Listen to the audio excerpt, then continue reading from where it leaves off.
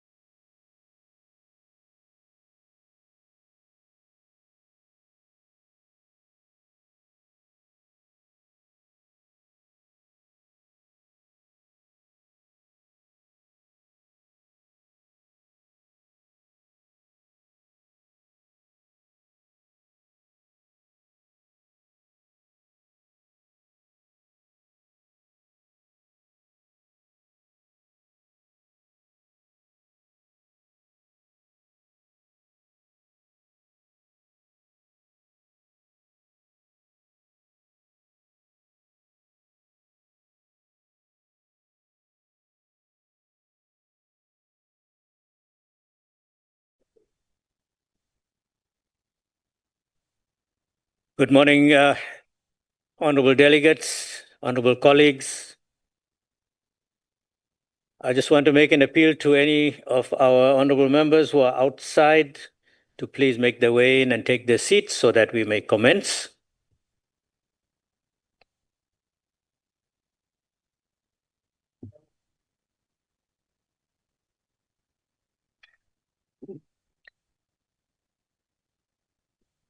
Honorable members, I want to firstly welcome all honorable members who have joined us here today and thank you for your presence. Especially, I would like to welcome the deputy ministers who are here, the Honorable Barnes and Tamashe, the Honorable Maslobo, Minister of Housing, Human Settlements, Minister Similani, the President of Salga, Councillor Stofile. I also recognize the presence in the House of leadership from various provinces, speakers, deputy speakers, chief whips, and whips from various provinces, as well as stakeholders who are there in the gallery, as well as stakeholders who are on the virtual platform. We want to welcome you all to the NCOP, to this first local government week in the 7th administration. I'm sure we all understand that local government is at the coalface of service delivery to our communities. And we have chosen the theme of restoring the dignity of our people through proper spatial planning, provision of human settlements, water, and sanitation. And I'm sure you will agree that these are critical issues if we wish to improve the lives of our citizens across our country. And therefore, it gives me great pleasure to call upon the chairperson of the National Council of Provinces, the Honorable Nsweni Tsipane, Member of Parliament, to open the session and welcome you on behalf of the NCOP. Honorable Chairperson.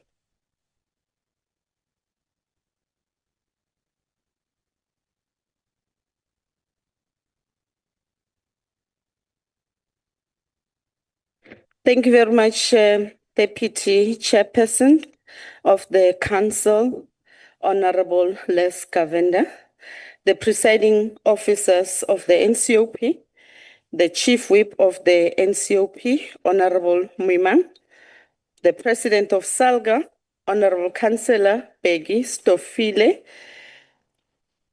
Minister of Human Settlement, Honorable Nkadimeng, the Deputy Minister of Water and Sanitation, Honorable Mahlobo, the Deputy Minister of COGTA, Honorable Bans Mamashe, the Honorable Speakers of our beautiful provinces, the MECs who are with us here today, Honorable delegates of the NCOP, our invited stakeholders, invited guests, ladies and gentlemen, molweni.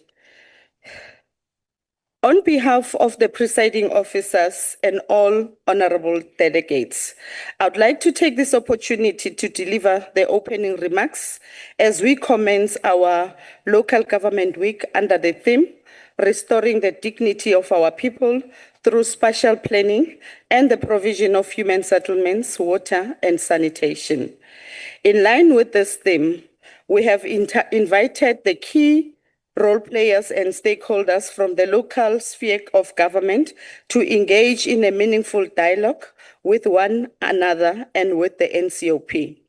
This initiative is undertaken with a clear intention of addressing and resolving the ongoing challenges faced by our municipalities in service delivery as a vital step towards restoring the dignity of all our people as envisaged in our Constitution.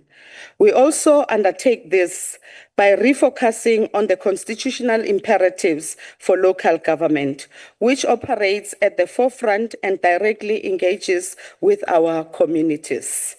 Today's stakeholders dialogue, along with the oversight visits that will shape this week's activities, aims to embody the Freedom Charter. The Freedom Charter's clear call for a local government that is by the people, for the people, and with the people. This means that ordinary citizens actively participate and influence the decisions that impact their lives. In this regard, our firm belief, and in making with the spirit of this moment, is that all social partners must come together, collaborate, and give greater attention to the challenges facing local government. This is notwithstanding the considerable progress made by municipalities throughout our provinces.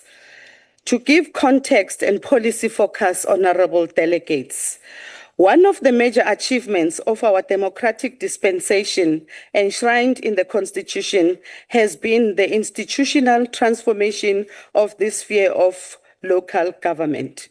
Fundamentally, it restructured a system that was originally designed to enforce apartheid-era spatial segregation and separate development among different communities and racial groups in South Africa. As a result, it established three distinct yet interrelated and interdependent spheres of government, which is national, provincial, and local government. This reconfiguration repositioned the legal framework and status of local government, establishing a new municipal system with distinct objectives and a developmental agenda. Section 41, subsection 1F of the Constitution mandates that each sphere of government exercises only the powers and functions granted to it by the Constitution. Additionally, Section 41, subsection 1H requires the spheres to cooperate with one another in mutual trust and in good faith, including providing assistance and support as needed.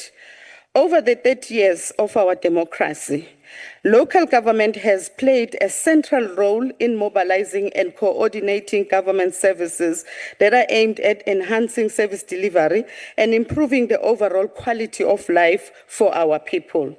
Despite these efforts, local government continues to face persistent challenges arising from structural, social, economic, political, institutional, environmental, and legal factors.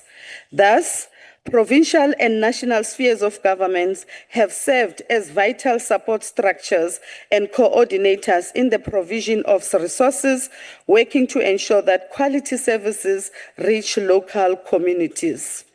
Our nation continues to be burdened by a history marked by pain and suffering, which entrench deep poverty and widening inequality, most evident within our communities. This legacy stems from the racially structured system of separate development, which forcefully displaced the majority of Africans and Black people from the dignity of social existence, a reality that continues to be experienced even today. Consequently, our economic and developmental path has largely been extractive, driven by the appropriation of natural resources and labor through predatory forms of exploitation. To date, spatial development in South Africa, and particularly in the city of Cape Town, continues to reflect profound inequalities.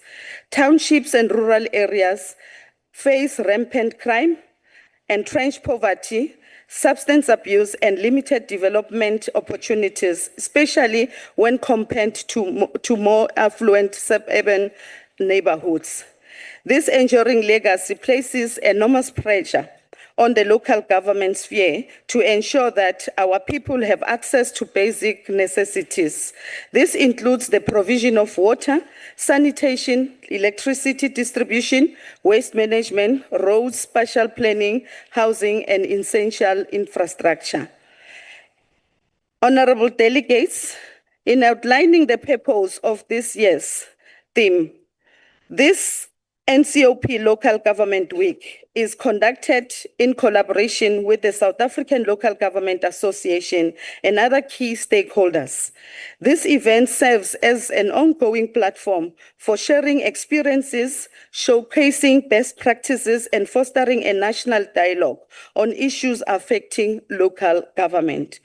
Its overarching objective is to explore and develop strategies that strengthen local government structures and improve service delivery, thereby enhancing the quality of life for all citizens. Since the previous Local Government Week, which was held in September 2022, that emphasis in that regard were placed on actionable strategies to support municipalities in boosting performance, upholding the integrity, and promoting transparency and accountability. These efforts align with the broader goal of cultivating a functional and effective local government sphere that advances South Africa's developmental agenda through the delivery of high-quality services to communities. To this end, we are calling for closer cooperative governance and strengthened intergovernmental relations. This approach aims to foster joint collaboration, planning, budget implementation, and the monitoring of resources allocation and the development initiatives. Furthermore, it is essential to ensure more effective participation of organized local government through SALGA at both provincial and national level. This will help streamline and address the interconnected challenges faced across government spheres. As frequently highlighted by SALGA, one of the key challenges include the high level of debt that is owed to municipalities by government departments such as water boards and ESCOM. This outstanding debt undermines the financial viability of municipalities and limits their capacity to fulfill their statutory obligations.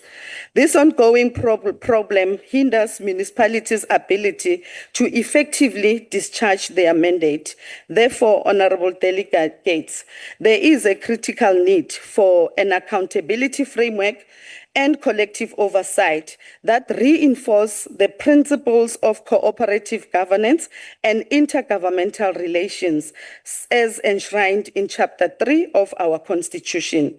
Such measures are essential to ensure sustainable financial stability and service delivery at the local government level. Equally, this local government week focuses on exploring mechanisms to strengthen consequence management for lapses of fiscal discipline, including unauthorized, irregular, and wasteful expenditure, which are frequently highlighted by the Auditor General.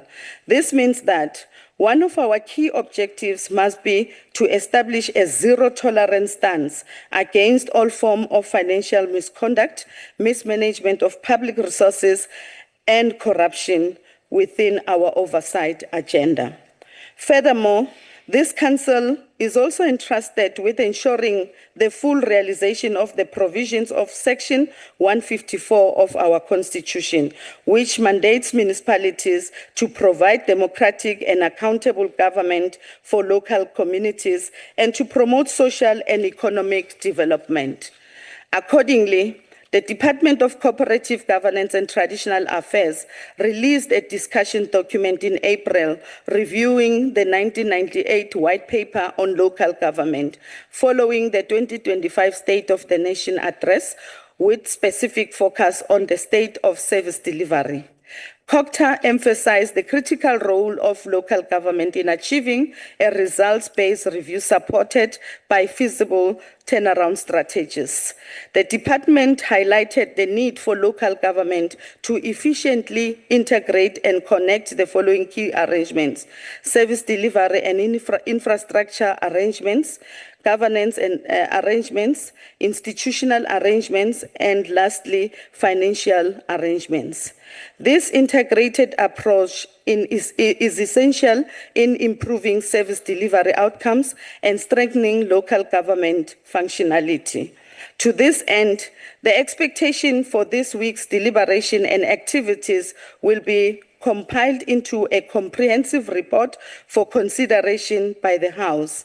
The actionable outcomes and resolutions arising from the week will be forwarded through the relevant committees, particularly the Select Committee on Cooperative Governance and Public Administration, to enable regular monitoring and tracking of progress and implementation.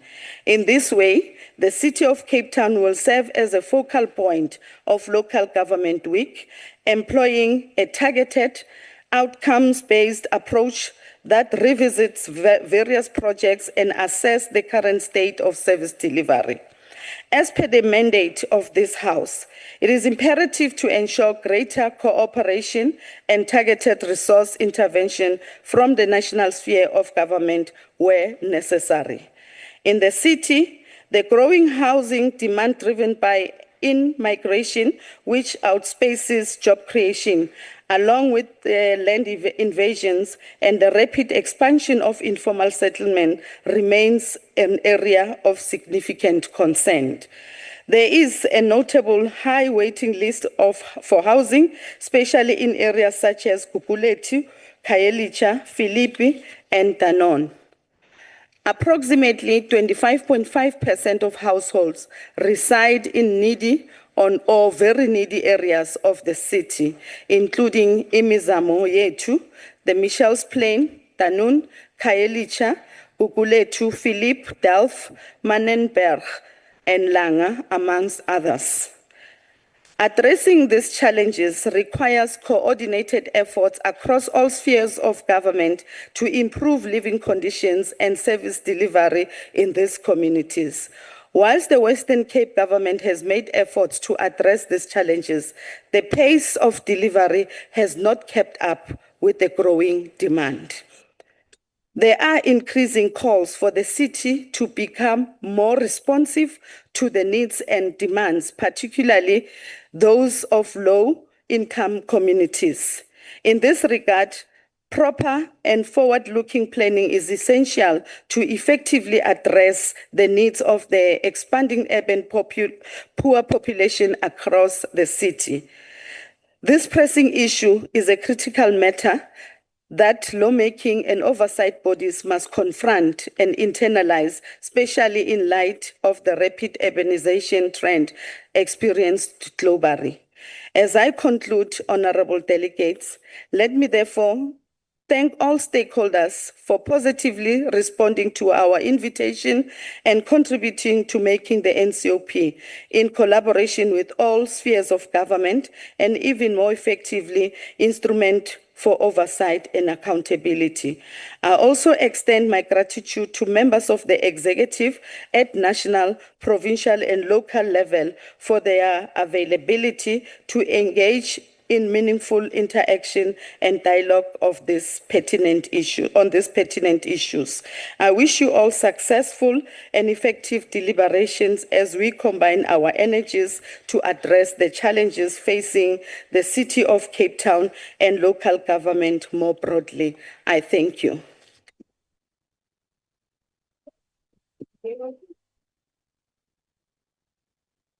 Thank you very much, Honorable Chairperson, for setting the stage as well as setting the tone of what is expected of us as we go into this local government week. Honorable delegates and honorable members, I think what was very critical from what the chairperson has articulated is that all social partners have to come together in order to ensure that we effectively serve our communities. And also of very critical importance is that all three spheres of government need to work together to cooperate with each other so that no sphere of government is working in silos. In that way, we will be able to ensure effective service delivery.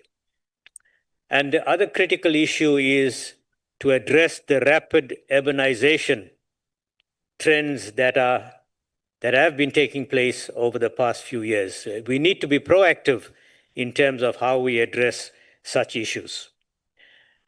And with that thought in mind, I think now it is most appropriate that I call upon the Deputy Minister of Cooperative Governance and Traditional Affairs, the Honorable Burns Tamashe, who will now address us. And as we are aware, the department is busy with the review of the white paper, as the chairperson had mentioned, and we will eagerly await a response. Deputy Minister. Deputy Chairperson of the National Council of Provinces, who is the Program Director, Chairperson of the NCOP, Honorable Chweni Ntsipane, Chairpersons of Select and Portfolio Committees of COCTA and other parliamentary committees, Honorable members of the NCOP, ministers and deputy ministers, MECs from our provinces, President of SALGA, Councillor Stofile, our esteemed traditional and Khoisan leaders, our guests, ladies and gentlemen, good morning. It's an immense honor to address you at this 2025 Local Government Week on behalf of our Minister Hlabisa. This address takes place under the theme, delivering integrated services to the people through cooperative governance and support to the local sphere of government. For us, this theme is not just a matter of administration, it is about the lived reality of our people. It is about whether a family in Kuruman can open a tap and find clean water, whether a young person in Matatiela sees a road to opportunity, whether a clinic in Guguletu has electricity to keep vaccines cold, whether a grandmother in rural KwaZulu-Natal feels safe working in her community. We have a duty imposed to us by the Constitution to ensure the dignity of our people. An honorable chairperson, restoring the dignity of our people requires service delivery that works, improved quality of life, increased citizen trust, sustainable development. This is why at COCTA we say emphatically, every municipality must work. There is no choice. That's our rallying call. Local government cannot be left to stumble while the people suffer. Every municipality must be supported, capacitated, stabilized, and made to work, because when municipalities fail, democracy itself is undermined. And this is not out of the benevolence of the heart. It's a constitutional injunction that we have a duty to support municipalities. And here is the principle we must always hold firm. When municipalities stumble, national and provincial government must step in, not to take over, but to support, guide, and stabilize. This is, as I said, in terms of Section 154. The state of local government in our country needs a sharp focus. We must be candid about where we stand. In recent years, there has been progress. The number of municipalities classified as stable increased from 30 in 2022 to 61 in 2023. Municipalities in distress were reduced from 66 to 35. This tells us that targeted interventions are bearing fruit. But let us not sugarcoat matters.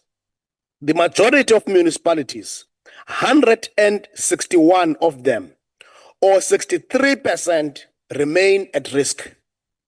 Governance instability, financial distress, poor audit outcomes, and failing infrastructure continue to hold communities back. In Limpopo, for example, only 2 municipalities achieved clean audits in the last cycle. 14 were unqualified, 10 were qualified, and 1 received a disclaimer. This is not unique to Limpopo, it is a national trend.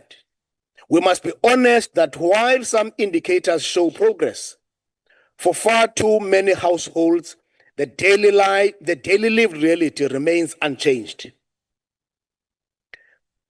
One of the most powerful levers we have is infrastructure investment. Between 2021 and 2024, national government allocated 163 billion in direct transfers to local government, with 158.8 billion earmarked for infrastructure. A further 23 billion was provided indirectly, largely for infrastructure.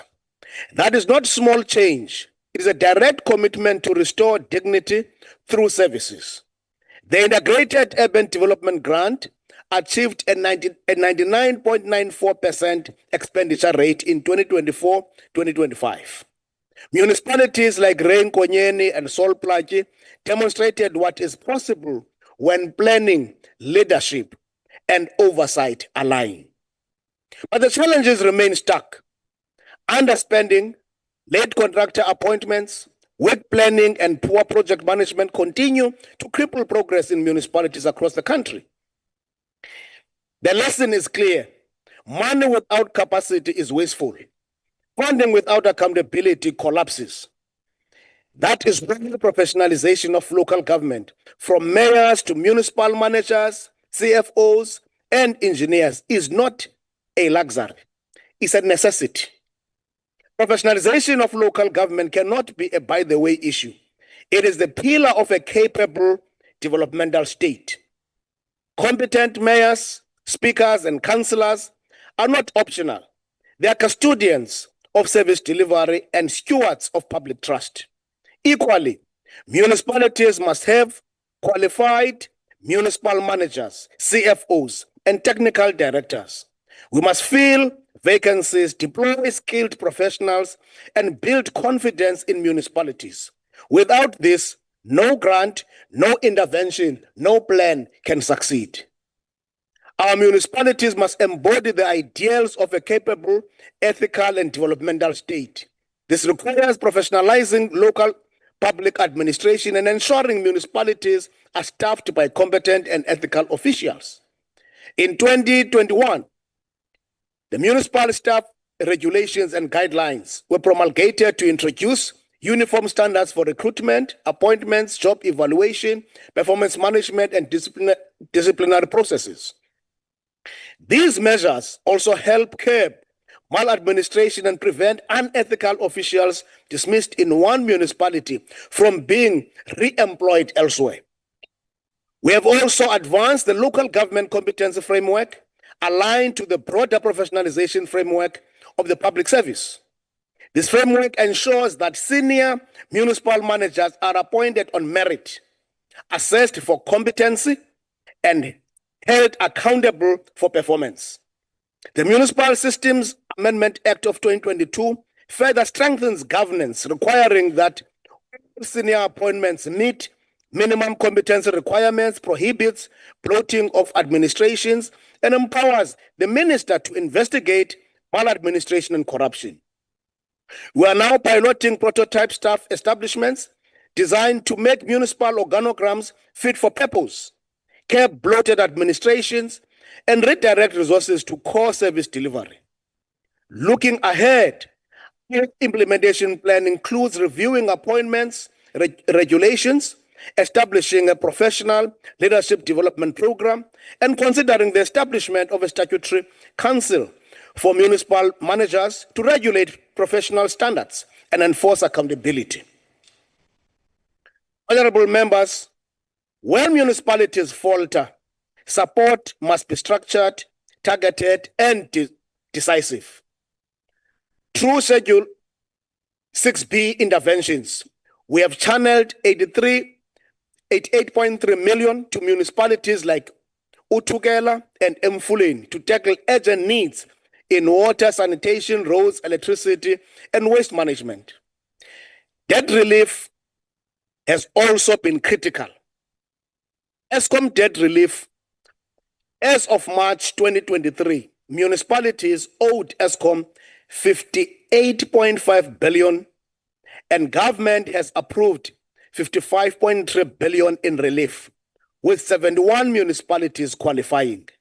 Already, 24 municipalities have secured a first cycle write-off worth 4.1 billion. On water board debt relief, municipalities owe more than 25 billion to water boards. Relief is tied to reforms, from financial recovery plans to the use of smart meters and special purpose vehicles to manage water services sustainability. These are not bailouts. They are lifelines tied to reforms, opportunities for municipalities to reset, rebuild, and restore financial health. Currently, 39 municipalities are under Section 139 interventions, and 4 are under Section 139 subsection 7, which is the national intervention. Lego Municipality and Mpumalanga, Mangaung, Free State, Enoch Mkijima, Eastern Cape, and recently, Ditsobotla, Northwest.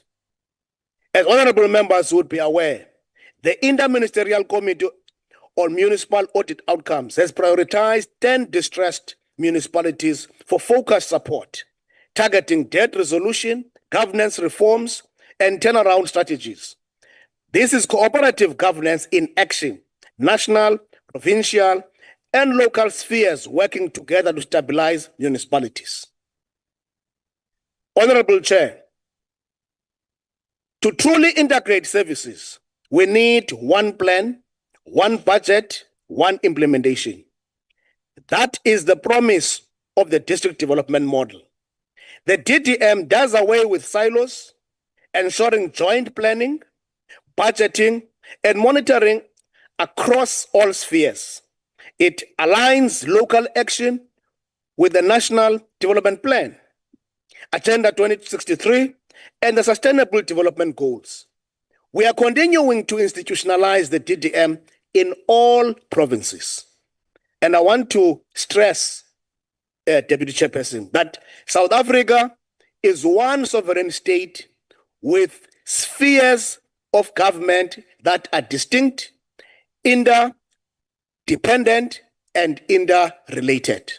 There is no sphere of government that is independent, neither is there any local municipality that is independent. All spheres of government are interrelated and interdependent.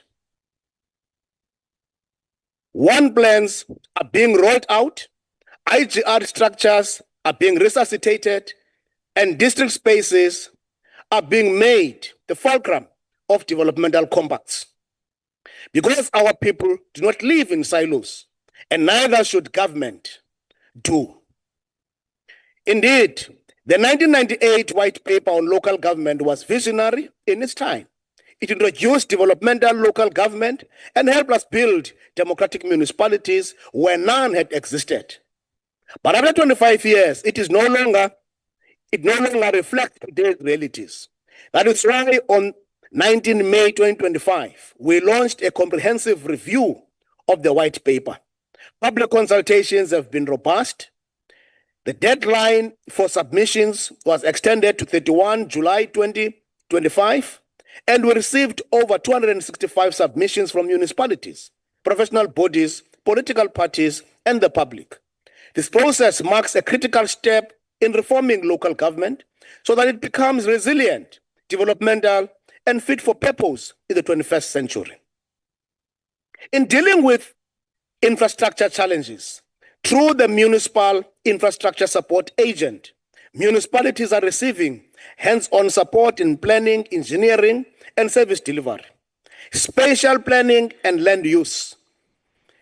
MISA helps municipalities prepare SPLUMA-compliant spatial plans and implement the National Spatial Development Framework, addressing apartheid's spatial legacies and promoting integrated communities.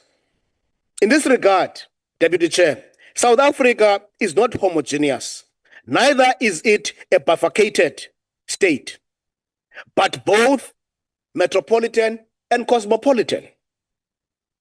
So that as we deal with issues of planning, we must deal with them understanding that rural communities and urban areas have unique systems that apply, which contain peculiarities, but of course integrated in terms of working as an institution. Water and sanitation, MISA assists water service authorities with O&M frameworks, asset management, and the use of MIG allocations for infrastructure repairs. In 2025-26, corrective projects worth 494 million are underway in 21 municipalities to improve blow and green drop scores. When it comes to capacity building, young graduates, artisans, and apprentices are being deployed to municipalities to build a pipeline of engineers, planners, and technicians. We are confident that this is capacity building, not for today, but for posterity.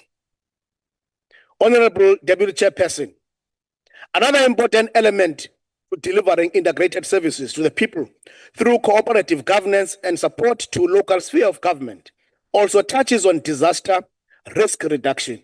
It's important to build a capable developmental local governments and ensure that South Africa's disaster risk reduction approach incorporates elements of climate change adaptation, monitoring, and resilience building, as stipulated in the specific overarching goal of South Africa's National Development Plan, which is to eliminate poverty and reduce inequality by 2030, with reference to the safety of its citizens. And 2030, by the way, is only 5 years away. South Africa's disaster risk reduction approach can no longer be separated from the realities of climate change. Our strategy must now fully incorporate elements of climate change adaptation, monitoring, and resilience building. This is in line with the overarching goal of our NDP, which seeks to eliminate poverty and reduce inequality by 2030, while ensuring the safety and security of our citizens. We must be guided by empirical evidence, scientific research, data, and scenario planning point to an undeniable reality. South Africa will face growing levels of vulnerability and exposure to climate-related disasters. We are already experiencing the devastating impacts of floods, windstorms, droughts, heat waves, and fires. In addition, there is a looming risk of health-related emergencies linked to changing weather patterns and environmental degradation. These disasters will not only increase in frequency, but also in intensity, with far-reaching socio-economic consequences for communities, infrastructure, and livelihoods. In response to this urgent challenge, the President has signed into law the Climate Change Act, Act number 22 of 2024. This act is a milestone in our country's journey to building a climate-resilient future. It provides South Africa with a comprehensive and integrated framework to respond to climate change across all sectors of society.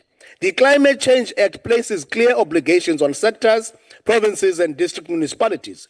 It requires them to undertake climate risk and vulnerability assessments, identify their specific needs, and develop response plans.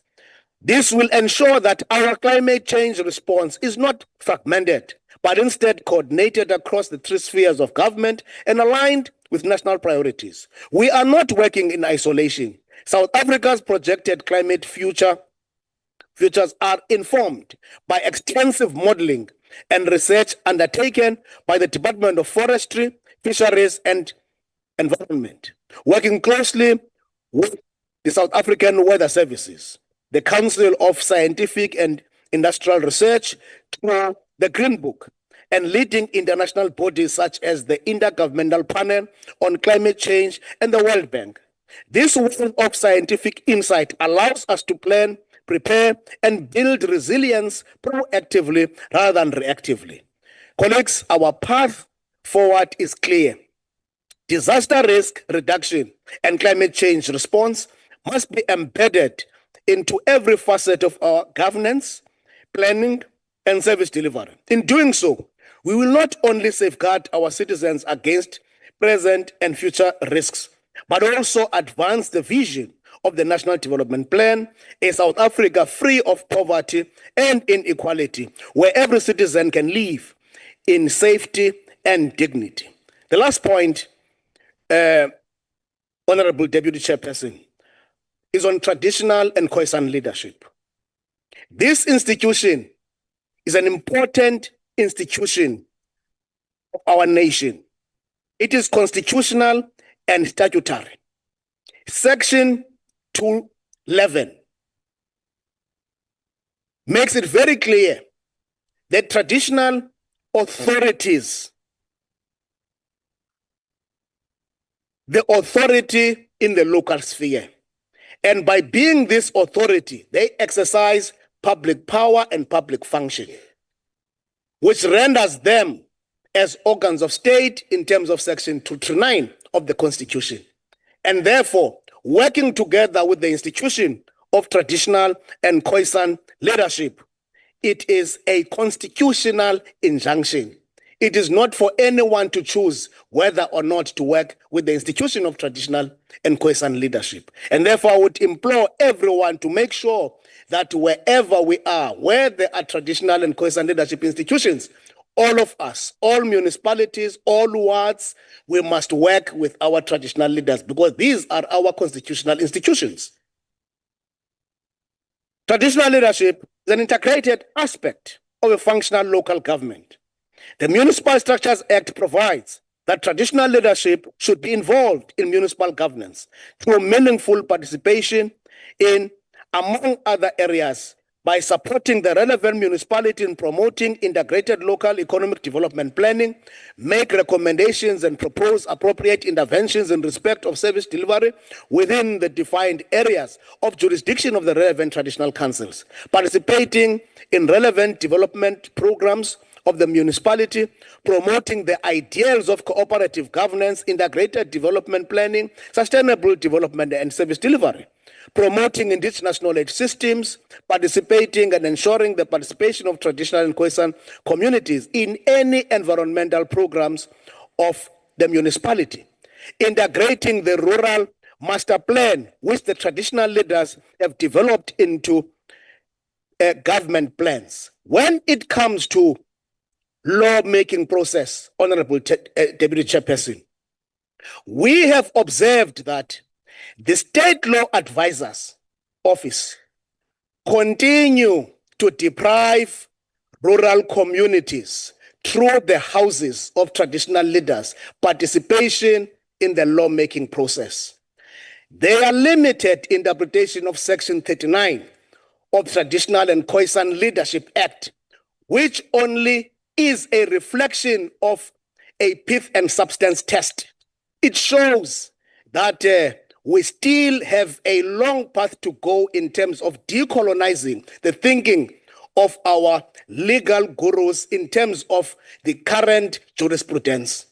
It's not only the pith and substance test, but you must go further to also include the substantial measure test, because it talks to the extent to which our communities are affected by the legislation that is being considered. And therefore, as I conclude, collective oversight and accountability across the three spheres of government can and must restore trust in local government. Together, through cooperative governance, shared accountability, and unwavering commitment, we can make every municipality work. When every municipality works, every community thrives. When every municipality works, we restore the dignity of our people. I thank you.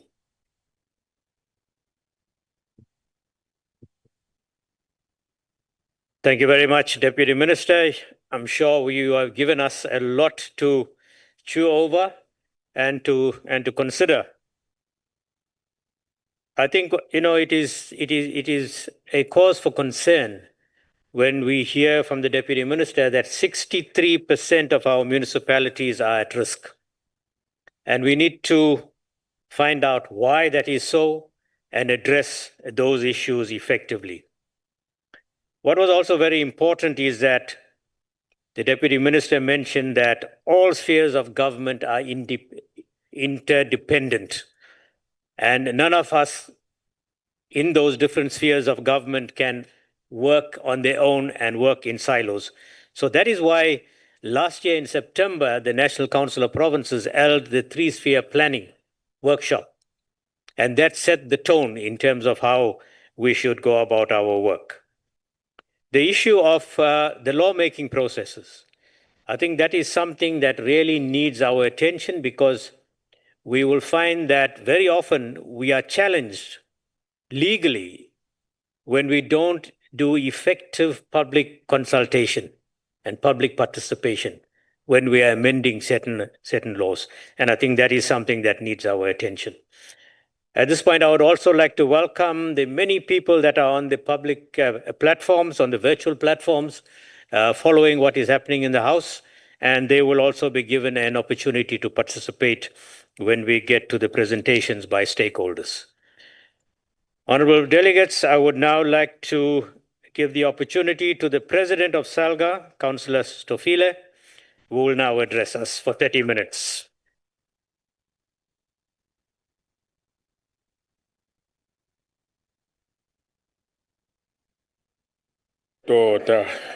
Thank you very much, Deputy Chair.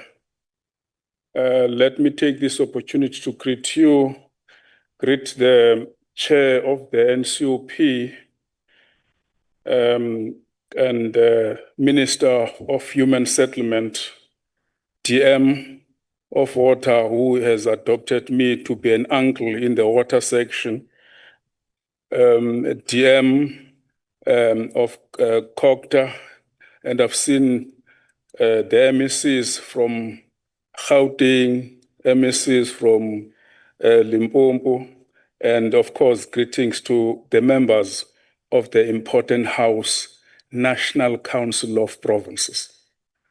And the House, in my understanding, it was created for exactly the same intention of bringing together three different spheres to engage on matters that ultimately, at the end of the day, those matters find expression in local government.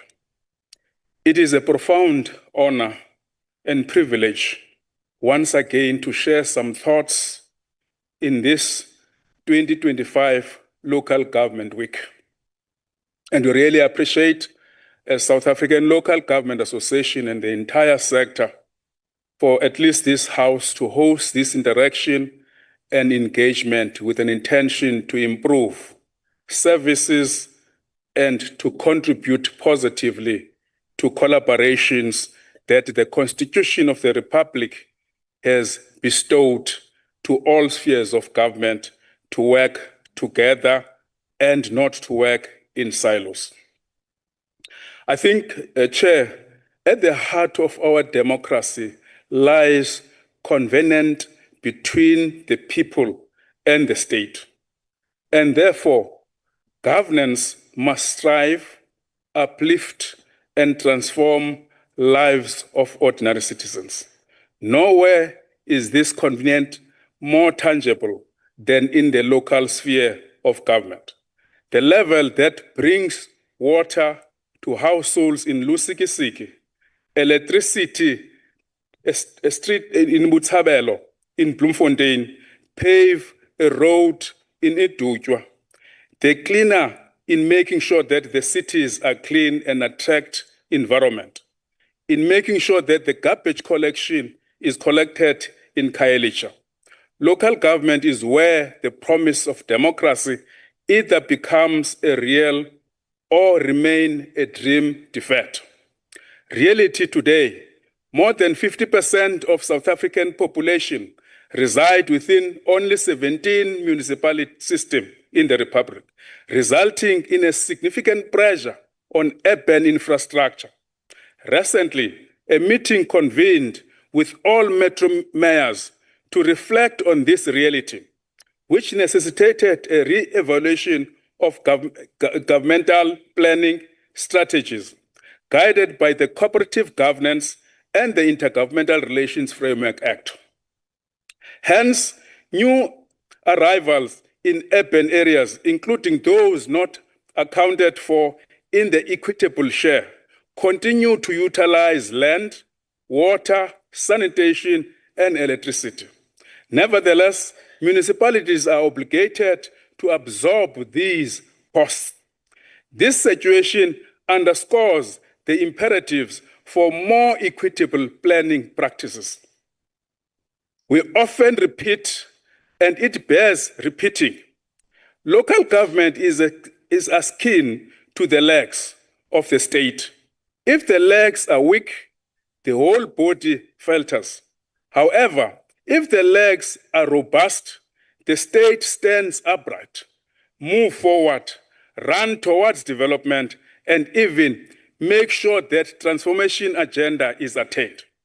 And this, it must be understood within the context of the Section 139 and Section 154 of the Constitution that directs all spheres of government to work collaboratively. The Constitution offers two vital mechanisms for the protection of the municipalities in distress, Section 139 interventions, and Section 154 support.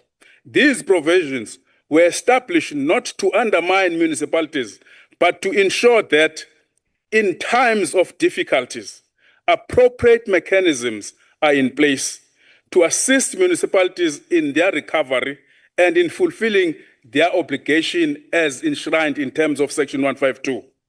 Recent case involving Ntitsobotla and Naiza municipality exemplify the importance of these provisions.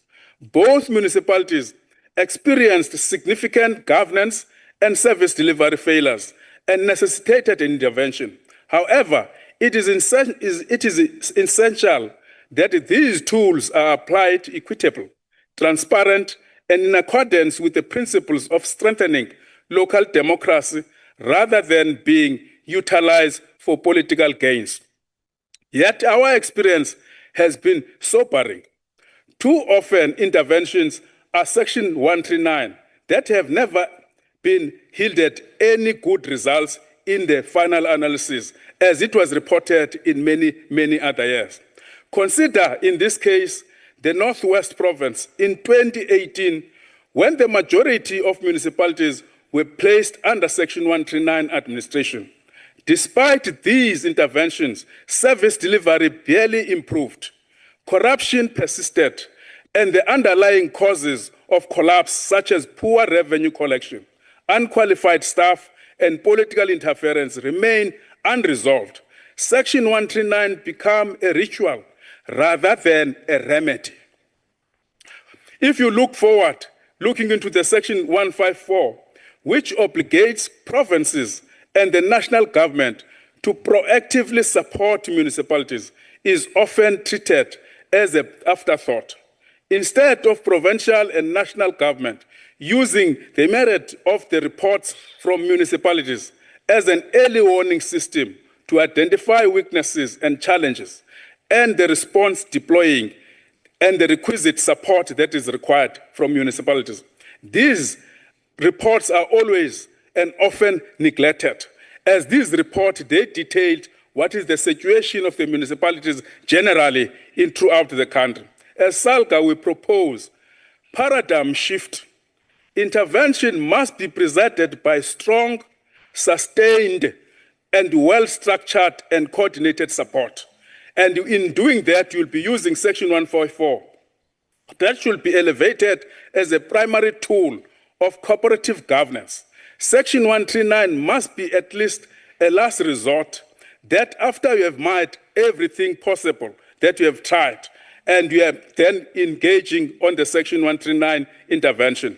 It is important in this House, Chair, to look into the debt that is owed to both the government in the form of municipalities and the entities. Honorable Deputy Chair, when discussions regarding municipal debt arise in this House and many other houses, in the provincial legislature, in Parliament, and in boardrooms, the narrative almost invariably concentrates on what municipalities owe to creditors. We are reminded daily that municipalities owe ESCOM and water boards more than 100 billion, and the creditors are lined up at the municipal gates. Yes, I accept as SALGA that is true. Municipalities must be held accountable for their debts. However, the narrative is so dangerous, incomplete, unless in the same breath we also consider what is owed to municipalities again. Across the country, Chair, municipalities are owed more than 400 billion by households, government, department, state-owned enterprises, and business. Municipalities cannot meet their financial obligation if they are not paid what is owed and due to them for service already delivered. This imbalance creates a vicious downward spiral. ESCOM cuts off municipalities. Municipalities fail to supply communities. Communities lose trust and cease payment, and the spiral of dysfunctional deepens even deeper. More the culture, and this is important to us because we are linking into the culture of non-payment or payment boycott cannot be left unchecked. It undermines the social compact of democracy. The same citizens who march and protest for better services must likewise pay for those services, especially where they can afford to. Equally, the state, including its entities, must lead by example by paying its municipal accounts in full on time instead of being a collectors or debt collectors of others. It must collect for everybody. Local government is a matter of collective concern. Financial institutions, insurances, companies, and the SARS itself, if we talk about cooperative governance, must collaborate with municipalities to enhance revenue collection as they operate on municipal land and rely on municipal system. Under the leadership of the Deputy President, a national forum comprising of representatives from business, labor, and community sectors should be convened to deliberate and engage with all stakeholders and role players in developing of a robust municipal system and collaboration, the establishment of functional municipal services, the patriotic interest of all stakeholders by facilitating enterprise, fostering investor confidence, and supporting initiatives aimed at the improving of the beautification of the town and townships, including villages. I must say, Chair, because we are in this room talking about things that are happening in local government in our society, it is important for us to deal with the NERSA and ESCOM deal called out-of-court settlement. Central to this financial suffocation of municipalities is the role of regulators and bulk service providers. For an extended period, NERSA has exercised unchecked power over electricity tariffs.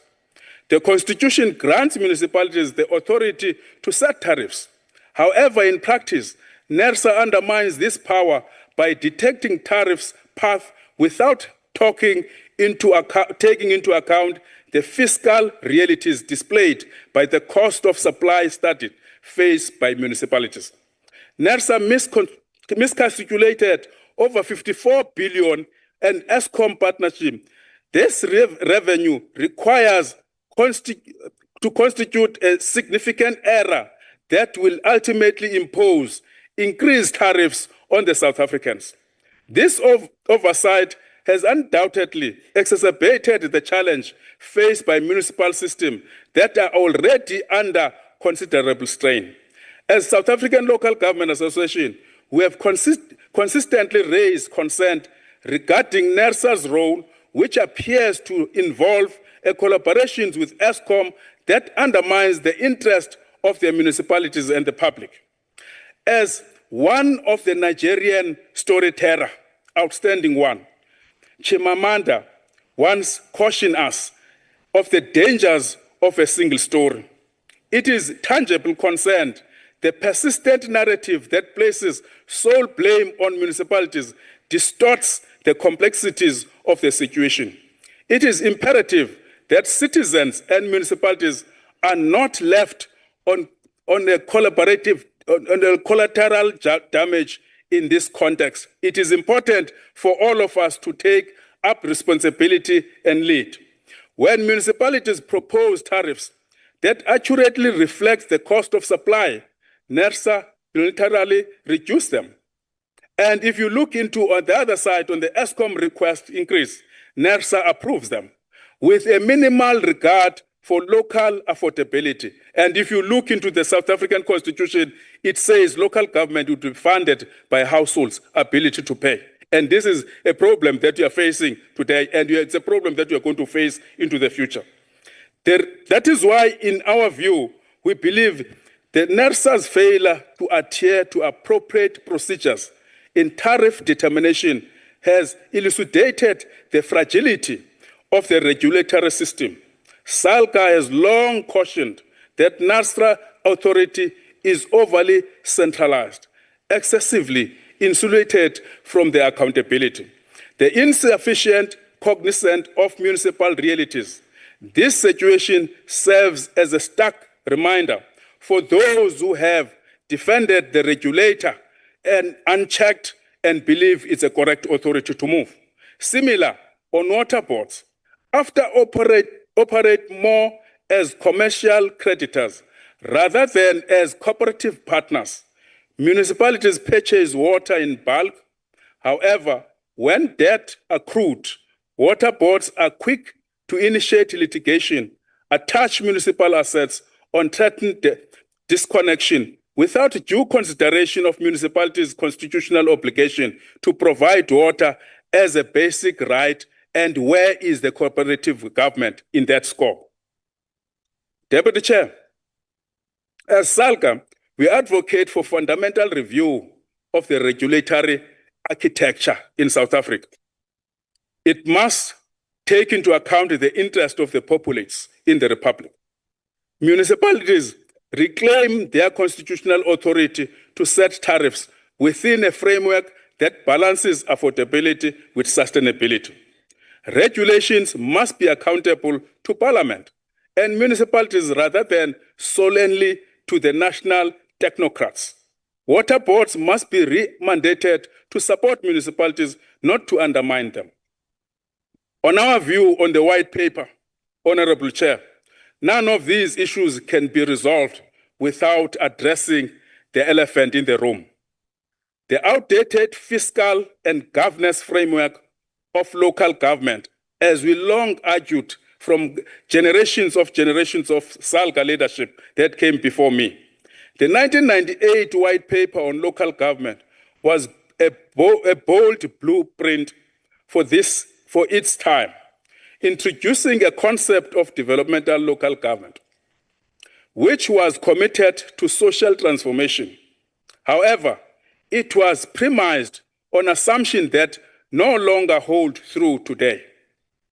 The white paper assumed that economic growth will be steady, that households will progressively become able to pay for services, that municipal institutions will rapidly professionalize, and that transfer from national revenue will suffice to close the gap. However, reality have proven to be harsher than anticipated. Economic growth has stagnated, unemployment has deepened, poverty has widened, and the equitable share has diminished in a real term. And if you look at that time, 1998, it was the first time of the global economic meltdown. And it was a time most of the people have lost their employment and they can't be able to pay services. Today, municipalities bear the responsibility of a greater array of services than they did in 1998. Yet they operate with proportionally fewer resources. Municipalities generate only approximately 9%, that is totally public revenue, in the South African context, in contrast to an international average of 20%. Nevertheless, they are tasked with the delivery of some of the most expensive and capital-intensive services. That includes water, sanitation, electricity, road, waste management, and housing infrastructure. As part of the white paper review process, the South African Local Government Association has proposed several interventions. One amongst those interventions is a new funding formula that allocates additional resources to rural and underdeveloped municipalities rather than solely to metropolize the allocation. Empowering municipalities to collect revenue more effectively, including through partnership with SARS as a part of the state in collecting and improving revenue. Reviewing the role of the state-owned enterprises in service delivery to ensure that municipalities are empowered as the primary agent of development rather than being a marginalized institution. Codified the principle that intervention must be balanced with support to prevent political abuses of Section 139 and 154. This presents an opportunity to reconstruct the architecture of local government. If this opportunity is not seized, municipalities will be condemned to a state of perpetual crisis. Chair, local government should not be diminished to an administrative arm of national and provincial government. Instead, it must be revitalized as a catalyst for transformation. We must envisage municipality as hubs of economic development, as your legs that takes you to a destination where you want to go. Consider rural municipalities where communities' gardens are fenced, irrigated, and supported to combat hunger. Imagine a small town where bricks paving cooperative constructs roads, linkage villages to markets. Visualize a township where a Clean Cities campaign restores dignities to public spaces, where youth brigades are employed to repair leaks, maintain parks, and gather data for planning. These are the issues that almost all of us, we must be concerned and partner together. But practical manifestation of the developmental local government. They are already being realized in various regions across the country, whether in Limpopo, community agricultural hubs, the Eastern Cape, rural road bridges, or Gauteng, a revitalization of the township economy. What is required is scale, sustainability, and systemic support. Parliament must take the lead in the reshaping the discourse. It must not merely lament municipality failures, but instead champion the systemic reforms necessary to empower municipalities. Provinces must not seek refuge behind intervention, but must embrace their constitutional duty of support. And that is why we like what we see in Gauteng, what we see in Limpopo in the recent past of the support of the MECs responsible for cooperative governance. National departments and state-owned enterprises must cease defaulting on municipal accounts, and it is important that all of those that are owing municipalities must begin to pay municipalities so that the money it must be used to develop the communities. It is our responsibility, all seated and those that are at home, to make sure that municipalities become functional. As I conclude, Chair and honorable members, restoring dignity of our citizens is not solely about spatial planning, human settlements, water and sanitation. It is equally about rebuilding municipalities as the robust pillar of the state, capable of supporting the weight of development. As I've said, it is your legs that takes you to your destination.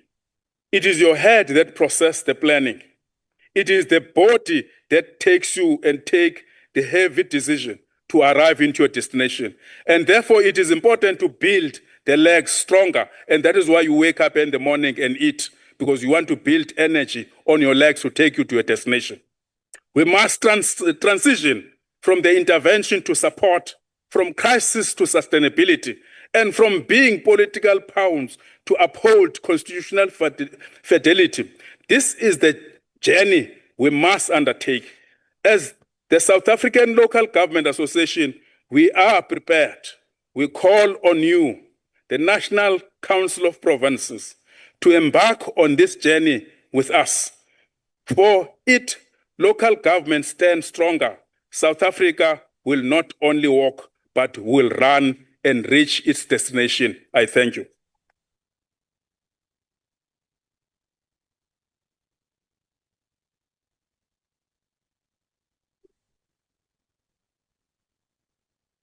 Thank you very much, Councillor Sofila. I think when Councillor Sofila was talking about the food to sustain the body and build the legs so that he can take us to our destination, he wasn't referring to the lunch that we're going to have later, but he was talking about strengthening legislation and ensuring that we deliver. And I think something that is very important that he mentioned is that local government is where the reality of democracy is felt. And that is very, very important. We must always keep that in mind as we go about our work. Something that linked what the president of SALGA was saying to what the DM of local government said. Municipal debt is something that needs to be addressed. And you know, it is unfortunate that in most areas, in most provinces, it is government departments that are the culprits, that are not paying the municipal debt. Now, the DM of local government said that all spheres are interdependent. Now, you cannot be effectively interdependent if one arm of government is not cooperating with the other. So government departments really, from municipal level right up to national level, need to ensure that if they want water, if they want sanitation, if they want electricity, they must pay. Like we are saying to the citizens of our country, when they complain about their utility bills, we are saying you are using the services, so you must pay. So government departments need to set their trend and ensure that they are paying for their municipal services.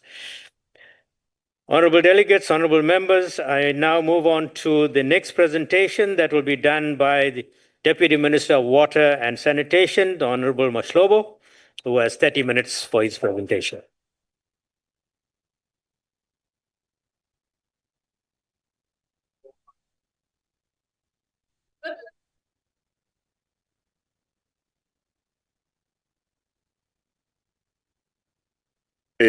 Your Excellency, Deputy Chair of the National Council of Provinces, our Chairperson of the National Council of Provinces, Comrade Refilo Mutsweni Tsipane, and our Chief Whip, the Minister of Human Settlement, Deputy Minister, Minister Thembi Simelane, Deputy Minister of Cocta, Chawe, and the President of SALGA, Comrade Stofile, all our MECs, and the esteemed delegates, especially our speakers that are here, and also my chairperson of our select committee, Comrade Mbimbi, and those who have joined us.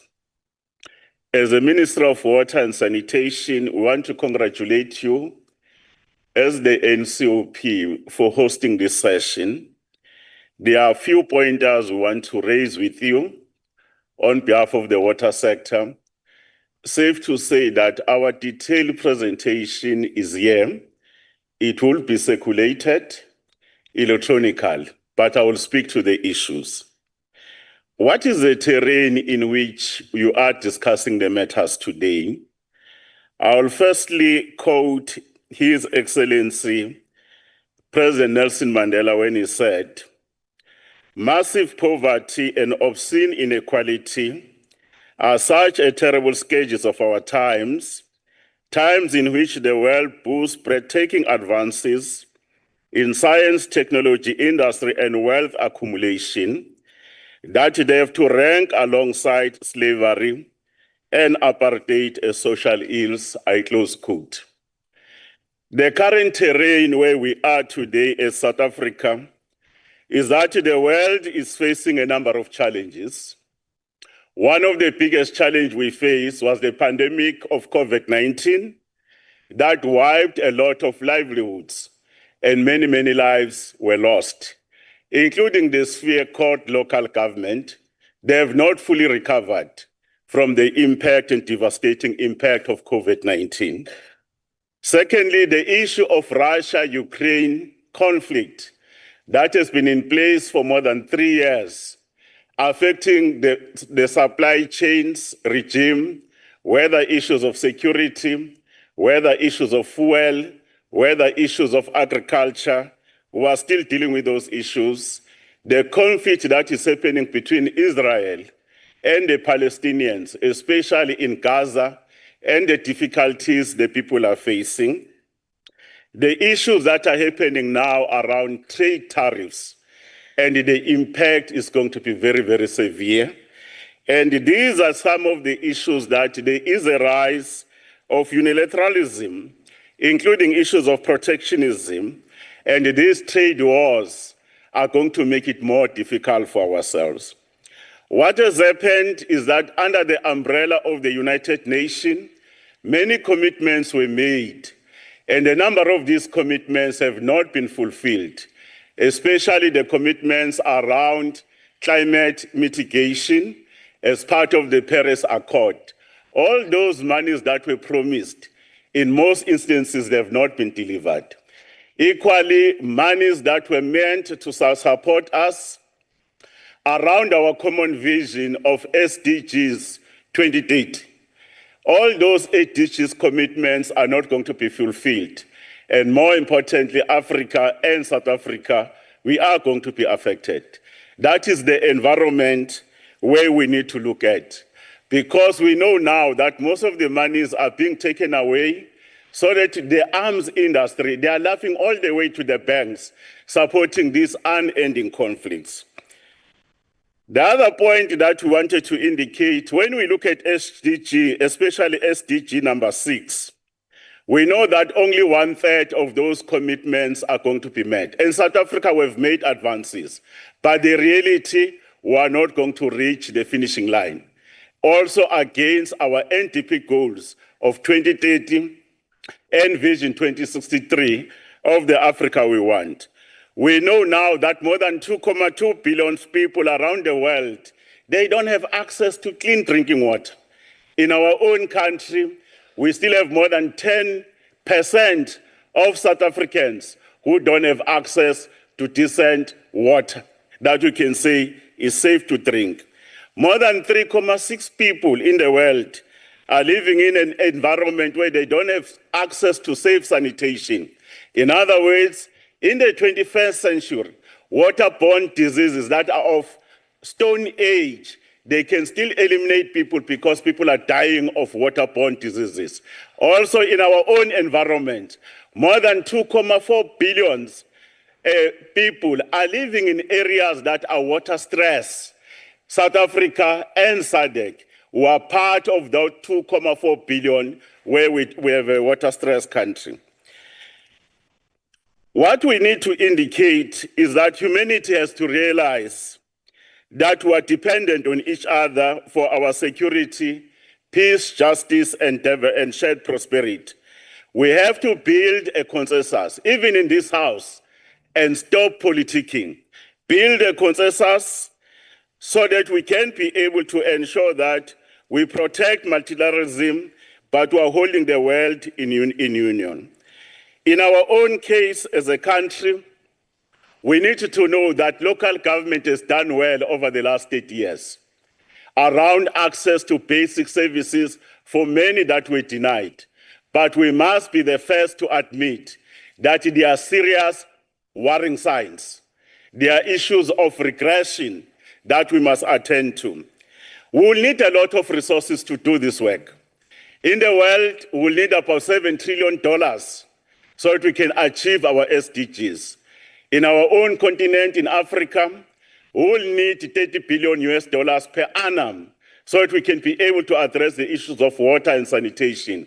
That's why here in Cape Town, as part of our G20 presidency, we're able to hold the first Africa investment program by the heads of states and government. Then we're able to raise about $12 billion commitments for only this year, and we'll be in a position to commit. As South Africa, we will need at this stage more than R1 trillion so that we can achieve our goals of access to water and decent sanitation. What is the mischief that we are dealing with? One of the biggest mischief is the question of water security. Is South Africa going to run out of water by 2030? As we stand now, in terms of our water balance, in our system design, we have about 17 billion cubic meters in terms of our design capacity, whether it's the dams, it's the canals that are all here. But what is actually happening, the actual yield is around 15 billion cubic meters. You can think there's a deficit of 2 billion cubic meters, but in the country, the water balance is okay, but there are localized deficit. The very same problem you got in Cape Town at a particular point where there was a drought, and then water to be released from the other system, the Nelson Mandela Bay, they are localized deficit, but it does not necessarily mean that as a country we are running out of water.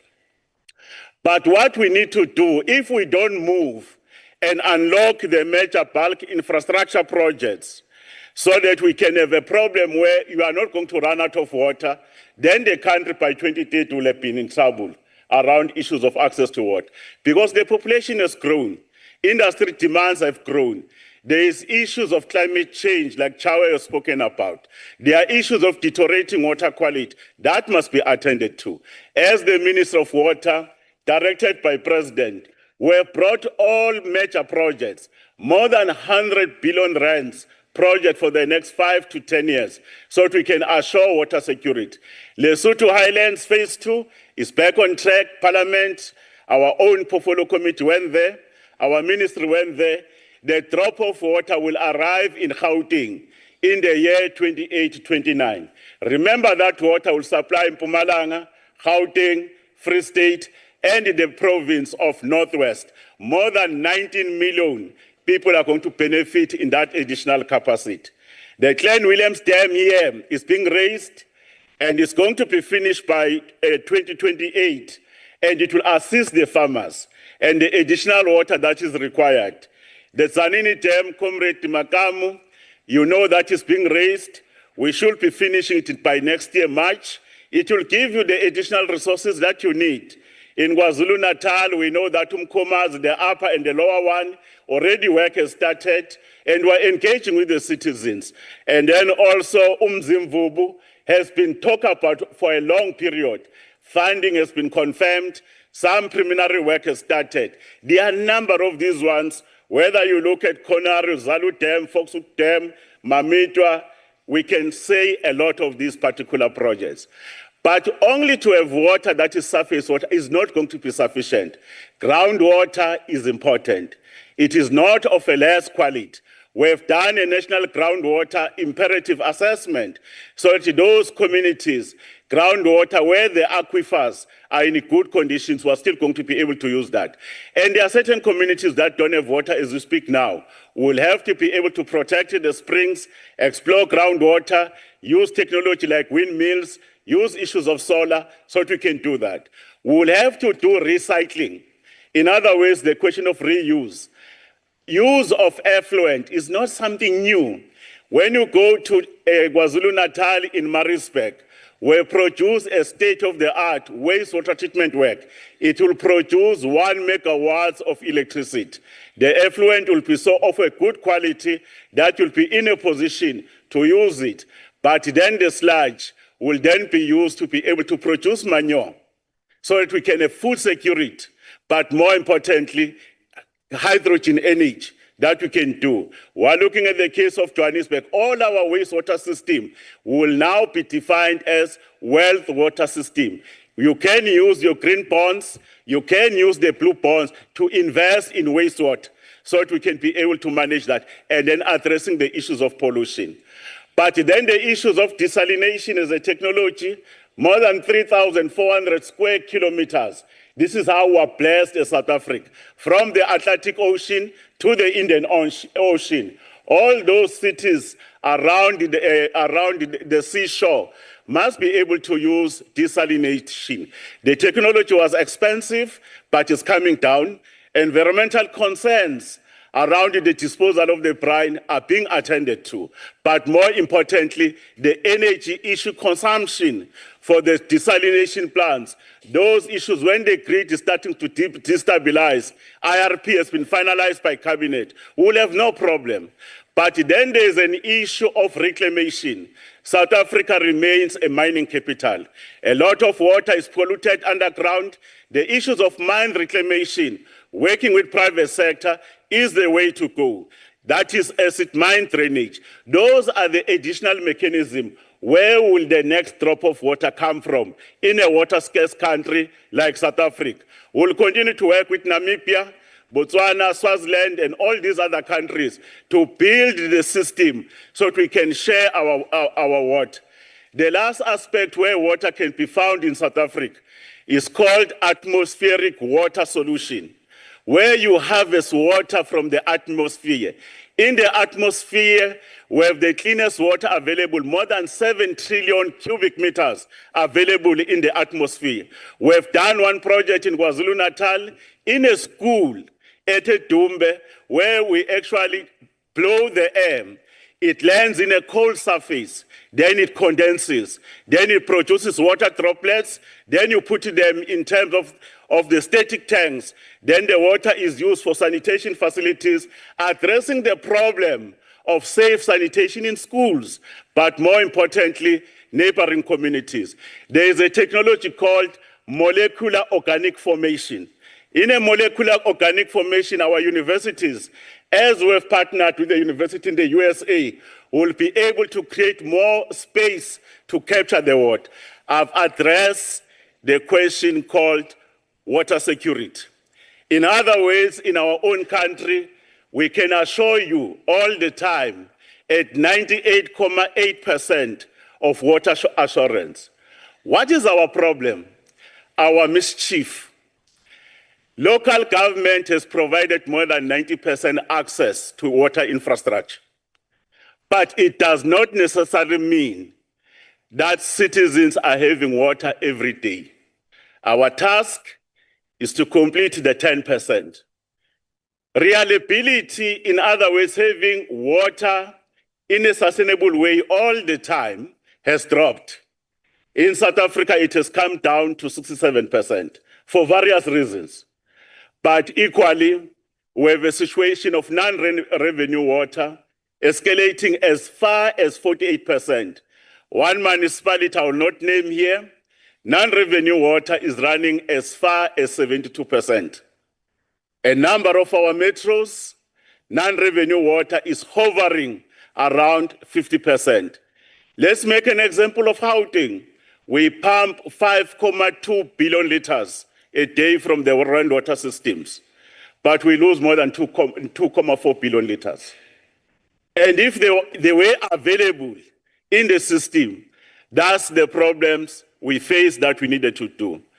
Equally, there is a deterioration of water quality. Our wastewater systems in the main are not performing well. To agree with Comrade Chawe, we have done an assessment. Our municipalities, for objective and subjective reasons, they are not doing well. They need our support, but they too, they must stand up and take responsibility. Out of the 144 water services authorities, 105 are performing badly.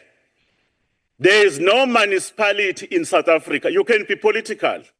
There is no municipality in South Africa that does not have a sewer spillage. I've traveled the country, corner to corner, sewer systems are not in good shape. There is no municipality that got 100% in our assessment reports. But there are those who are performing at an excellent level. We can learn from them across the country. All of them, there is no municipality that doesn't have a non-revenue water. What are we going to do? That's the question we must answer. What we are doing, we've agreed on a turnaround plan. President has said to us, this water problem, I'm elevating it to the level of electricity. Remember, if you don't address the question of water, it has an impact on life. It has an impact on the economy. It has an impact on biodiversity, but it has an impact on security. Security, because if there is water poverty and water scarcity, kuzaba nemfazwe, and many people are going to perish. We have agreed that in our case for water security in the main, we are looking at how are we going to ensure that we mobilize the necessary resources that are required by the country to build more dams, to build more canals, to do rainwater input on research. We have made a decision that the TCTA and the water trading entity, they will come together. They will be in a position to form an organization called the National Water Resource Infrastructure Agency, a state-owned company, not privatization, combining two entities. We'll have the balance sheet of the current assets that were sweating in water of more than 100 billion rands. Then we formed this particular agency. It came through the houses, the law was passed. We've just done some technical amendments on the basis of the scheduling of this particular entity. All the water assets that you have, the dams and so forth, they've been in the main funded off budget. That's why TCTA is a special purpose vehicle. There is no money available in the fiscus. Where will you get 53 billion rands that you can actually do Lesotho? Where will you get 30 billion rands to do the Olifants management monthly? All these monies we have a credibility in terms of the bonds we hold. That's what we're going to do. But we're also allowing private sector to come in. If there are those that can be in a position to come in and do desalination plants, build more dams, but there is a qualification.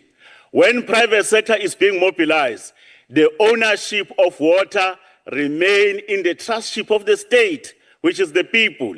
But more importantly, the ownership of the asset will remain in the hands of the people. When it comes to local government, 5 points. Point number 1, we have agreed on the reforms. The implementation model by local government is not working. In other words, we have said that without being prescriptive, municipalities that are struggling today, they cannot continue to inconvenience citizens. In other words, they must appoint credible water services providers to do the job while they are building their capacity. They can appoint another municipality. They can appoint a district. They can appoint a water board, or they can appoint a private company for whatever period, whether through a concession, whether through an SPV. That's the decision we've made. And COGTA and ourselves, National Treasury and SALGA, were working on Section 78 to make it easy to do that. We know there's a debate, other municipalities, our water services authorities as district, other locals, our water services authority, there is an issue of quibbling who must be a WSA. While they are quibbling, we just wanted to deliver water immediately. As part of the implementation model, we have agreed that we must use utility model. In other words, water and electricity must be run like a business. In other words, it must have its own credibility, its own entity, the board, ability to do SCM, ability to have the financing. You ring-fence it, whether as a municipal entity or a new entity, but under the ownership of the municipality. Those are the reforms we've made. And a number of these municipalities are starting to do so. Others are lagging behind. But the issue of taking all the money from electricity and water without investing back in an asset, this is what has actually exacerbated our problems. In Johannesburg, an example with Comrade Mamabula, he knows. Decision has been made by the mayor, very good decision.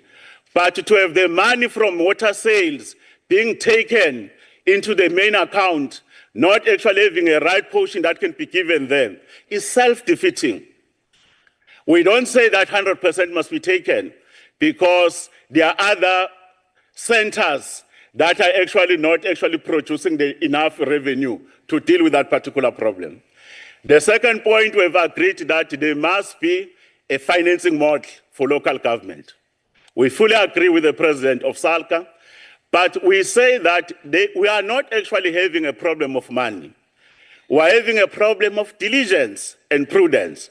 What are the sources of money? In the main, they are grants. Our departments give RPIC. Over the last 5 years, we've given more than 30 billion rands. The 105 municipalities struggling right now, we are giving them more than 12 billion rands for more than 501 projects. There is money from WISIC.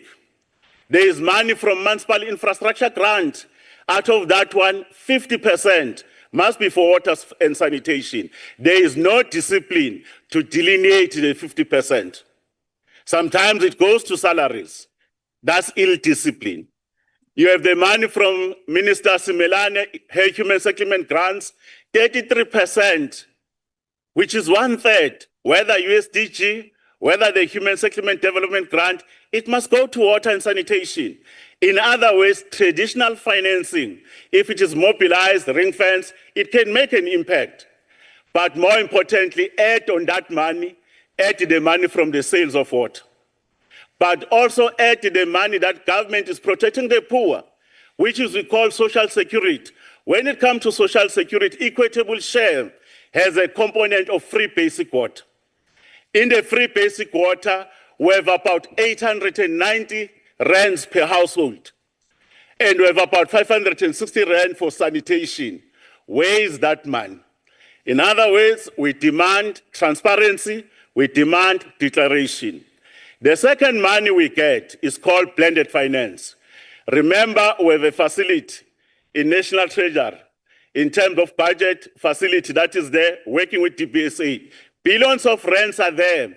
We can be able to say, this is the money we have from the grants as a collateral. We go and borrow money from the markets. Of all the money from the budget facility around blended finance, the biggest one has been given to what? 23 billion rands.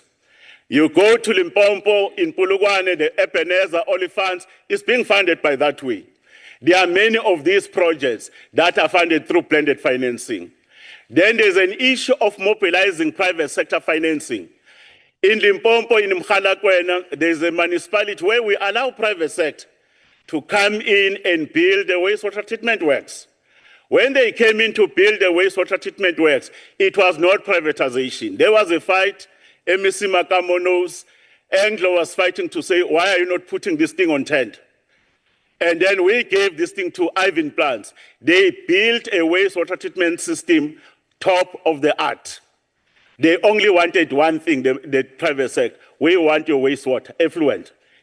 And when they want effluent, it means you can do more housing. You connect many households, you connect more industries, produce more sewer.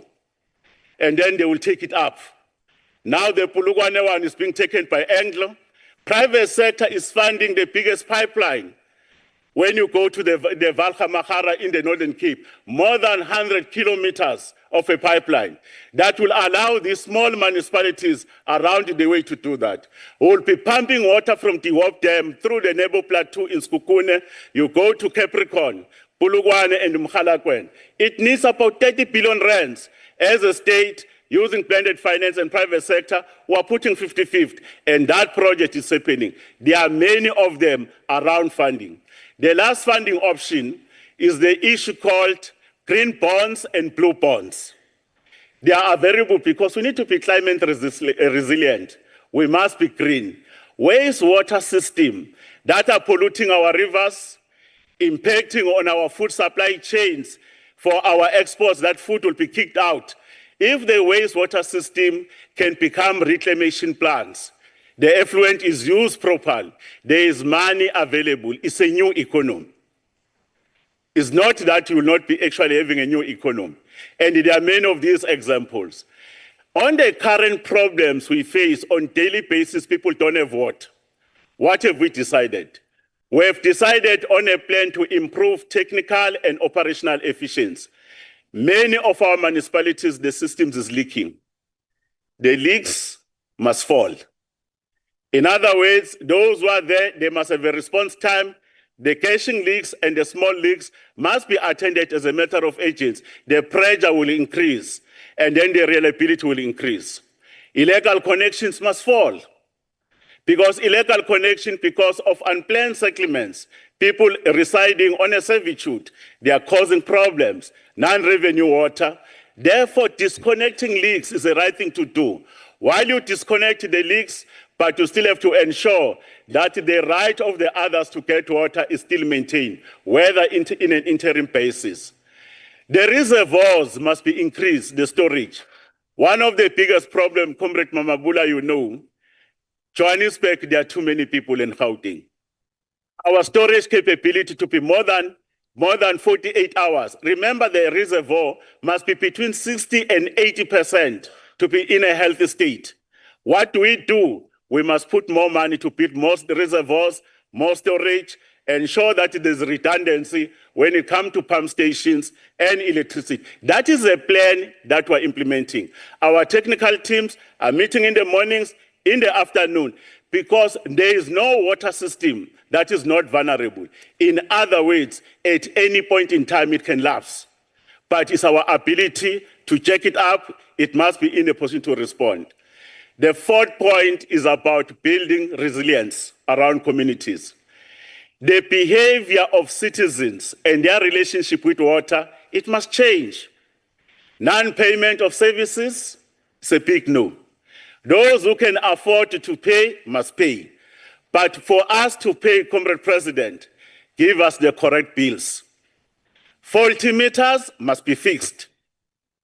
No estimation. We want correct bills. Even in our case, we'll bill you correctly when we actually buy water from us. That's the decision we've made. The issue of overconsumption of water must stop.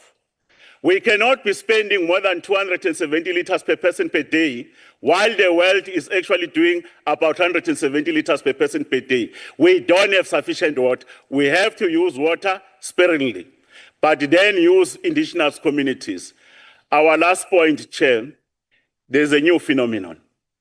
It's called the attack on critical infrastructure. The attack on water infrastructure and other important infrastructure is one of the pandemics we face. The right to access to water, the right for industries to operate, and many, many other rights, they are being affected by the issues of organized criminality. One of the organized criminality is happening on the issue of unintended consequences of water tankering. Water tankering must be temporary. Water tankering must be insourced. It cannot be a permanent fixture because municipalities, you lose what? You lose money. But more importantly, there are criminals there colluding with people inside the state. They destroy the valves, they destroy the system. And a report has been produced by South African Human Rights Commission with vets. We must deal with it. Sometimes they bring water that is not clean. Those tankers, they might be actually be carrying sewer at a particular point, doing other things. Even at an instance where some people want sexual favors, they sell that water. That's the problem. But then the attack on infrastructure is the people who are stopping projects. Water projects and other projects are not starting on time because the officials, the institutions have been captured. They don't agree who must get the tent. And some officials have been killed in other municipalities. We must protect the procurement, deal with the question of extortions, and the gangs that are carrying heavy ammunition, those high caliber weapons, where they can just stop the project. Because you started to pay one gang, the other gang will come and demand. We must handle that matter. A new risk around vandalism and attack on infrastructure is around the issues of digital attack. Rand Water is the best technology and Umgeni Water. President actually launched a project of more than 600 million liters per day in Johannesburg. Guess what? Is the state of the art. We are using artificial intelligence, but we must attend to the issue of cybersecurity. If we don't do digital protection of our resources, we'll have a problem. That's how it can take different forms. As I conclude, metros are the most important institutions. The support that must be given around metros because the biggest population is there is important. Our intervention through President at eThekwini is starting to yield results. But the damage at eThekwini took long. It's not going to be an overnight turnaround. Equally, we have rolled out this support to Johannesburg. And Johannesburg, the challenges are big. They do have a turnaround plan, a very concrete plan. They will make missteps along the way, but private sector is there. Experts are there. NGOs are there. Communities are there. It's part of the DTM model in solving our problems that are facing us. Where we stand, we think there is an opportunity because now President has prioritized reforms in water and reforms for local government. Deputy President, at the highest level, the DP has been assigned to look after the issues of water and other service delivery mechanism. Minister Thabisa will be convening local government around the reforms in the beginning of the first week of October. We should be in a position to ensure that local government is everybody's business. Madiba will have said to us, as long as poverty, injustice, and gross inequality persist in our world, none of us can truly rest. We echo these words. Let's make local government work for you and me, for our shared prosperity. I thank you.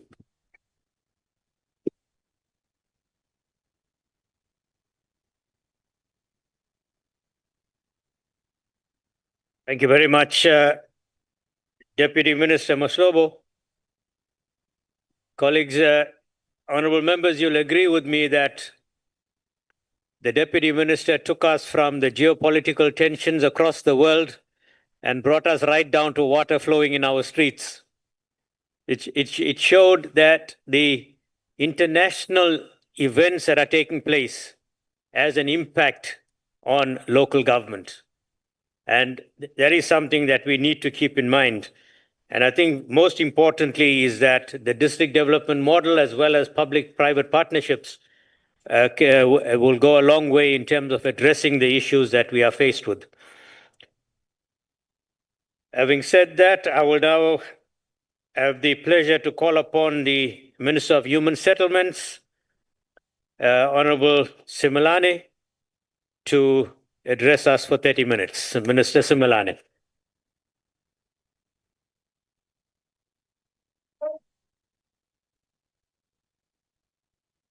Thank you very much, Deputy Chair, Honorable Governor, the Honorable Chairperson, Ms. Refilwe Mtweni-Tsipana. You can see all those who came before me are technologically advanced. And I am still, honorable members, relying on my good paper. DM, on MECs who are present here and honorable members, ladies and gentlemen, good morning. A very refreshing invitation which focuses on restoring the dignity of our people through spatial planning, provision of human settlements, water and sanitation. It is quite very instructive, and it speaks directly to the people and our mandate, particularly in relation to our portfolio, which is the provision of human and sustainable human settlements. We entered this debate, we are very much cognizant of the realities of the systematic failures, the structural impediments, and myriad of governance challenges plaguing our local municipalities and the provision of sustainable basic services to our communities. I'll refrain to enter the debate that is currently on the social media and airwaves about what makes a best and a quality municipality. I've experienced it, I've lived it. One day, when we are real about talking about municipalities, I'll echo my sentiment. For now, I will leave it to those who would want to focus on something they've never experienced. We're taking stock on the underlying issues affecting the sector and the renewed commitments on how to accelerate service delivery to the people who are in struggling municipalities. And we shall live up to the directives and commitments to turn things around and strengthen the work of the sector, consistent to our adopted local government action plan. In line with infrastructure development that Honorable Mahlobo clearly outlined here, in 2004, we adopted the Breaking New Ground policy, a comprehensive plan which was meant to develop sustainable human settlement. Cabinet introduced this plan to move beyond simple housing provision to create integrated communities. And we must say it's a stubborn realization to create integrated housing communities. Some who purport to be good ensure that it still persists. It grounds people outside the economic vehicle of what makes CBDs and cities. It forces people to still live way far where they are working. It ensures that it culminates the reality of people to experience municipalities as places where they work, live, and play. So the ground matter of the Breaking New Ground policy is predicated on developing sustainable human settlements. And today, in this week, we must ask yourselves, as you visit human settlement, particularly informal settlements, what makes it difficult for us to integrate these people meaningfully into where they are? And you will realize that integrating housing types and ensuring the mixture of what becomes blended financing will be the alternative. But beyond that, you will realize that support of our policy in line with the BNG structure, which enforces municipalities to ensure that our people are now localized 30 kilometers inwards into the cities and not 30 kilometers outwards into the cities. You will realize that they will force themselves into any open space if we do not realize this policy. And of course, we'll be the quick ones to say they are unruly, they are uncultured, they don't want to behave. But the reality of them spending between 40 to 55% of their income on transportation will make you realize that we need them closer to the cities than far away. So it is very much significant work that has been done to implement this, but we also need to say to ourselves, how best can we maximize on the work that we have done? So for me, the 70th anniversary of the Freedom Charter still remains relevant even today. It says there must be houses, security, and comfort. And comfort can also be enjoyed equally by every South African who lives in it. So we need to find sufficient expression to ensure that we obliterate the apartheid spatial geography. It's hard, it's difficult. The owners of the land still make sure you stay out of it. We have received around 2,400 hectares from the Department of Public Works for acceleration of housing. Yes, we could utilize some, but we are continuing our engagement because we do not want land that is far and it's dedicated for our people to live in. We want land that is in the inner circle of the cities and towns that is owned by government, including old government buildings, to be repurposed for human settlements. And that is what became a dream that the president announced in the State of the Nation address, that we need to look into all the projects that could be established right in the city centers. And you will realize that our infrastructure programs can therefore only be achieved if we do that. In August, I joined MEC Duma and we handed over 1,000 houses in Konobi, in an area which is mixed house development. And we're demonstrating this as a deliberate intention to building integrated settlements in practical terms and not in theory. This is part of the northern node of Durban, which links King Shaka International Airport. And we're projecting actually not only 1,000 that we launched, right up to 28,000. But one will not be telling the story completely to say it took us 2 years as human settlement to start this project. Why? There were those who felt we don't want poor people next to us. And they stood up, they locked government out and said, do not bring them closer to us. And that is what is a reality of what makes slow-paced development and formalization of informal settlements that municipalities get to face on a daily basis. Land may be available, but the character of who is supposed to be utilizing that land is what we need to deal with, and that the person who's not wanted. MEC from Gauteng is here.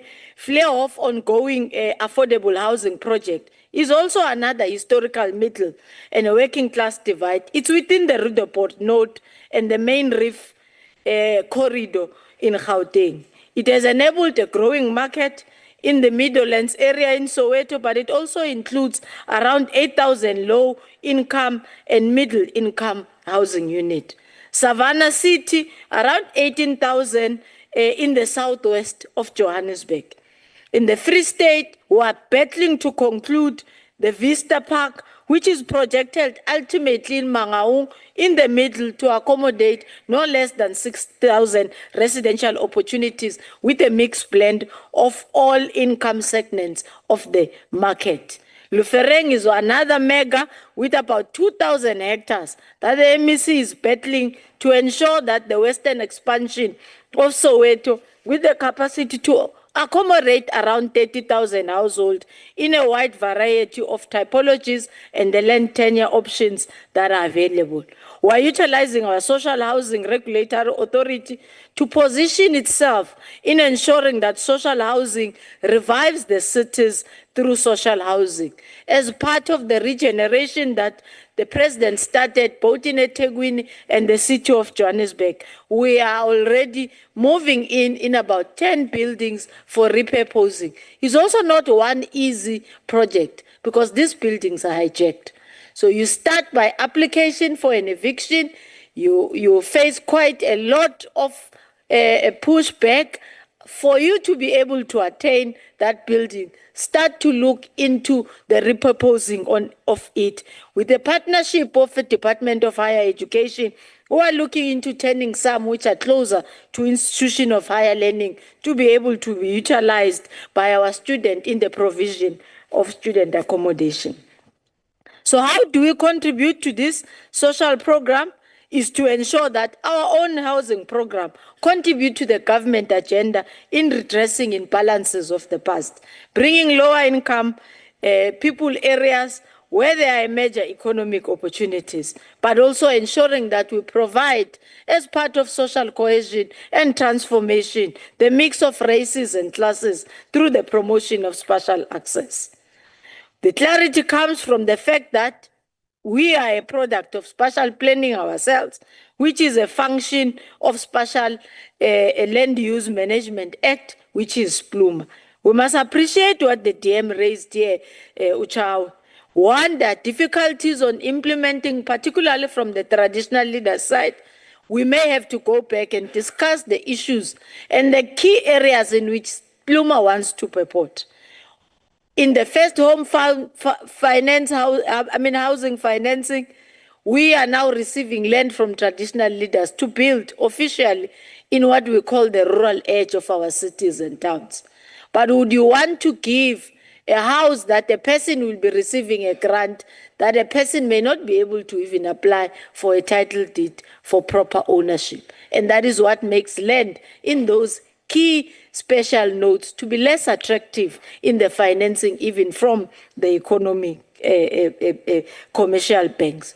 And if we deal with this spatial framework then and its development informed by the shortcomings of SPLUMA and the areas in which traditional leaders could be of help to formalize those areas, it could only be able to accelerate quite a number of mixed model parcels as well. It is important for us to support everybody to stay where he or she wishes to stay. For you to be able to leverage in your own investment, it shouldn't be that you are compelled to stay in what we term urban edge areas because you could be able to claim. So SPLUMA can be of importance in ensuring that integrated human settlements are created even in rural areas. If you look closed into our chapter 8 of our NDP, it clearly demonstrates that as the leader of a human settlement, we need to ensure that we transform all our spaces without leaving anybody behind. So it means we must dictate, even bring closer the economic development direction towards the rural edges of our cities and towns to make sure that there is everything that becomes economic to follow in the direction that human settlements take our people. It is very interesting when an area which has been called rural, when municipalities start to become developmental and see under their own with no assistance, you see business being the first one to land there and take the opportunity away from that local municipality which has struggled in designing that area because they perform market studies and follow. Once you start to see a container of a retailer, you must know that that municipality has won. But as it gets to be developed, it gets to be taken away from them. So our 2025-2030 strategic plan needs to be very directional in ensuring that key of the pockets of what the 7th administration wants to develop and achieve as priorities is to enhance the development of municipalities, the way they see themselves, not how we want to see them. In any instance where we think there is a shortcoming, support is key rather than the other way around. We are constrained, obviously, by shrinking budgets, high unemployment rate. So it remains our joint responsibility that we develop them, we assist and cut on the regular disruptions that DM Mahlobo spoke about in relation to projects. We're on the cusp of restoring our people's dignity in our system. In the current financial year, We committed to modernizing how we serve our beneficiaries, which is a partnership we have with municipalities. We will be launching next month our housing subsidy system with the assistance of SITA. This is going to ensure transparency, efficiency, and accountability at the center of our housing delivery, working together with municipalities, and we will be leveraging on the district development model that the Deputy Minister so eloquently explained, which we all understand. Why do we think this system? You are also part of oversight. And you know, in each and every community you engage with our people, they tell you, I applied for a RDP house. I don't know when is it coming. Others will shock you.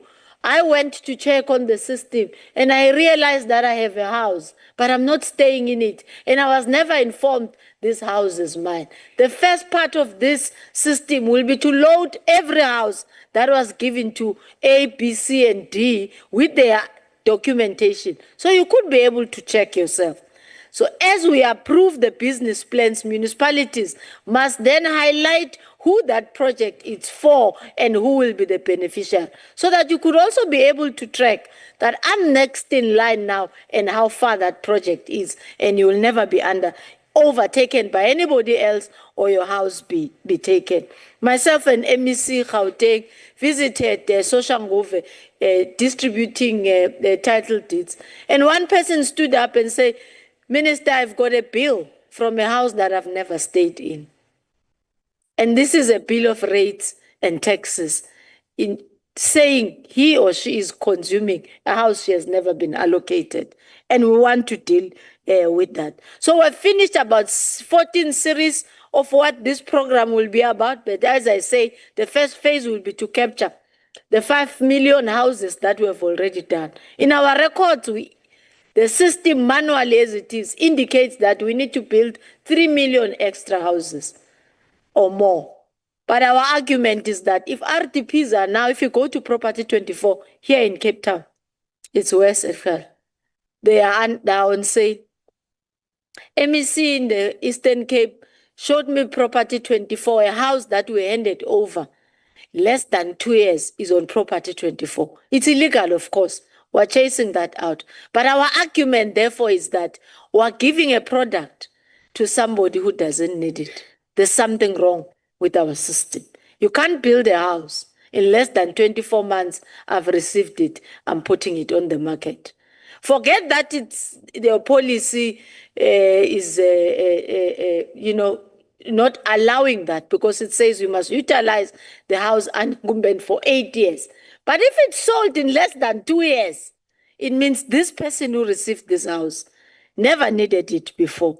But there are some difficult questions we need to ponder and respond to. Is our system of housing availability and handover sustainable? After 30 years, when we have already given houses that are on the market. That does not mean the policy must not take care of the elderly, people with disabilities, child-hardened household. It has still to do that, but we need to be very stringent as municipalities in how we identify our beneficiaries. So it will give, secondly, a process of online application, but our assessment with housing development agents, HDA, assisting municipalities needs to be very, very rigorous for you to be able to be part of that system, to call you and name you a beneficiary. So our mandate of driving past the functionality in terms of March 2026, we do believe that by then the system will be up and we'll be ensuring that the project, contract management, land infrastructure oversight, and financial and real-time analysis is allowed to our beneficiaries overall in terms of just knowing where you are in our system. Delivering of title deeds is way online. We have unlocked a value of about 16 billion in assets. On Thursday, I will be in Mpumalanga doing the same. MECs are continuing on a day-to-day. We've reinvigorated our Title Deed Friday campaigns ourselves. And so from the Friday in which we launched with MEC Makamo in Limpopo, we have handed over no less than 2,000 title deeds across the country, and we're still continuing. Our intention is that we need to reach around 80,000 within this MTDP period. But we are targeting even more in terms of our old apartheid stock. This is the stock in Tanzania, this is the stock Kwamashu, Mlazi, and everywhere else where a 4-room was still a 19-year-old lease period. And we do believe it takes a shorter time period to unlock that than the formalizing of settlements that municipalities are dealing with. But it is incumbent on all of us to ensure that this handover goes hand in hand with educating our people. The value of the house that government hands over as an economic liberator versus to the value in which our people disposes of very well. So calculating since 2023, you will realize that we've issued no less than 70,000 title deeds to the rightful owners of the houses. I went to Mandeni in the last month or so in KZN handing over title deeds. The sad part was that around 60 or so of those we expected to find in their houses, we found that those houses were long sold and were never changed. It has its own difficulties as well, but we live with that. So the relaunch in 8 August has seen us going to Kwamhlanga, Nelson Mandela, over Strand, Soshanguve, Lipalale, with over 200 million in value for our beneficiaries. And I would like to commend the MECs and mayors and councillors who have dedicated themselves into bringing back the dignity of our people. Our key revitalization program and competition on block projects is well online. In February, all our MECs met in our MINMEC meeting for human settlement, and we all agreed that a large portion of our business plan for funding will look into blocked projects. Of course, Free State and Northwest taking a lead in the difficulties that they are facing in relation to block projects, followed by Gauteng, which really its intentions is more created by either vandalism or hijack of projects. Projects start well, but they find it difficult to conclude them because there is some form of interjection that happens and it leads to blocked projects. So our grants, all of them, human settlement, urban settlement grant, and the upgrading of informal settlements, which our honorable members will be visiting, some of the intended programs, as you will be visiting physically some of the informal settlements from tomorrow, you will realize why we need even more of the informal settlement and upgrading grant. I will not talk to the blended finance mechanism. We share the same principle with the water rejuvenation strategy in terms of ensuring that there's private partnerships, which makes everything comfortable. Honorable Chair, as I conclude, we need to make sure that the value to emphasize on spatial transformation is on efficiency in terms of our stakeholder management, innovation, productivity, effectiveness, particularly with the introduction of alternative building material, which we would want to introduce in ensuring that we speed up the delivery of houses. The outcome of achievement to ensure that there is social cohesion, public interest and fairness in the distribution and the running of our housing project. But people still need to trust the product that we deliver. And we've got difficulties, particularly in the Free State and many areas where the quality of our houses, which have already been handed over, leaves much to be desired. We're working with NHBRC to make sure that we look into a program on how we could repair some of those houses. But quality of what our contractors do, we rely much on provinces and municipalities to oversee that. We are a concurrent function. We transfer, but we do not transfer the accountability and the care that we need to give to our people. So it's imperative that as you also do oversight as honorable members, you need to flag and be very stringent on how you view the quality of what is being provided to our people. And that feedback loop needs to be maintained at all times. Otherwise, we will not be able to reduce inequality within and among the areas in which we live in.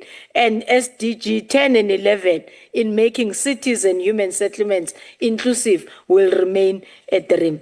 We must establish and demolish all the slums. We must build new suburbs where all our transport, roads, lighting, playing fields, crèches, social centers, rest, leisure, and recreation shall be the rights for all. Thank you very much, Chair.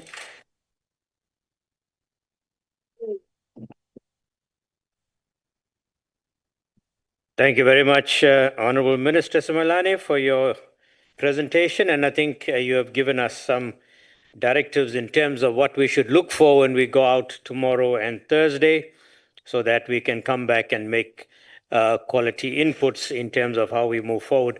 But I think what was of concern is the issue of identification of beneficiaries. It is very sad that people apply for houses, they get it, and within 2 years they're selling it. So that actually leads to some level of corruption also. And I think also what we need to look at is, if you look at the theme that we have embarked upon, and that includes spatial planning. And I think that is very important in terms of how we plan our towns, how we plan our cities, and also ensure that people who are looking for jobs are able to find jobs where they originally reside. So we need to encourage the establishment of industries outside of the city centers so that people will be able to find jobs, because we know that people migrate to cities just to look for jobs. Having said that, we will now move on to the presentations by stakeholders. And I have been informed that the stakeholders have been identified, and we will call them in to make their presentations for 4 minutes each. And we have the first presentation by the Safety Forum, Pindile George, who will make the first presentation from the Safety Forum. Mr. George, you will come to the podium and make your presentation there for 4 minutes.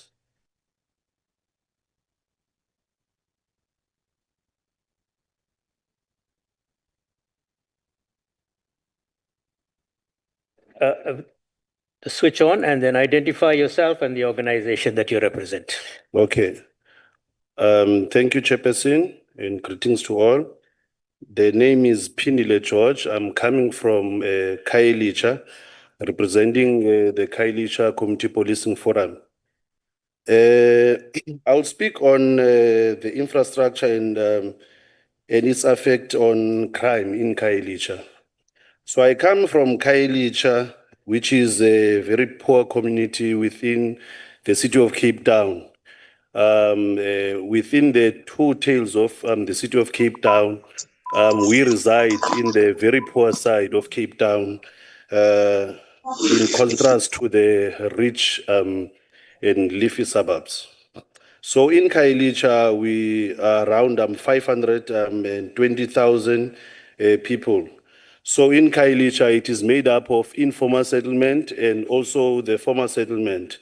So within Khayelitsha, we've got a lot of issues of infrastructure that are affecting the informal settlement, wherein there is lack of public toilets, there is lack of shelter for people to live in, and as a result, of not building houses within Khayelitsha in the past 20 years. There's been 20 new informal settlements that cropped up around the lockdown area in 2020. Those new informal settlements have affected crime in Khayelitsha due to the fact that in most of the informal settlement, there are no pathways where the police can drive within their vans. And also there is a lot of issue with lighting within this informal settlement that makes policing become a problem within Khayelitsha in relation to these informal settlements. And also within these informal settlements, there are many issues, social issues that are affecting the people, such as access to water, access to public toilet, as I already mentioned, and also evictions that are currently also happening by the law enforcement agencies. And also in the formal settlement within Khayelitsha, there is a lot of issues in relation to housing evictions in the bond housing. So in areas such as Temokwezi, Lita Park, Mandela Park, the people there are facing a lot of evictions. Those people would be people who have lost their lost employment due to the economic situation that we face in the country. As a result, the banks are selling their houses in auctions from as little as 10 rand from these auctions. They are selling them to agencies. Now, these agencies are exploiting this situation, whereas they are selling these houses while there are still occupants inside the houses. Now, this is creating conflicts within the communities because those occupants that are within the houses, we believe that if a house in an auction can be sold from as little as 10 rand, why then not offer the person who's currently occupying the house? Because when you evict a person from a house, this you should not look into it as just a house as a structure, but it's a home that is housing a lot of children. After these families are evicted from these houses, they are not given alternative accommodation as stipulated in the Constitution.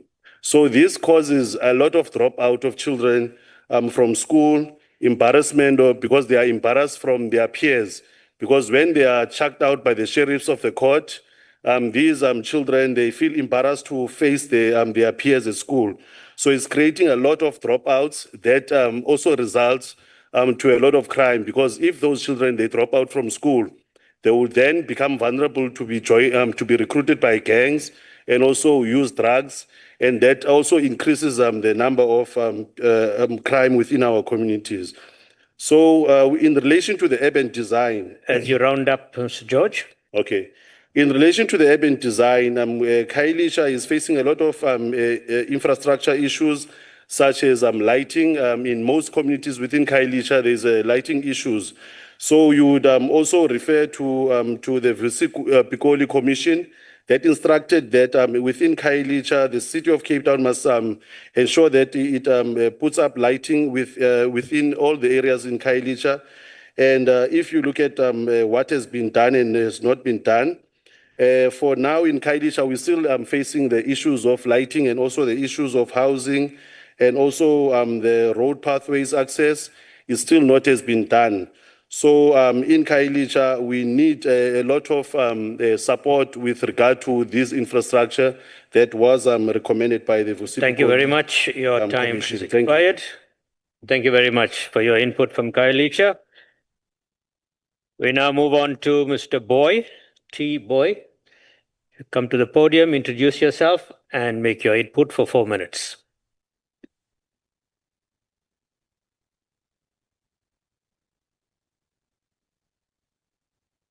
Switch on your microphone. Yes, go ahead. Okay. Good afternoon, everyone. My name is Tamsanga Boy. I'm coming from a township called Crossroad, and I'm the president of Socio-Economic Township Development. Today, I'm going to speak from the heart of the people in the township.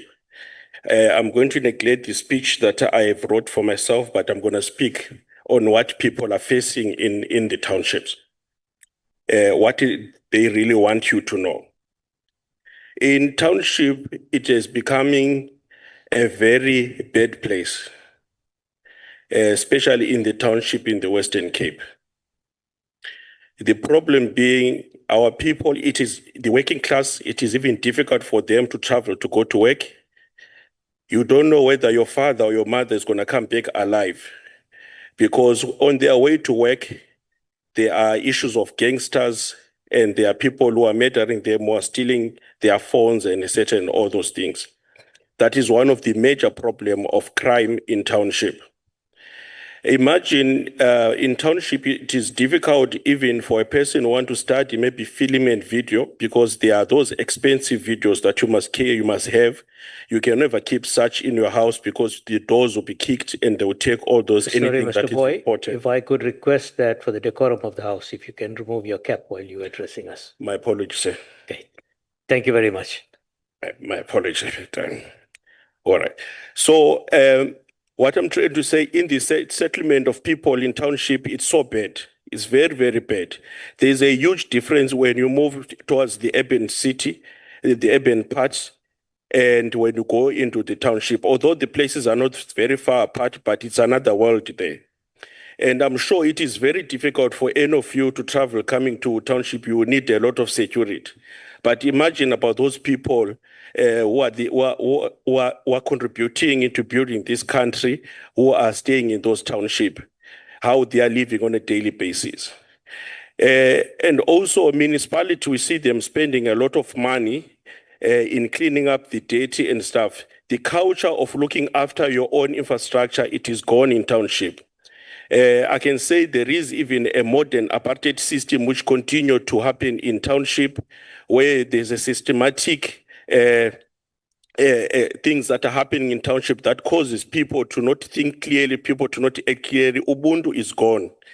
So what I need to say more about it is that there's a big problem in township of drugs, poverty, and also if you go even in rural township, also you'll find that there's a problem of animal theft, and people who reside in urban areas who work their life to buy cows, etc. But when they buy those cows and take them to the rural areas, you find those cows are stolen and the person has been working all his life for nothing.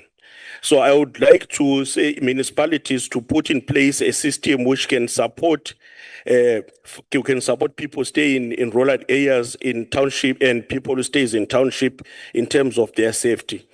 And then another problem that people are facing in township is the issue of illegal settlement, where people are staying, and etc. It seems like government has not put a system in place to actually help the people that really need the houses, the people that really need certain things. As you see that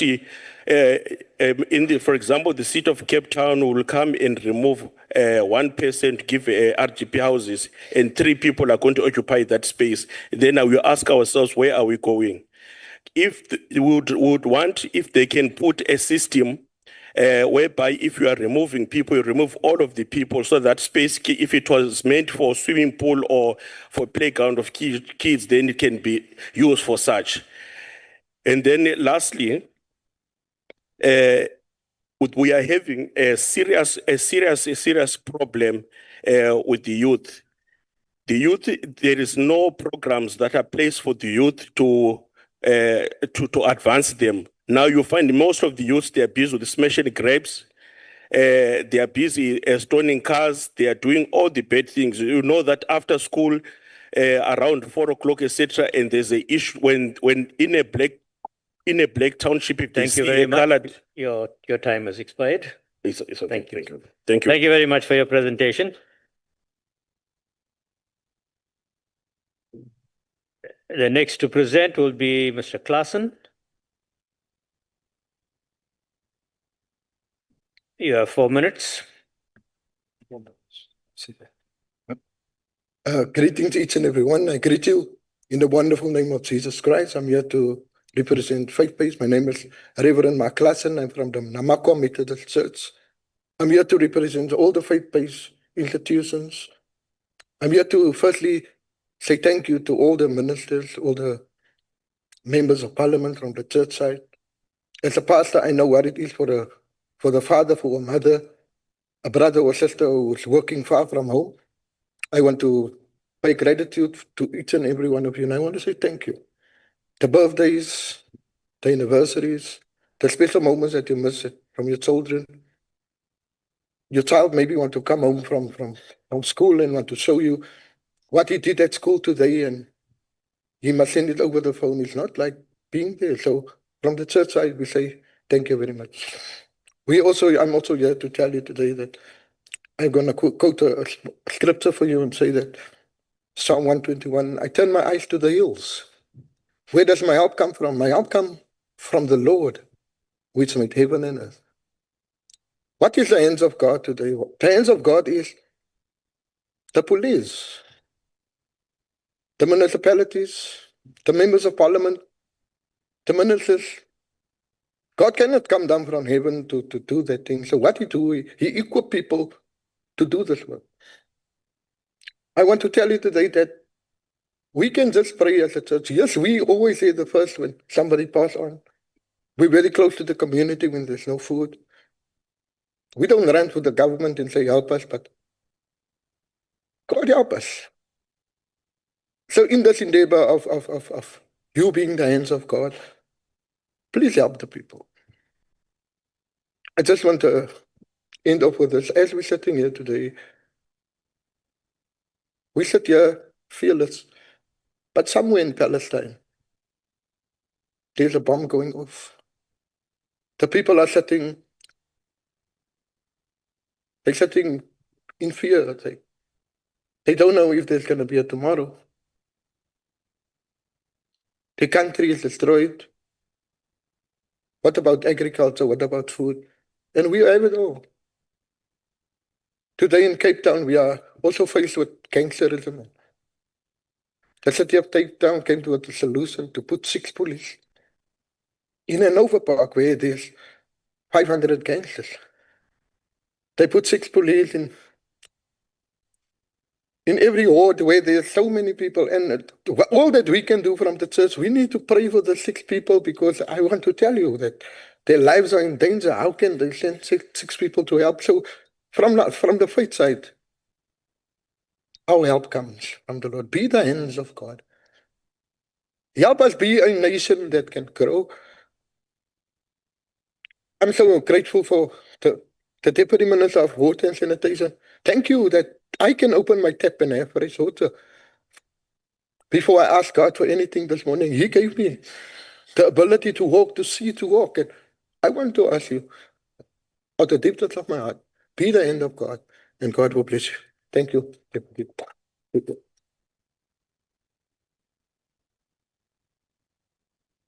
Thank you very much. The next presenter, come forward from the ECD Peace Forum.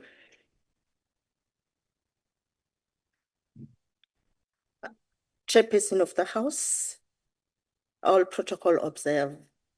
Dongolizi, I'm representing ECDs. I'm coming from Ikailicha ECD Peace Forum. We are having problems as ECDs. One, municipal bylaws that make it difficult to meet ECD standards. Secondly, the high cost process of becoming compliant can be lengthy and expensive. Thirdly, financial straw. Combination of high costs or potential penalties can push ECDs to close down. Last one, it's the lack of awareness. Some centers may be unaware of the DC requirement or potential fee exemptions leading to unexpected financial burden. We request as ECDs in Municipality of Cape Town to do a review or amendment to bylaws. Secondly, to establish a committee that will be involving ECDs to address the obstacles of re-registration. Thank you. Thank you very much. That was direct and to the point. The next speaker is July McCoy from Soup Kitchens.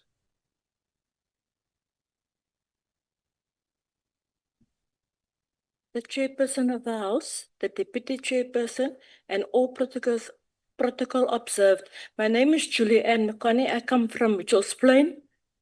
I have a soup kitchen with no support at all. No support from social services, no support from government departments. I have to do everything on my own. I do it because there's a lot of unemployment. It's extremely high unemployment in Mitchell's Plain, including gangsterism and drugs that we see on TV every day. I used to belong to an organization, MPDEC, that gave us food stuff and everything, but eventually they became not dormant. They didn't have money anymore, so they couldn't sustain us. So I had to do it on my own. Being unemployed and the mother, I had to do it alone. No support from social services. And I had to lend a pot to cook, a 50-liter pot from the neighbor, the community member, in order to make food for the community. Sometimes it could be the only meal the person gets for the day. I mean, I don't know if you see what I mean. The person don't get, he doesn't work. Nobody works in the house. The food that I give them is the only meal for the day. And with no other support. Thank you. Thank you very much, Julia McCoy. We go to the next person from the business forums, Komata.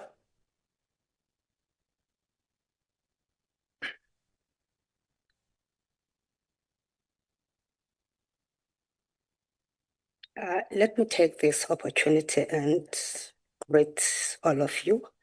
Good morning, everyone.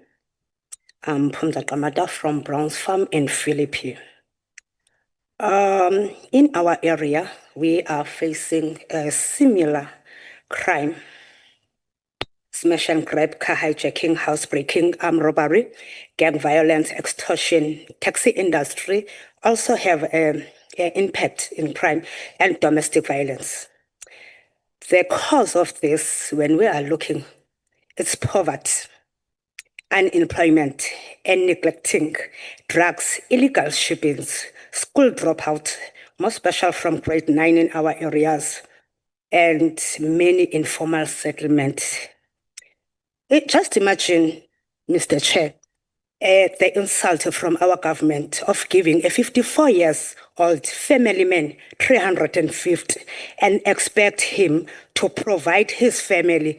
Maybe it can work for young adults, but not for a family man. We can't have a sustainable service delivery until we unroot the root of crime in our township. Thank you very much.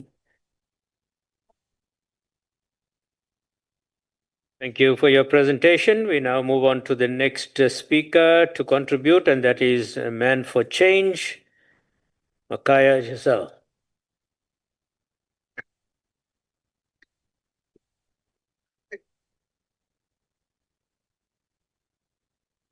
Mhlali ngaphambili indlu yonke bhotana.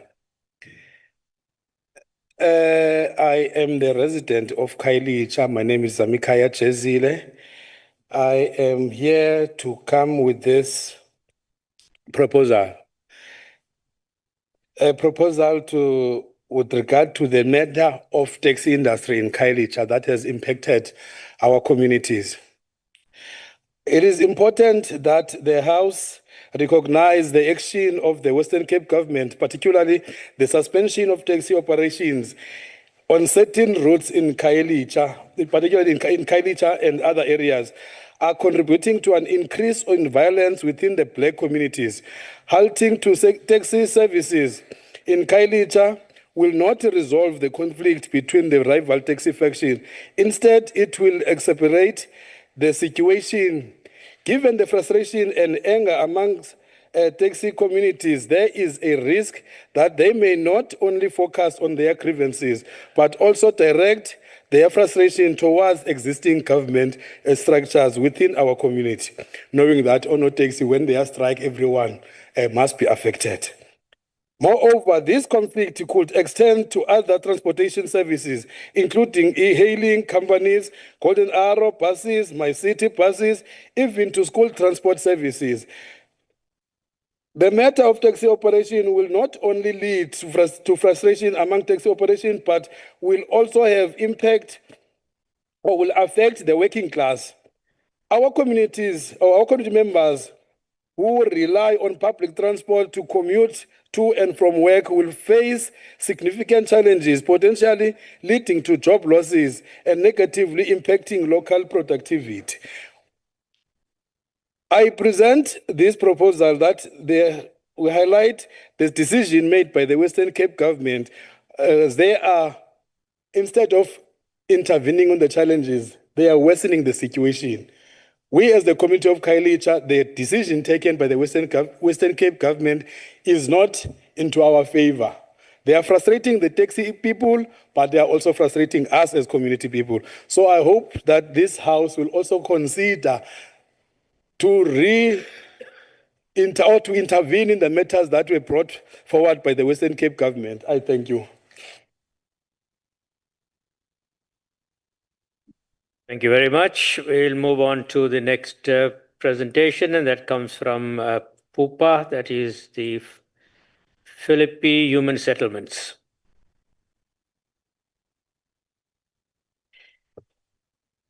Thank you, Chair. Ministers, protocol observed. Tim Ngos is my name. Pupa is my surname, Minister Mahlobo. I'm from Philippi.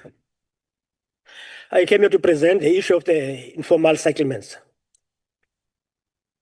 The challenge we're having there is that, unfortunately, I'm not here to play politics. Our current administration in this province doesn't have a political will whatsoever of changing the lives of our people. To qualify my statement, you all know yourselves that this government turned back 850 million back to the treasury while it was allocated by the Minister of Human Settlements. How to call that? Maybe they're trying to qualify that Africans in this province are foreigners. And secondly, Chair, there is a plan that was presented to our people of how to develop these our settlements that are so much. Like the areas like, probably you will see it yourself tomorrow. Mood, Sweet Home, Kosovo, and Tabombeki. Those are very, very big informal settlements. But the unfortunate part, the national government tried to put in money. As I said, the provincial government and the municipality doesn't have a political will whatsoever. To add more, China, Ocean, is that even the sites, the siting service is in tatters. We can go, there's an important project there. Other units are incomplete. Bear in mind, people there are waiting. There are people who've been on the waiting list for more than 32 years or 35 years. Literally means they will take them without even the names have been promised by the Freedom Charter and by this government. I'm not just coming here to cry, but I came here to want assistance. And that's why we're at this house to repeat, stand up, and just not just to see and watch things that are happening bad on our communities.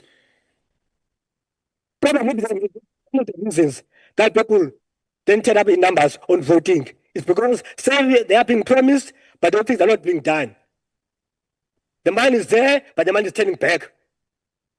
So those are major issues, Speaker, that I want to raise in the Philippine of community, in the Philippine, as a community of Philippine. And I understand this house is playing oversight role. And I understand the mayors and the premiers sometimes visit you. What I don't understand, maybe they are darlings or you love them. Why are you not taking them through all of those things that are happening? Because your role is oversight role. Why are you not taking them through? Why not doing delivery as they are ought to do? Thank you, Honorable Speaker.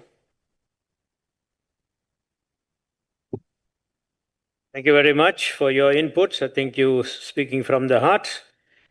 We now move on to the next presentation from Zanamzo. You have your 4 minutes.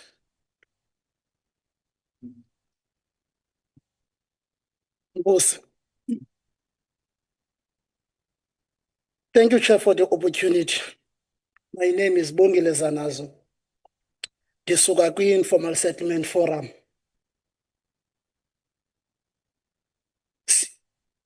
In the Western Cape, there are over 950 informal settlements. 233 of those, they have no basic service delivery in the so-called best-run municipality.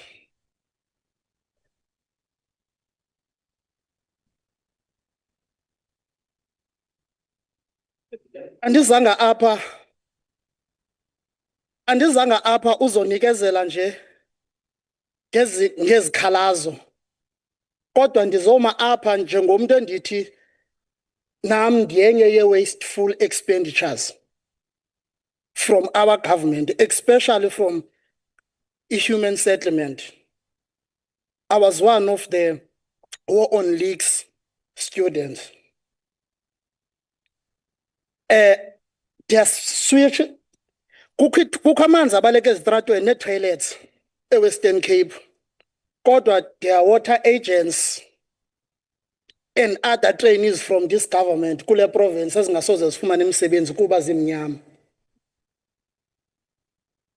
This is the best run municipality.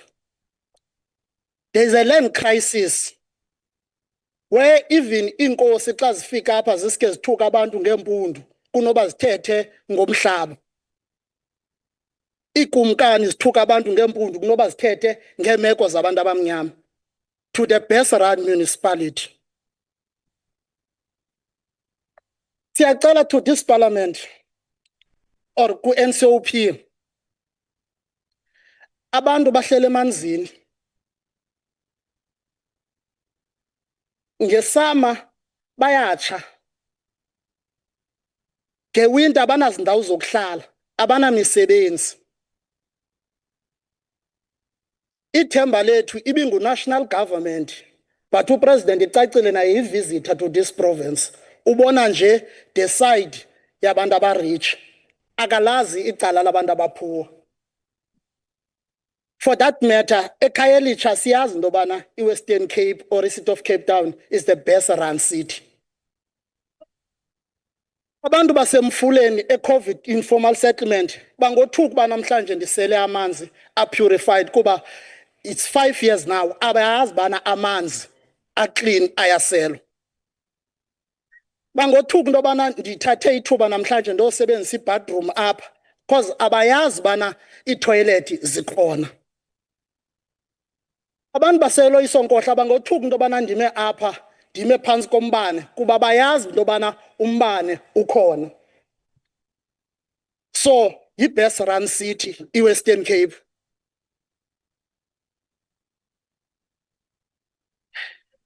Elithuba ibingelo loo nto qha. Kodwa ithi into yam sicela urhulumente ngakumbi urhulumente wasemakhaya aphucule ugutyulo lelindle ukuncediswa kwamatyotyombe. Ndivile apha kukhalwa ngecrime kuthiwa icrime yenziwe ematyotyombeni, kuthiwa akukho street lights. Besibulela ne-load shedding because abanye abantu bebefana nathi nge-load shedding.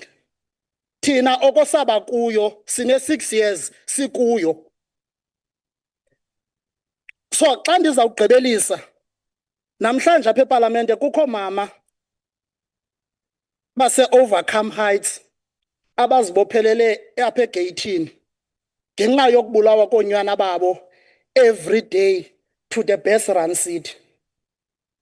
So siyacela into yobana ingaske nani zi-parliamentarians ningava xa inoba nini abaphila kwezi meko siphila kuzo into yobana kunganjani.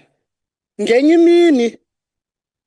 imini amahlwempu ayawujikela ayotya kwizindlu zenu. Ngenye imini amahlwempu ayawujikela kungabikho namnye umntu, even the white privilege that is protected in this country ngenye imini iyawuba sengxakini ngamahlwempu. Enkosi.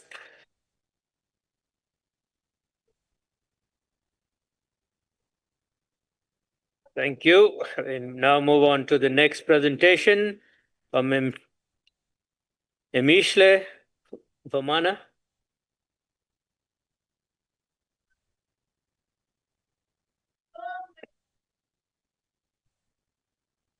Honorable Speaker, Deputy Speaker, Ministers, Members of Parliament, Speakers and Delegates, I greet you all today.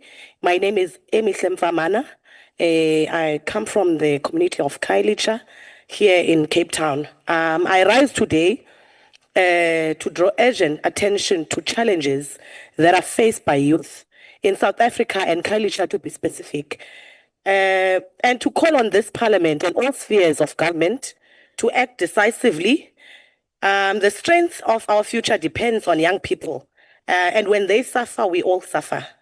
Cape Town is a second largest city in our nation. It is the economic hub for tourism, technology, finance, and green economy. Yet beneath its beautiful skyline, there are too many young people that remain excluded from opportunities, and as a turn, they are unhopeful. Cape Town as metro is home to more than 4.8 million people, and over 2/3 are under the age of 35 years. In Kailicha, approximately majority of the population there is young people that are under the age of 29 years. While Cape Town is wealthier than many municipalities, I'd like to draw to the inequality that is amongst, it has the highest inequality in the world. One can say when we speak about the inequality that happens in Cape Town that there's two different cities, as previous speakers has reiterated. Communities of young people, they live in Cape Town without a future. They don't know when the next job or opportunity might arise. So as young people, we suffer and we suffer because there's no reliable work, there's no adequate housing, and our safety is compromised, especially as a young woman. National youth employment sits at 62.4% in ages between 18 to 24. In Cape Town, official unemployment is about 20% overall, but youth unemployment, especially in townships like Kailicha, is one of the highest. And in places like Kailicha, Nyanga, Delft, Philippi, which is communities that we come from, young people are not exposed to opportunities where they can come and even be speakers in parliament. So I think as young people, we need to draw this parliament and members to the issue of, there's an issue of education and skills. Many Cape Town schools, particularly in townships, they still remain overcrowded and under-resourced. There's a shortage of available post-training, especially around the sector of TVET colleges. There's no training that is aligned to market needs. And without all of these pathways, young people cannot participate in the city's growth. Sectors like ICT, construction, renewable energy, and tourism are sectors where we see that there's no young people that represent us there. So I think if this parliament can try to draw or streamline and ensure that in TVET colleges there's opportunities that are able to align with the above mentioned sectors. Crime and safety is also a huge issue, and Western Cape is one of the most violent provinces, with Cape Town's murder rate that is among the highest in the world. Kailicha policing precinct alone saw murders rise from 40 to 70 cases in one reporting case period. There's carjackings, there's the issue of gender-based violence, which we cannot stress enough. There's issue of gang activities, and these challenges keep young people inside, indoors, and as a turn, they're afraid. Police stations are under-resourced, community safety programs are fragmented. And another issue that I'd like to draw us to is the issue of basic service and urban infrastructure. Many youth still live in informal settlements without proper sanitation, lighting, or safe recreational spaces. In parts of Kailicha, households must walk long distances for clean water. The digital divide persists. There's no affordable Wi-Fi. Public internet access is limited to, I think, majority 15 minutes. that prevents young people from studying, job hunting, and even starting the online businesses that government is trying to push us in that direction of creating our own employment opportunities. I think also there's issues of youth participation and voice. Although young people make majority of the city's population, their representation in ward committees, in budgeting processes, it remains minimal.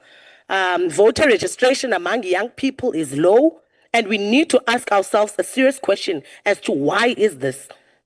Without structured youth forums inside local government, policies that are written without us as young people, nothing is going to change. And I think the consequences of all of the problems that I've mentioned, the rise in crime, drug abuse, mental health crisis is going to increase.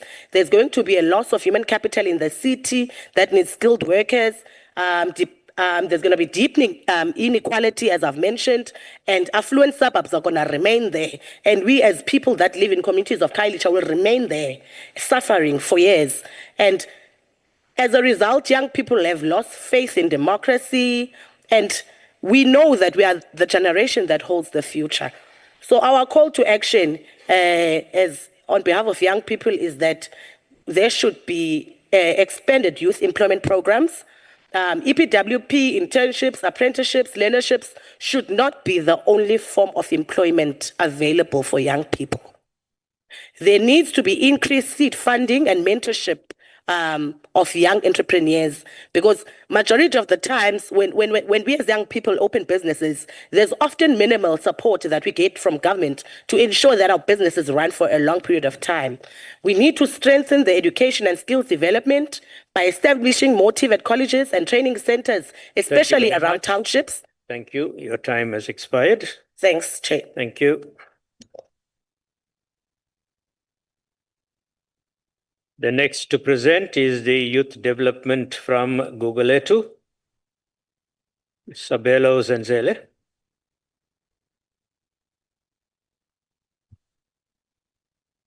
Speaker, ministers, deputy ministers, honorable members, standing before you here is a young man from Gugulethu speaking on youth development. I think the latter speaker is saying there must be nothing about youth without the youth. That's what clearly she was saying, and I want to emphasize that. Speaker, the theme of restoring the dignity of our people through proper spatial planning, provision of human settlement, water and sanitation, spatial planning.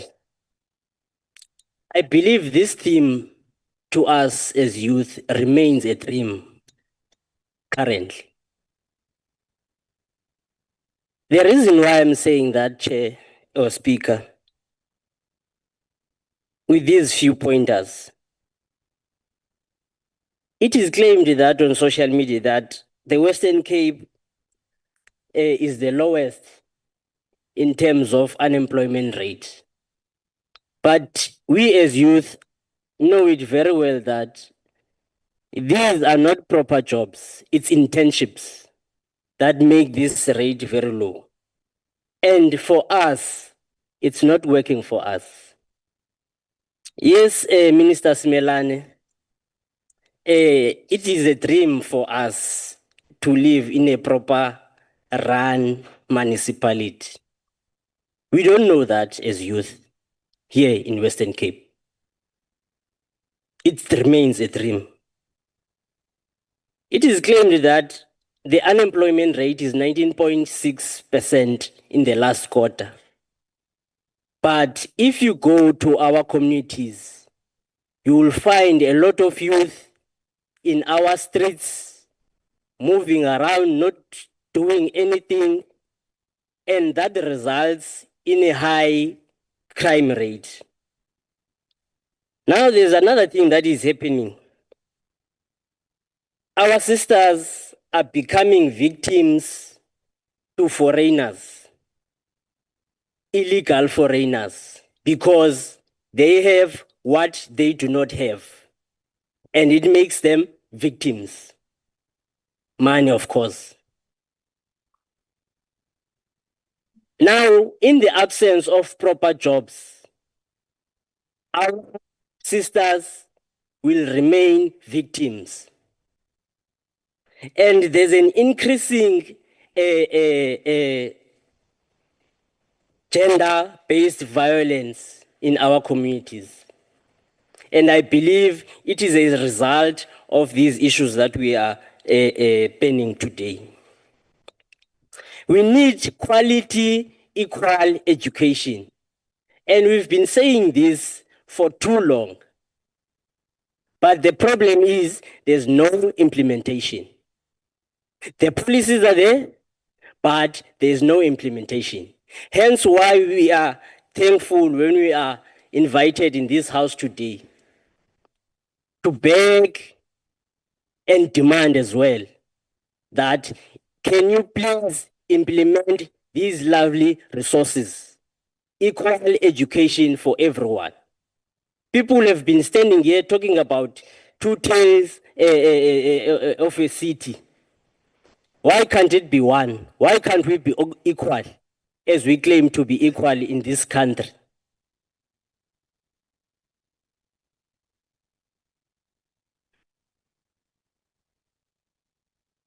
Our communities are hijacked by foreigners, as I said, Speaker. And it's an issue. I think Joburg has started, there's that thing called Tutola there. And we are watching this on the television, and we are not worried as Western Cape. But our communities are being hijacked. When will we wake up, Speaker? Also, there is no youth police in Western Cape. Hence, the latter speaker was saying that the voice of young people is not heard because young people are not involved. We need support. The NGOs, NPOs in our communities need support to assist these young people that are moving up and down in our streets, to be active, whether they are playing football or playing rugby. However, we don't even have those soccer fields and rugby fields in our communities. But our NGOs and NPOs need support in terms of resources and funding. Also, there's also another thing that is ballooning, child-headed families. I've seen a lot of child-headed families, and it's bad. Where the child is not working, but she or he is heading a family. What do you call that? So we do need to support these NGOs and NPOs that support these young people. And lastly, Speaker, as you round up, I'm happy that this parliament is going to visit these communities where we live with the issues on a daily basis to hear from the horse's mouth. Thank you, Speaker. Thank you very much. And next we have from Philippi, Maleki Mbonde.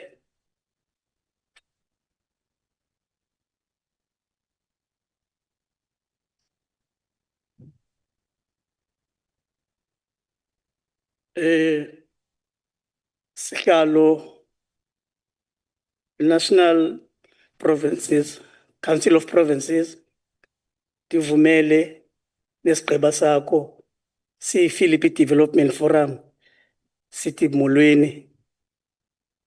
Ixesha lincinci ngeba ndiyakubulisa Chawe. Kodwa ndizokuthi inkosi thile uthi ubhatale laa mpahla wayithatha emagcirheni. Iyayazi ke wena, mna nawe siyayazi ngaphantsi kwamaxesha. I'm Maleki Mbonde from Philippi Development Forum. Thank you very much to the NCOP for affording us an opportunity to make a submission about the situation we're living in. I'm happy with the the theme of this meeting, restoring dignity through proper spatial planning and the provision of human settlement. I must start, Chairperson, by saying thanks to human settlement, Comrade Tembi. We must thank you because it's one department that has been in and out of our communities. And it's one department through its own oversight interventions, it has worked with us. We have also signed a social compact with that department. We are working very well, but we need you and the department to speed up those initiatives that we have taken. Minister Makobo, Deputy Minister, we have started an initiative with your department of involving our communities in issues of water and sanitation.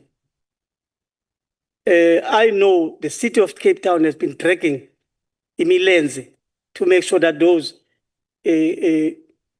initiatives are taken into place. So our problem, our challenge, ladies and gentlemen, ministers and deputy ministers that are within us, in Philippi, we are facing a huge challenge of local economic development. We have young men and young women who themselves taken an initiative of moving away from activities that are against the law. But there's little support that they are getting from our government, in particular the city of Cape Town. Our dignity is not restored under the city of Cape Town. You must say that. 30 years of our democracy, we need to say, Lifele Pitole, Bauchau. Where is the problem? So that we address that problem that we are having. Our city does not respect our communities. This two-tailed city is evident every day. There's no street in Philippi, if somebody can prove me and say, in this street there's no sewer, that person can stand on top of the table mountain and saying in Philippi there's no sewer spillages. In Philippi, there's crime that's happening, but there are no activities for young people. I've met the MP that was robbed recently in Philippi, that's outside. And I wanted to understand, because we invited him to our plenary session in Bauchau to engage with, because what we have seen in the media, it's what's happening to our own people, not to a white skin. Our people are being robbed daily, and nobody is saying, making that issue in Helupalo. But because of certain race, it's been robbed, it became an issue. We have been saying this for a long time, the intervention of the city police.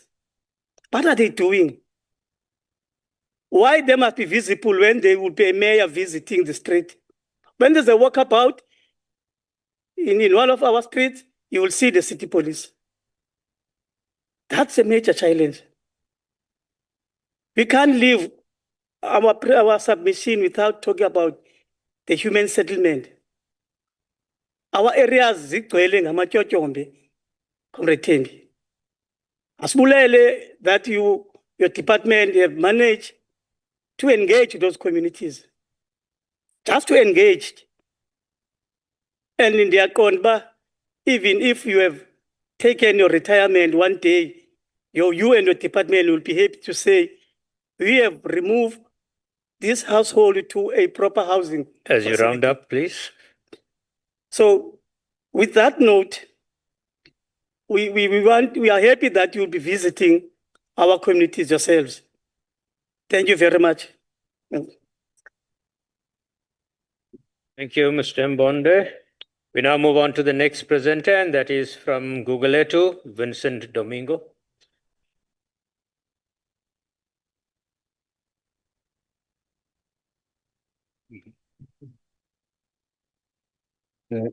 Manbulise, our chairperson, greetings to you. Tibulise, Minister bethu no Deputy Minister, nabantu abakhulu kule ndawo. Tifuna ukuthi all protocol observe. Ingosi zami bakhona nabo. Siyabonga. Masibulele. Iritumelang akhe abesheng. Chair, anizobade. Masibulele kwakhona i-NCOP ningokheli ngale opportunity enisinikileyo. Igama nguVincent Domingo, ndisizalelwana sase Gugulethu. Ndisuka eGugulethu kwimbutho kuthiwa iGugulethu Development Forum. Isuka kwi-RDP forums ngela xesha ananokhumbula uminister wokuqala kuthiwa without portfolio ngasiyamkhumbula uminister wethu Chainaidu. So as RDP forum the development forums isukapho. Namhlanje ndilapha kwi-spatial development. Kaloku abantu baseGugulethu ngela xesha bamove ukuthi mabaye eGugulethu baswe ngenkani through i-Group Areas Act. Basiyakhumbula abazali bethu basuka apha next door apha eParliament apha next door bebehlala apha, bebehlala eSimonstown, bebehlala eRetreat, bebehlala eAtlantis, bebehlala kwezi ndawo apha eRondebosch, apha eCamps Bay, kwezi ndawo ezithe zingcono namhlanje bathathwa bayobekwa eGugulethu for them to die. Unfortunately, because of the resilience, today they made Gugulethu another place. And I want to say big ups to that generation that was moved and the generations before myself. But ingxaki zikhona zinkulu. Abantu baseGugulethu kakumbi ebackyarders. Fumaniseke there's 3 generations bakuyindawo enye. NY ngela xesha native yard NY leyo basinika ke ngokela xesha urhulumente wangokuya native yard backyarders 4 to 5 generations basasihlala pha namhlanje. Overcrowding. I-grandparents bahlala no malume. Omalume bahlala no auntie back. Kwindawo in a hectares is about 1,000. It is unacceptable. Gugulethu was made for about 50 to 100,000 people. Today is more than 200,000 people living in Gugulethu. Jonga o pipe bamans, o pipe besurge during winter. It is very terrible. Abantwana bethu abaye esikolweni is overcrowded isikolo zethu. I-street lights zethu ezinye istrato azisebenzi. I-drain nje uyahamba eGugulethu ezinye i-drain zikuthathwe amasiciko because of crime. Abantwana bethu ba vulnerable batshona kuzo. Now we are saying that even if uyaphangela, you must take 2 to 3 transports kuza apha etown. Imali yakho ifumanayo le wage yakho 50% yayo uya kwi-transport. What about any 50%? I-unemployment rate inkulu. Bantu baseGugulethu baphangele. not on abantu abatsha but abantu abadala baphangeli baxhomekeke kule grant. So sifuna ukuthi government uhulumende wethu le yethu sonke of national unity minister deputy minister masiphakamiseni ikawusi zethu, go to our townships and deliver on our people. Kuthiwa the city works for us, the city works for some, unfortunately. If the city have worked for all of us eGugulethu, ngingathethi lento ndithetha namhlanje. Unfortunately, the city only works for some in Camps Bay, in Simonstown, in Rondebosch, in Bishop's Court, only for some. It's more important that they benefit than some of us benefit that is from eGugulethu. Backyarders. As you round up. As I'm rounding up, also I'm coming with solutions. Solution number one is that there is this framework, Kutwa 2050 framework, was special. It's called the Spatial Development Framework. It's a snail's pace.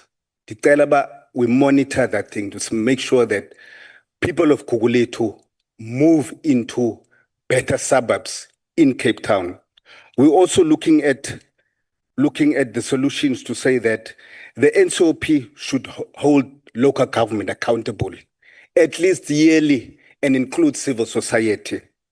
There is land okuthiwa these smart towns. We were promised that sizaba smart town up N7. It has not moved since then. We are asking government, where is our smart towns? We have local public buildings that belongs to public work locally and nationally that sits empty, that we say that we can use for our people to stay there, whether it's local economic flats or local economic housing. There's spaces next to Claremont, which belongs to the municipality, that is empty. There's no daily activities there. So that space can be used for some of the human settlement for our people to be moved from Gugulethu to those areas. Thanks very much, Chairperson. Thank you very much, Mr. Domingo. The next presenter is from Khayelitsha. It's Benu.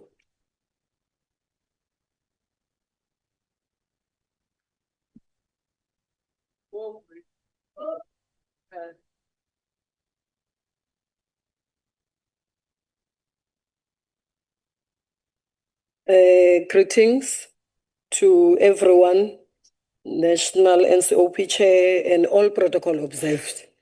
Let me not even eat my time. Let me get straight to the point. Njengomsebenzi, ikhosatu gender.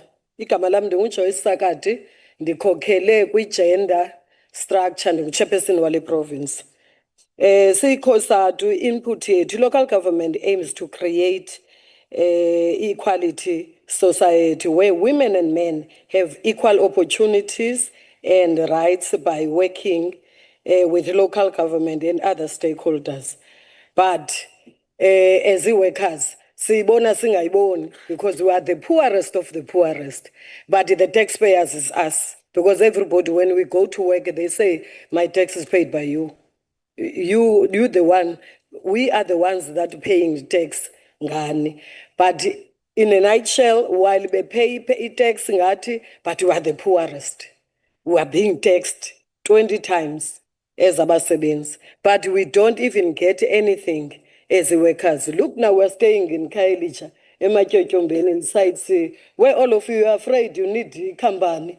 You need the police to escort you to go to where I am staying. But as a worker, must come to town every day. Taking 3 taxis, 5 o'clock, I'm already in the rank, going to work in the vulnerable area, as you call it, in the beautiful city that is having a clean local government. But that's where we cannot even go, as we are staying in this city that is having a clean local government. And this morning, as it rains, all the drains are up in arms. We must hide and seek before you reach the rank because of sewerage. Sewage is in our daily lives as workers, but we must be in town by 7 o'clock and report on duty. How do we do that if our local government and municipality that runs this city clean, as we heard that they are the best, but this best is only when I get in town, because that's where I don't find any sewage. But where I come from, there's a lot of sewage. So we are in trouble. So as COSATU, we rise on infrastructure that we are having. The infrastructure is affecting women specifically. As women, that we have vendors that are doing informal traders, they can't even do it because they must sit while you have there's inyama yakho that enibonayo there on that stand. It's there when it's windy, it's there when it's cold, it's there when it's raining. There's no shelter or any other way. And they are very exposed into health issues, they are very exposed into crime. As we see, you must pay extortion. As uthengisa izinto ozithengisayo ezincinci, but you must be exposed to crime because there's no space. We don't have, squashed. Go enyanga uthi uyofuna inyama. Xa ufika phaa kwaba abantu abangomama bapha hayi ngobantu abangootata. Xa ufika phaa kubo ufika ubabona ukuthi inene kunzima usebenza kweli laseNtshona Koloni, as good as they are ku government wabo. But lo government siubona calanye, siuboni on the other side. So singabasebenzi si understand le nto lo government wase Cape Town. Maybe upresident ngeke sim-invite ayohamba phaa kanye phaa kula sewage. Mhlawumbi ke sibize ngegama lakhe siliyeke nezi lesilungu sithi sewage sithi ayohamba ekakeni naye phaa azokwazi uyibona kakuhle ukuthi le siphila kuyo ayiyo. So singabasebenzi thina siyakhala asi-understand le nto yalo masipala, because even how many people who are not working in Cape Town, go now to Khayelitsha if you'll find how many that are not employed. That is a good work. EPWP is only for certain areas. The other side, we have 2 cities in one city. The very good one that we were told, that is very good, as we understand. And infrastructure, look at the police. The police are working 24/7, even more than 24/7, without even having find a way to survive in crime or being better police, while we have police of City of Cape Town standing into watching cars up and down instead of assisting women who are dying crime. As you round up. Thank you. I'll round up. Those police must come into the location, inside, not outside at N2, watching those who throw stones on the N2 cars. But women are dying inside. We need police of City of Cape Town, not only South African Police Services. They tried their best, South African Police Services. As lastly, workers are staying in the shacks. Workers are staying in the shacks. NCOP help us to come to the city, to become better city. Then we'll understand this better city. Thank you very much.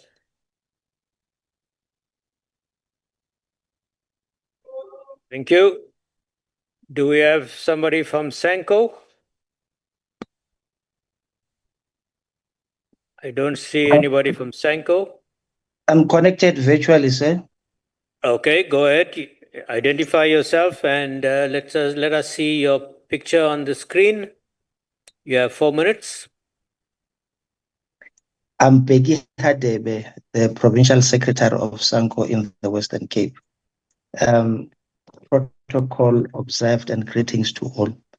I think majority of the speakers have touched on the critical issues that we wanted to highlight as Sanko, but we nonetheless are going to stress some of the challenges that are confronting our township and our people.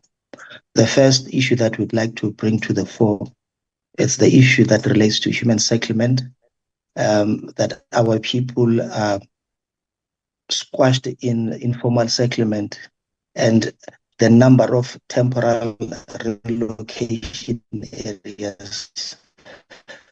These TRAs were meant to be a temporal solution to the issues and challenges affecting our people, be it flood. We find it that this TRM to that crisis is that we demand a human settlement master plan for the city of Cape Town that will be monitored on quarterly or yearly basis.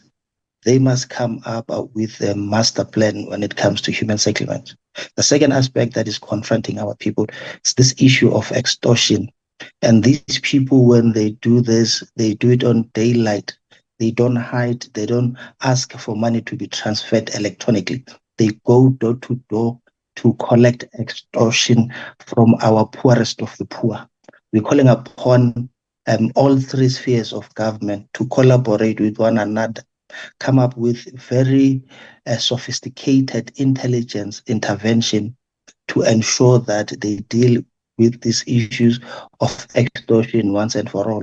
Now, once these criminals and murderers collect money, daylight robbery, they are undermining our government. We don't want South Africa to become a banana republic. We have City of Cape Town having metropolis law enforcement, and they are required on yearly basis to submit crime prevention plan, meaning now it is a duty and the responsibility of the City of Cape Town to come up with ways and means to prevent crime from taking place in our communities. So City of Cape Town and other local municipalities can't shift or blame crime into provincial or national government, because in terms of their functions and responsibilities, they are also expected to produce crime prevention plans in our communities. So we're calling upon, as part of the solution, that we need to monitor on quarterly basis the implementation of crime prevention plan of all municipalities in our townships. And most importantly, this issue of mass murderers, I think it's high time that we call upon a commission of inquiry into these mass murderers. If it needs be, we need to declare a state of disaster. If the army can intervene in other countries for peacekeeping mission, Cape Town, Cape Flats, there is no peace in our townships. We ought to call upon government to look into ways and means to beef up. If the South African police services are overstretched, if Metro Police are unable to cap these mass murderers in our township, I think something out of extraordinary ought to be done in a form of us. If we're able to send army during COVID-19, we should do the same, unless we do not care about the challenges that confront our people. Indeed, comrades and colleagues and honorable members, Cape Town cannot be used as a benchmark of the well-run city. It is a mirror of a tale of two cities, a city for the rich and the city for the poor. Therefore, we cannot, at no stage should we use Cape Town as a benchmark for the best-run city. If indeed it is a best-run city, I urge all of those that as you round up, proclaim City of Cape Town as a best-run city to take a walk into the streets of Gugulethu, Khayelitsha, Mitchell's Plain at night and see if they will survive a day or a night without protection, and then they can come back and tell us that City of Cape Town is the best-run city. Thank you so much on behalf of the South African Civic Organization. I thank you. Thank you very much, Sadebe. Do we have anybody from the NGO?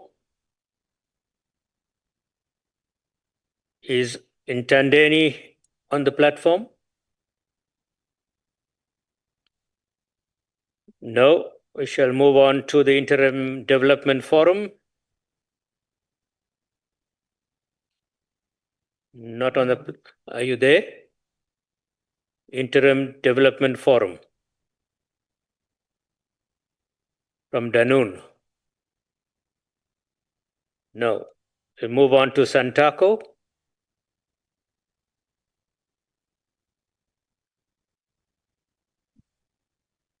Santaco, are you on the platform? Chair, Danun is in the meeting. Danun is in the meeting.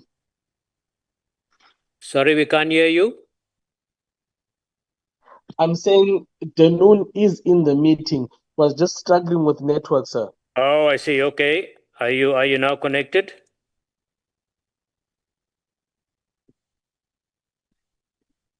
Please continue if you are connected. I am, and I hope that I'm audible.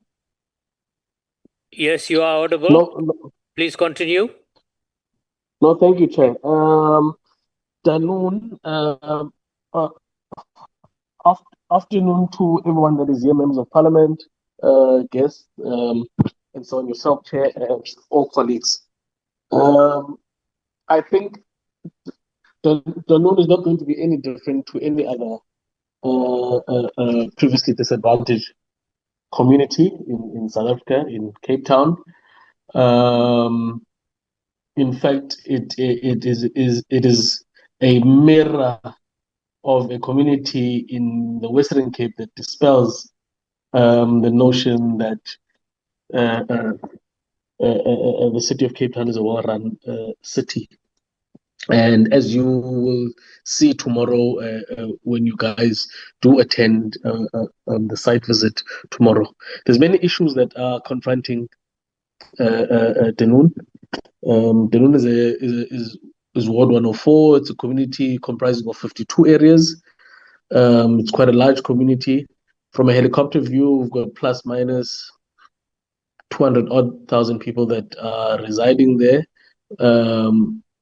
And many of our informal settlements tends to be not registered, but there's a process that is running.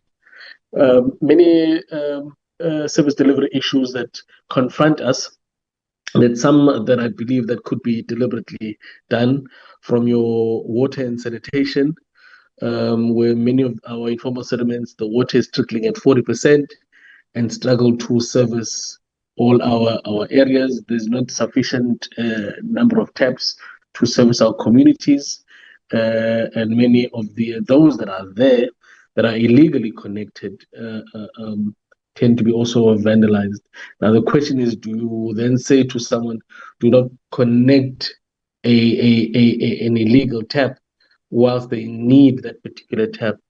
So those are some of the issues from water and sanitation. Part of water and sanitation, there's a contaminated dam that has been here for, my goodness me, for as long as Danun has been around. This dam is a quarry dam, and the city tends to want to play tennis with this dam. This dam is contaminated. It has created a lot of infections and diseases for our kids within the surrounding communities. It smells very badly. During winter, it overflows into our people's houses. It damages them and so forth. And when one had requested that a winter readiness plan should be done, and the mayor himself had agreed to that, it was never done. Winter's finished now, and many of our people's houses are damaged.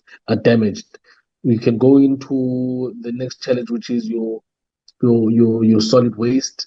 Danun is literally a landfill site, as you will see tomorrow. But I suspect that they will try everything in their power to do a bit of cleaning tomorrow, just in time for this particular visit. But it's a landfill site. It is bad. It speaks to the adequate service itself that is rendered by the municipality to within our communities. Now, solid waste within our communities works in three spheres. You got the containers, you got the informal settlement, then you got the formal settlement.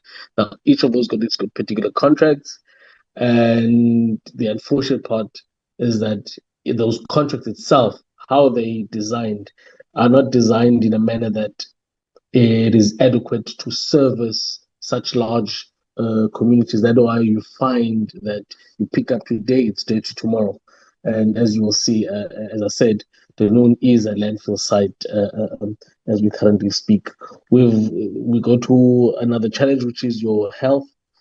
We've got a huge health problem that varies from all types As of, you round up, please. different diseases. And obviously, the biggest challenge is that the clinic is not nearby. Housing issue is a problem here. There's a project called Dorenbach project that has been standing for over 5 years that needs serious intervention. But all in all, tomorrow we'll then deal with many of the issues during the walkabout. But Danone will definitely dispel the notion that the city of Cape Town is a well-run city. Thank you. Thank you very much. We now move on to Santako. Is Santako on the platform?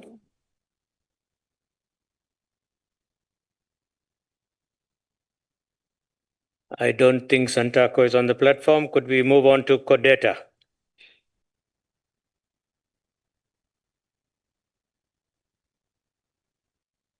There's no response from Kodeta either. Kata, is Kata on the platform? No. All right. Are there any other takers on the virtual platform? We want to give the opportunity to those that are on the virtual platform. If there's anybody else, please indicate.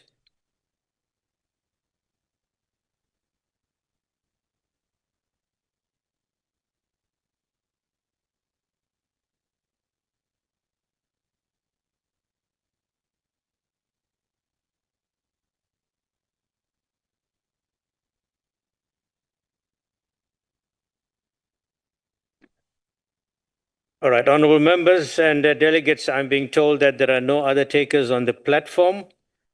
I hope that the teams that will be going out tomorrow, the 4 teams that will be going out tomorrow, have taken note of the various contributions that were made, the various issues that were raised, and you will agree with me that there were some common issues that were raised by almost every speaker. And when we go out over the next 2 days, we will look out for these issues, see how we can bring some relief to these communities, and see how we can address those issues so that our work out there will be effective and we will be able to ensure that we do play a meaningful role in terms of improving the lives of the citizens of this province. Having said that, honorable members and delegates, we now will close this session and we invite you to have lunch, which is out that door and in the restaurant that's adjacent to this venue. So this session is now closed and we will resume at 2:00 for the discussion sessions. Thank you very much, and I really appreciate your attendance and your participation. Thank you. Recording stopped.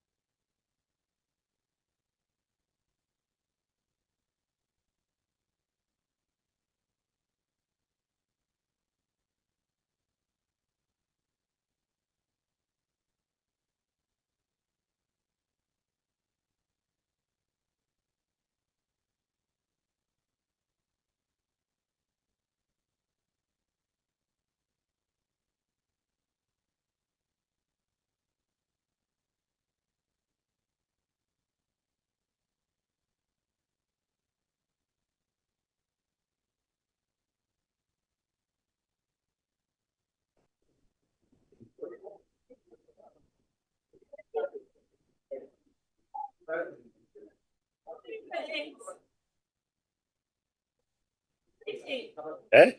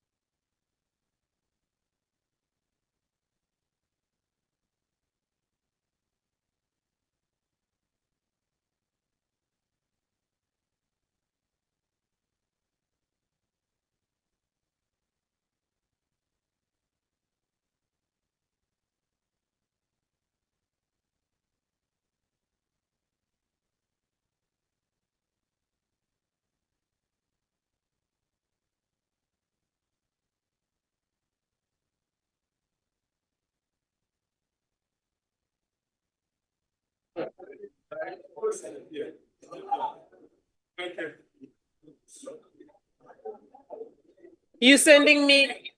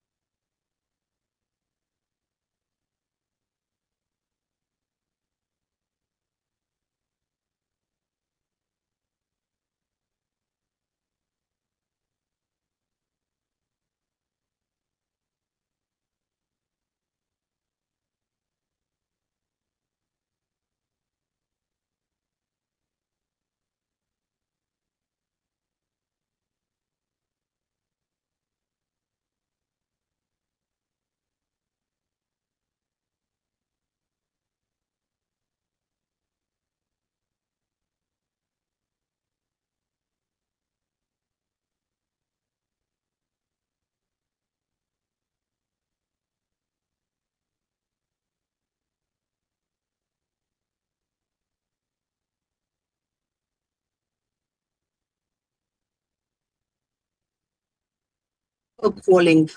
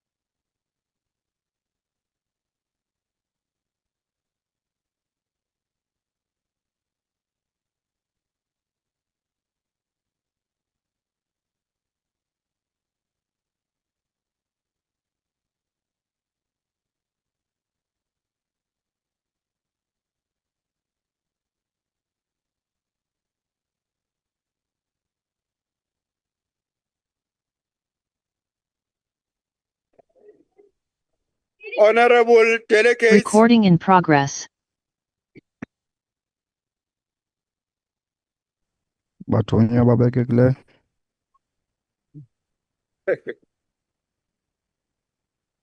honorable delegates, Bathonya our babekekile. invitees into this session, and all the guests who were invited to come to be part of this session. We are going to the second part of the program of today. I really like to appreciate all the inputs which were made in the morning. I think that they've laid a good foundation for the discussions which are about to take place, because all the stakeholders who were here in the morning, they are done. So if you can look at our program this afternoon, we're still expected to deal with the presentations by the stakeholders. So the stakeholders have done that. So now we have to engage with that, with those presentations.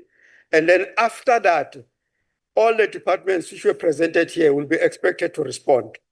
That is the Department of COCTA, the Department of Water and Sanitation, SALGA itself must also respond, because lento ingabo.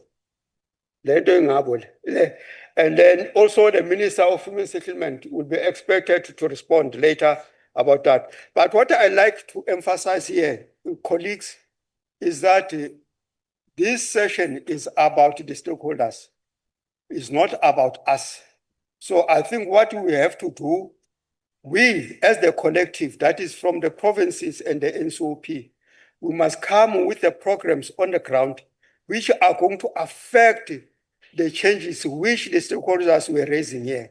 I think that tomorrow we're going to have an extraordinary opportunity where we'll be able to go and visit the sites. But what is very critical here, honorable delegates and participants in this local government week, is that we must go there with open minds.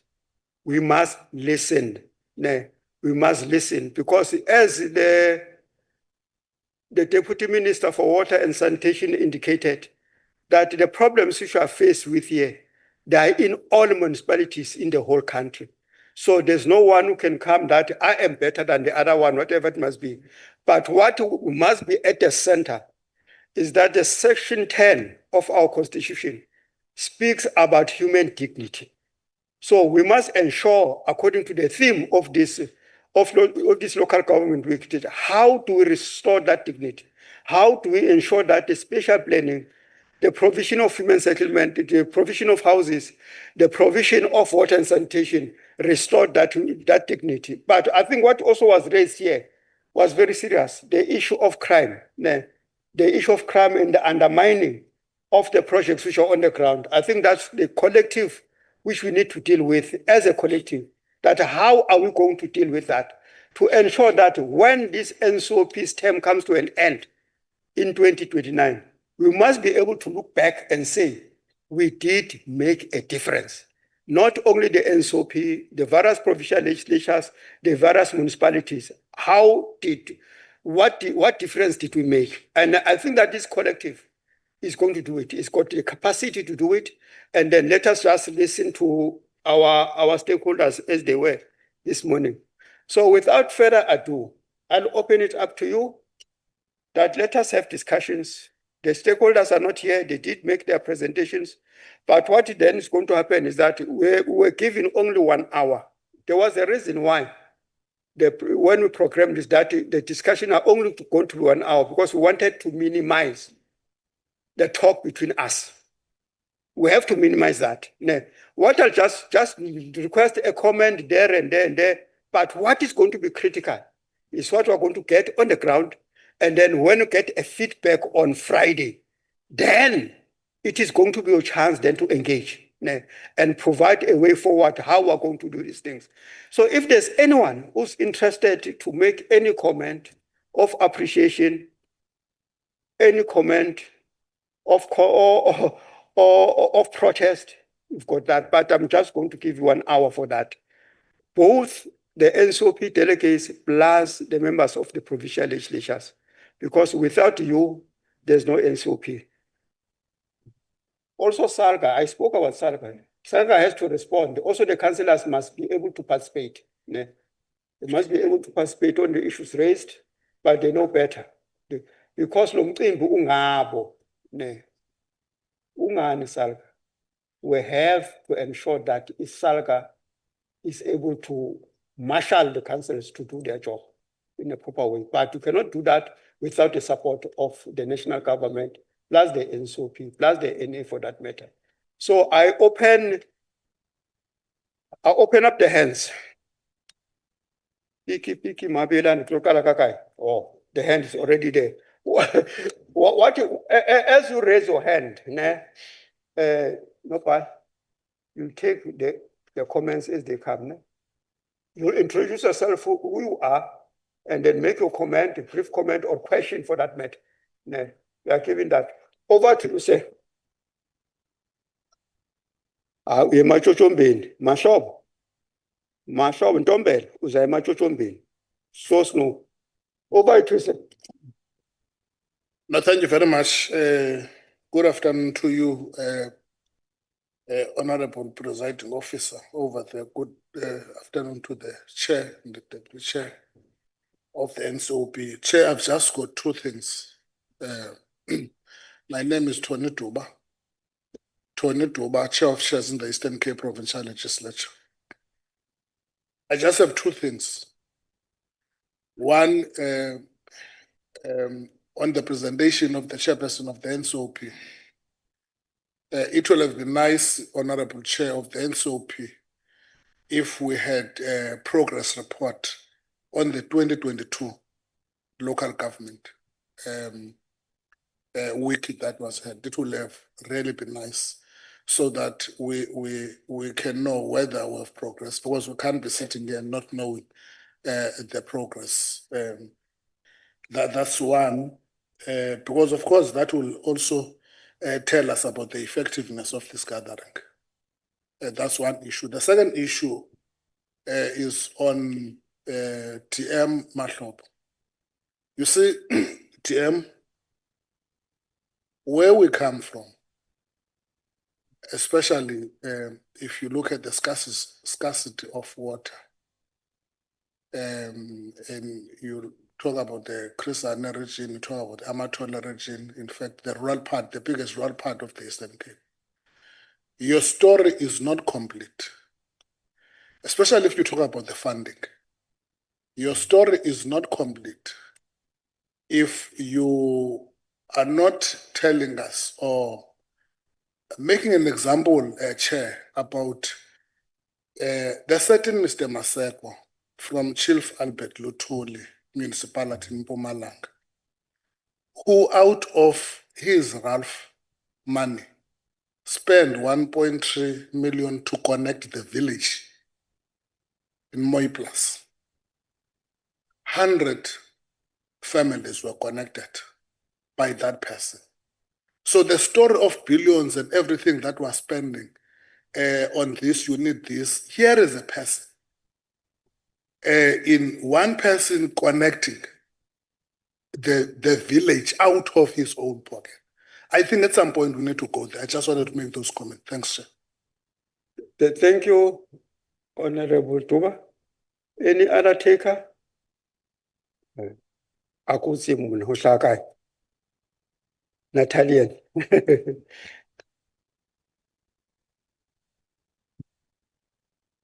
No, thanks, Honorable Chairperson. Makhulu, Hlanisha Siyabonga. Ngibingelele our ministers, deputy ministers, and MSCs, the speakers from provincial legislature, and all honorables. Igama lami nguBonkosi Mngadi from KwaZulu-Natal provincial legislature. Zimbala ke sihlalo izinto engicabanga ukuthi ke ngicabanga ukuthi umuntu athi zoom kuzona. One, I have a strong view ukuthi ke we need to invest more on infrastructure development, because infrastructure development is the best strategic investment in any country. It is a fact that we are not doing much in this regard. Hence, we are facing with much aging infrastructure, and it's costing us in trying to resuscitate it.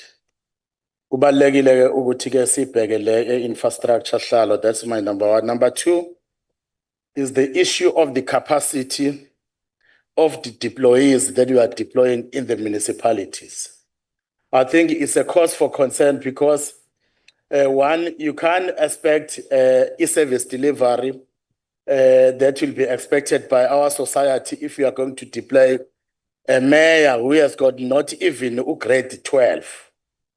I think it's a matter that we need as political party to look at it going forward because it's costing us as the country.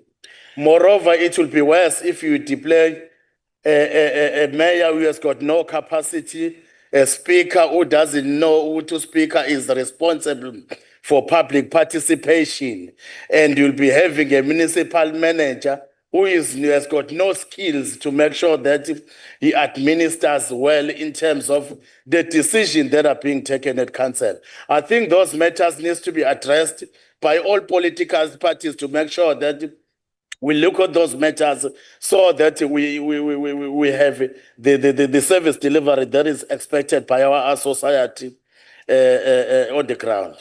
The very last one, Stalo, is the issue of Section 81 of the Municipal Structures Act, coupled with Section 211 of the Constitution. And that one is allowed the participation of traditional leadership and coincide in the proceedings of the municipality. I don't think, Slalo, Uguti, we are doing well in that aspect because we are treating Amakosi as spectators of the municipal council. I think we need to get more involvement of Amakosi in that regard so that we have that synergy of working together, councillors and Amakosi, then we all go together to our society on the ground. It will assist us a lot. I thank you. Thank you, Mfokamgadi. I saw the hand of Umpepetwa.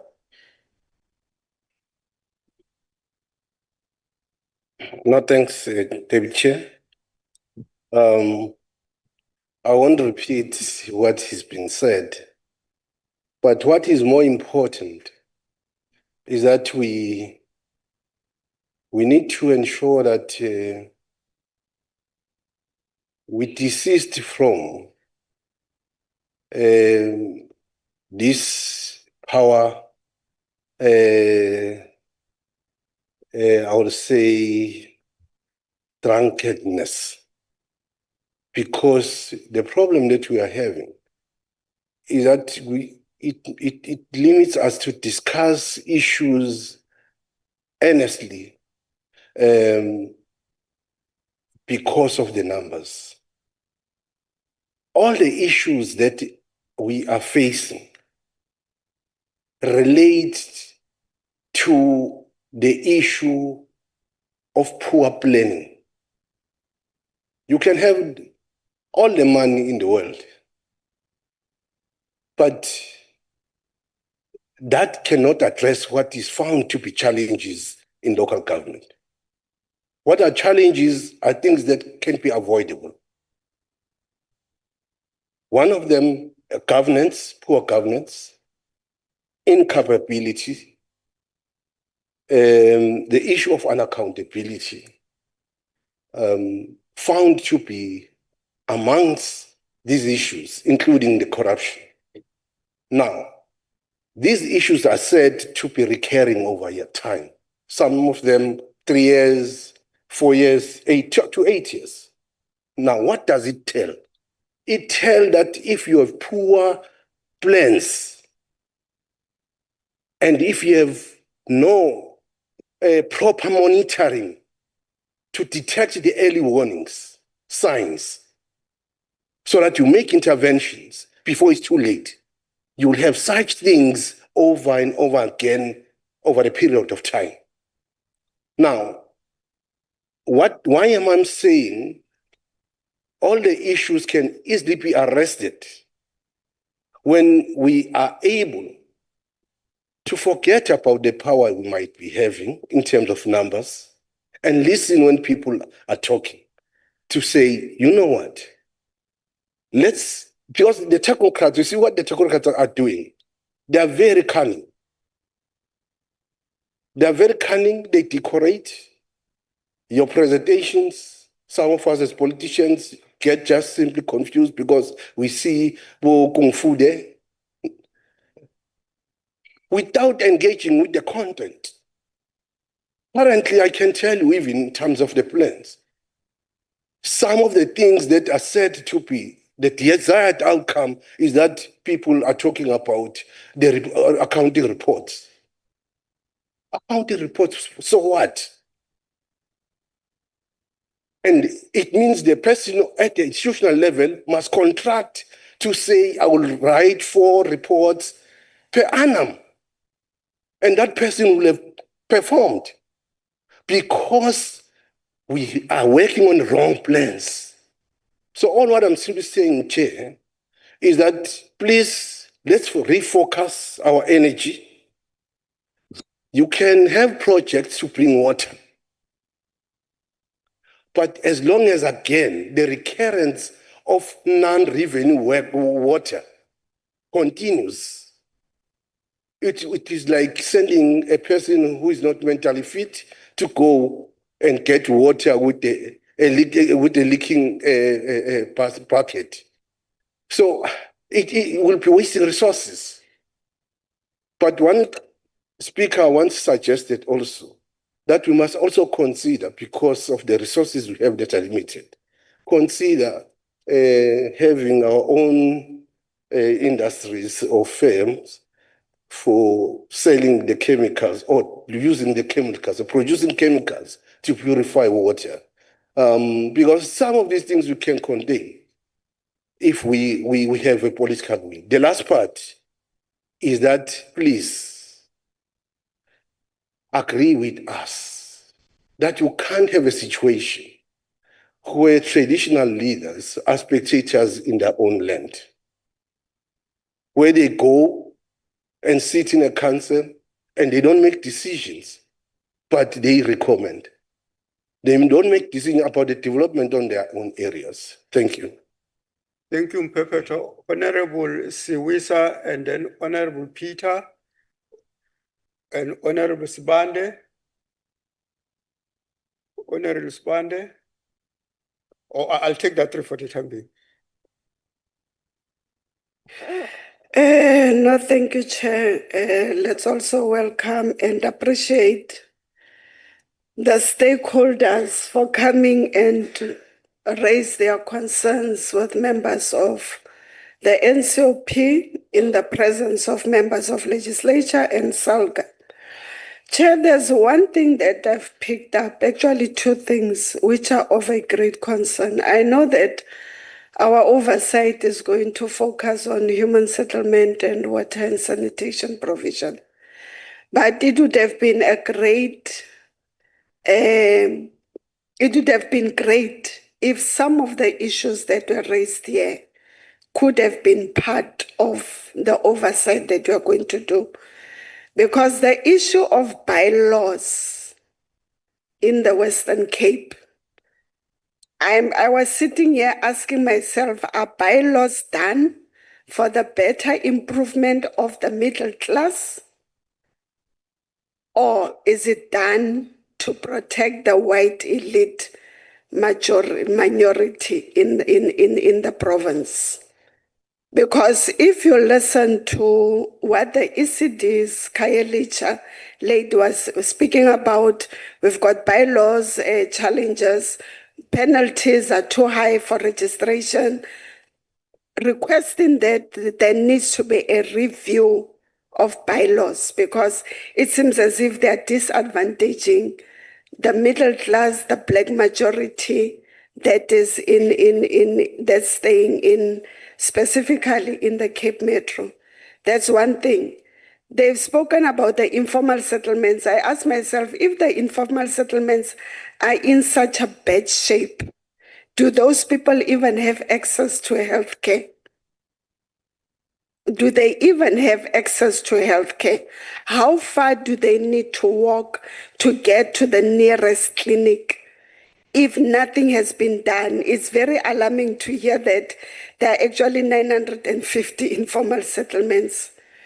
and 230 of them have no basic services. So maybe in future, Chair, we can also zoom in to other aspects that were raised here by the stakeholders, because I think it's only proper that we cover all the bases. But we know without the shelter, without water, you cannot survive. Without electricity, you cannot survive. But maybe at a later stage, you must also zoom in to some of the issues that were raised here. Thank you very much. Honorable Sibusiso, Honorable Peter. Nkosi Sihlalo, thank you, Chair. Chair, mine is to advise for this house not to blame each other, because it won't take us anywhere. Because we are climbing on a one bus, and when it falls, all of us will have to be affected. Now, the challenge that is a great challenge to us is a service delivery, Chair. And the service delivery, if we cannot have a driving force that can push the service delivery, we will remain in this house doing site visit, nothing would happen. Let's seek and check what the driving force as this house we have to implement, rather than to make statements that won't take us anywhere. Esami sicelo Sihlalo sithi i-crime siyithumela nge-enforcement ngamapolisa. Now, i-service delivery siyithumela ngabani xa ingenzekile? That is that driving force endiyicelayo, not to any individual, to all of us. What driving force do we have in order to drive this service delivery? I thank you, Chair. Thank you, Honorable Peter, Honorable Sibande, and then Honorable Keza and Honorable Skwebela, plus Honorable Bones on the other side. And then I think I've taken enough on this side. I'll have to look on this side too. Yes. Over to you. Thank you, Chairperson. Chairperson, mine, Mama, we coverage about this issue. There's nothing wrong in sitting down if you are covered. Yes, but no. I'm coming with something else. Chairperson, no, I was thinking about the issue of my bylaws. You see, I think that is very much important, that it must be relooked, because it's another challenge. For an example, one of the presenters referred, the speaker from Kukulet referred of some of the matters on how they were taken around here to the townships. That's why I'm saying, to support my statement, it must be relooked. And then my request then is this: in terms of the stakeholders, there is a section which didn't respond, in fact, who didn't come and present, which is the taxi industry. My proposal is that it's better for us, not even tomorrow, today, that something must be done as a matter of follow-up, as a matter of urgency, because from some of the presentations, it came several times that another contributing factors of the challenges which are here in Western Cape is transport. So I'm requesting that we must make a plan to make sure that these people are being called. Thank you, Chairperson. Thank you, Ubeselingane. The next one is Honorable Skwebela, and followed by Honorable Mdise Oboshian. Thank you, Chair. My name is Zama Skwebela from Free State Legislature, the chairperson of the Economic Cluster.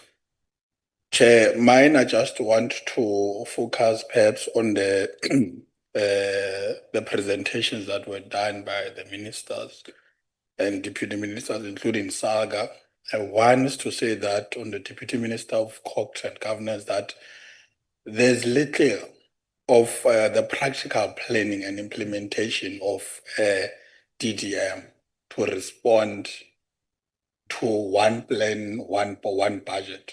Perhaps some of these issues that have been faced by municipalities, if that implementation, the planning and the implementation of DDM can be implemented thoroughly with those business plans that others have been submitted, we can perhaps some of the issues they can be resolved. But where we are, there's little of that planning that is happening. You still find that provincial government and local government, they plan differently. Look at the IDPs, if you look at what provincial government is planning to, there's a disjuncture there. Two, the most important issue on the municipalities perhaps is the issue of the norm of the old age infrastructure that is supposed to be at 8%, which some of the municipalities, they don't even have that 8%. So this itself calls for the national department to kick in, because if a municipality for maintenance and repairs, it does not budget 8% of its according to its infrastructure assets, then it means that the municipality won't be realized the day that it's going to be able to maintain that infrastructure asset that it has. And then the other one that I want to speak to is the issue of climate change. We all agree on the issue of Paris Accord or Paris Agreement. But the principle that should apply there is the principle that the highest polluter must pay. Because you find that you would want that money that is being promised to all these countries, but you find that what you commit as a country or your contribution to pollution is 0 or 0, is little to nothing. But whereas you have to comply to this agreement, which this agreement, the highest polluter himself is not even complying to them because of their fast development and what they want to achieve. So the principle that we should drive is that the highest polluter must pay. The other issue as far as local government is concerned is the issue of traditional leaders. I think in the Free State we have this problem. When there's, the IDPs are taking place, traditional leaders, you'd find that they are not normally involved in the municipal planning or provincial government planning. And then they will be allocating sites to people as per their governance. But however, when they allocate people, you find that this is not a land that is suitable for residential. This is a land that is not suitable for infrastructure or sewer network. So it becomes a problem. That gap, we need to find a way that gap must be closed, that the traditional authorities, they must be involved in the planning of development of human settlement throughout. Because if they continue not to be involved, they would continue to slit to put people in areas that there's no even the geo assessment surveys that are being done. And lastly, Chair, on issues of SALGA, and is that we agree that Section 139 it must be accompanied with support, and by support we mean that there must be financial support, not only human resource support. And then this is the last one, Chair. There is an issue that we must start to look into. I heard that Honorable Deputy Minister Matloba speaking about the issue of polluting of groundwater or table water. There is a problem that is happening that we have just discovered, that some of the municipalities, when they do cemeteries, they do not do evaluation of where they're doing cemeteries, and to an extent that they put cemeteries in areas where there's high water table that pollutes the groundwater. And that itself, it then means that the fresh groundwater availability that you have is going to be reduced, because municipalities, they do not do the survey where they are supposed to say that when they are putting an area for cemetery, they put it where there's no high volume of availability of fresh groundwater. It's something that we have not been paying attention to, that the department and other stakeholders needs to look into. That will be all from us. I thank you, Chair. Honorable Skwabela, Honorable Keza, and then be followed by Honorable Ndise and Honorable Kobushian. No, thank you very much, Chair. Mine is to thank the stakeholders for having brought their challenges to this platform, because often between me and you, Chair, we are misled by the debates as pertaining to the amount of good governance that is in the city of Cape Town. Today we are hearing from the horse's mouth what is transpiring in the city of Cape Town. I have two issues, Chair. The issue of backyard dwellers that has been there for time immemorial. That was done during the period of Group Areas Act. And the expected number by the apartheid government was 100, as we hear from the stakeholders, to 200. And now there's 200,000 people that reside generational, over 3 generations to 5 generations. And that is a trapping, that is a serious societal trapping, Chair. And moreover, we have an expropriation bill that has, expropriation act that has just been enacted. And I'm wondering, what is it that has been done to use that act to actually get our people to sustainable human settlements? Because it's not about the number of houses, the quality, it's also about the quality, Chair, because the principles of human settlements require that you actually have facilities, you actually have, the stakeholders talk about playing grounds and facilities, libraries, and so forth. And they say that that is a luxury for them. And we are far away from reaching that, from the observation I get. And therefore, the issues of social and environment justice that we have had, the exclusion and marginalization, and morally as government, really, morally, you've got to say that the existence of poor conditions in informal settlements are a violation of the constitutional right to dignity, as you said, Chair, the Section 10 of the Constitution and Section 26 of the Constitution. But Section 27, 1B of the Constitution, Chair, which affords that people should have access to proper sanitation. And I'm sure those people are susceptible to deplorable conditions, as we are going to see tomorrow, as we have gathered from. The second issue, Chair, that I was whispering from my chair of the committee here. I was saying, but Chair, if you have a situation in which municipalities owe water boards 21 billion, and then in March, at the beginning of last year, 74 billion was owed to ESCOM. And then later on in the year, 95 billion was owed. And then you have 400 billion that is owed by the private sector, by the government departments, to municipalities at 400 billion. Surely that money is greater to pay the amount that is owed by municipalities to resolve that issue. Because that money that is owed is much greater than the money that is owed to municipalities by departments. So we've got to have some level of radical approach to change this issue. I mean, you can't expect any change without some level of madness. You can't polish that which is totally against you. You can't try to resolve issues within a system that is repressive towards our people, and a system that continues after 30 years to push them to a point of a revolution.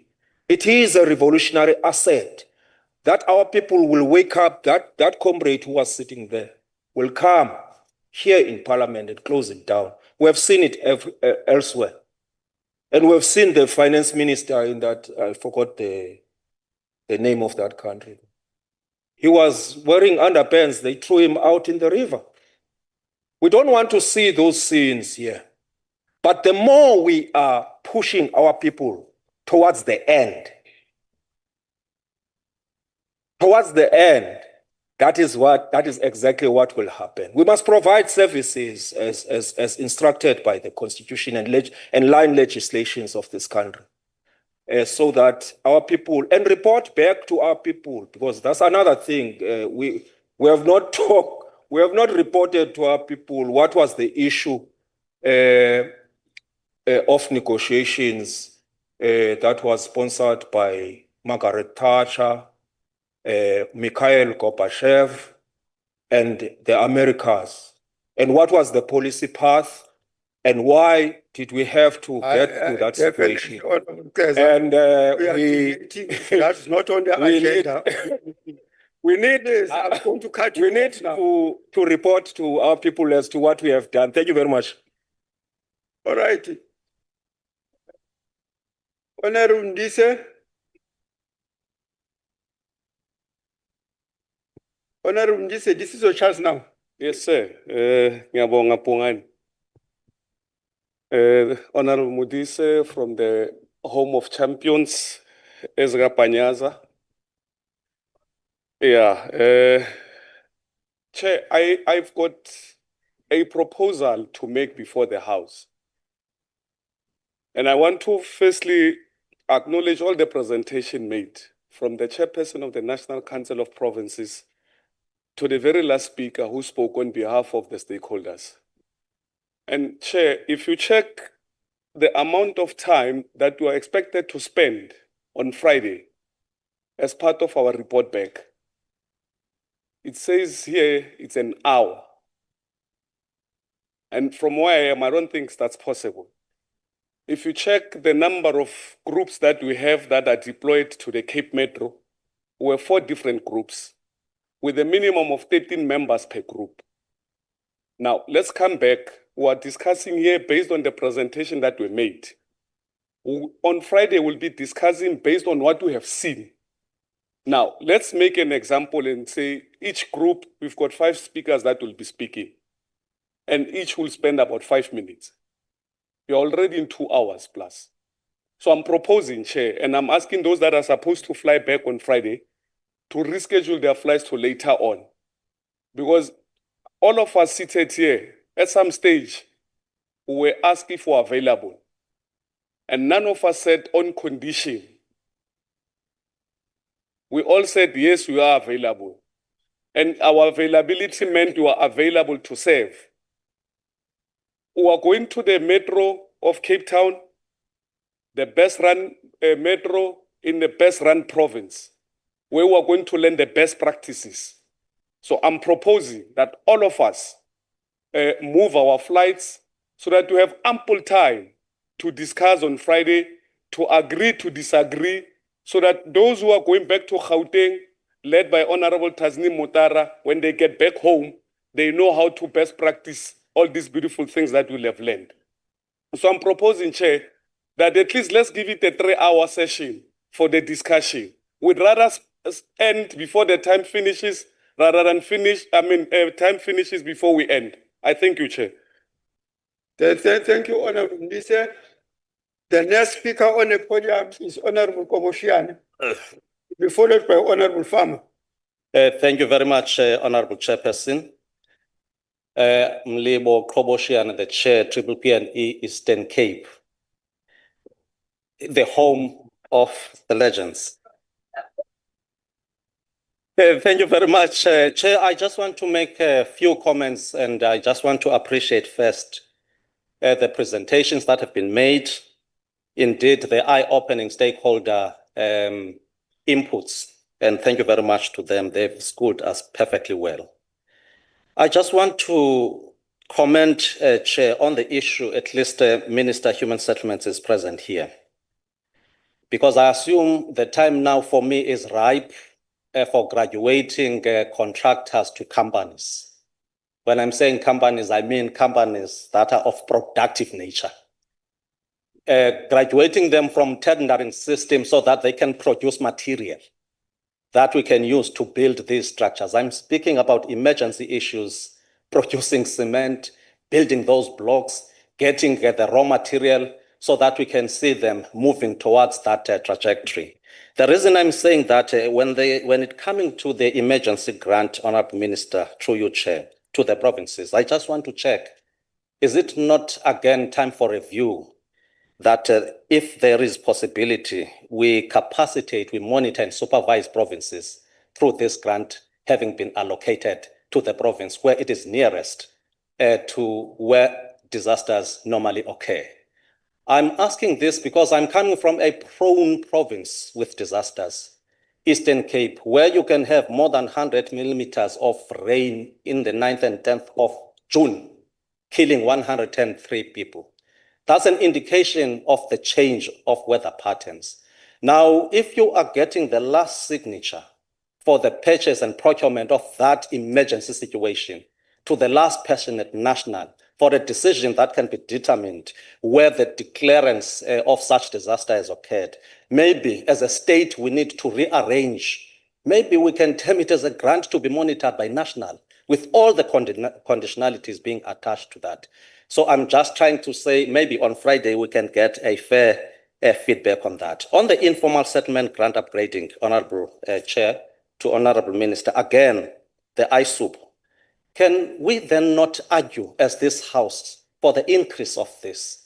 I'm saying this because in 2050, we are informed by national, international trends that the whole world will be urbanizing. More than half of the population of the world will be sitting in urban areas. But the unplanned developments that we are seeing, the pressure over the infrastructure, may cause us to remove mayors every day if we are not careful. But because of the lack of foresight of our own planning systems and cycles, the budgets that we are using, as well as what kind of response we are going to attach to this fast-moving, growing, unplanned urban citizenry.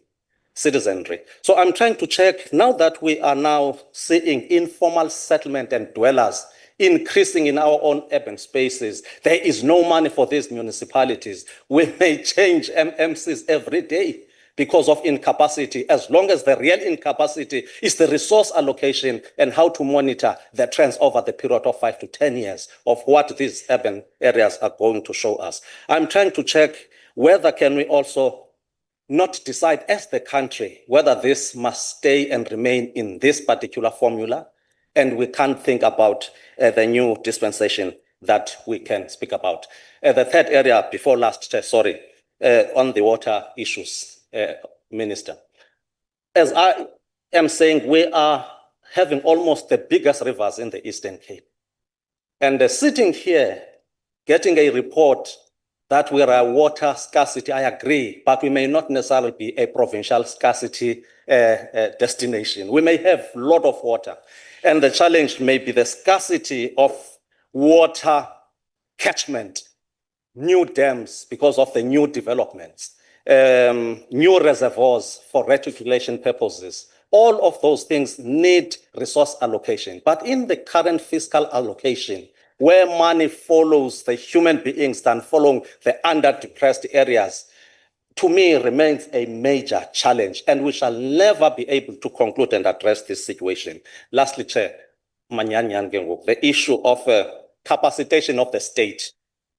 I'm saying this, is it not time for instance, a department like Human Settlement to source back professional skills? We don't necessarily allow issues of drawing of prototype housing, the kinds of buildings that we want to do, we keep that. Because yesterday in Port Elizabeth, the older people were saying we are going to generate young people that will never invest in pensions because of the manner in which we employ them. They are in EPWP, in contract work. When they are turning an age of retirement, the entire 30-year-old today, at 60 years, they won't have any pensions to show because of the manner in which we have changed the architecture of the state and sourcing skills that must drive development in our own country. So I'm making that submission. Thank you. Thank you, Honorable Kobushian. The next speaker on the podium is Honorable Farmer. Thank you, Chairperson. My name is Pino Farmer. I'm from the Western Cape, the best run province, so they say. Chairperson, I want to welcome all the presentations made. I would, however, just say that I'm actually sad that there's a certain area that's not made part of the program in the city of Cape Town. And I'm going to mention it here for the ministers to note. A housing project is built in a place called Wallisdean and Bloekombos. There are close to 50,000 people just living on top of each other there. Houses were built without water meters.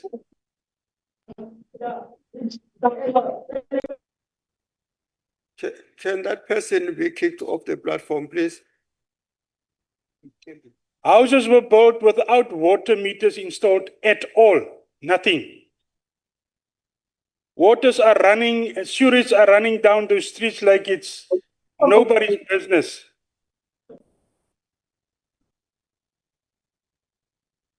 Can ICT please help us?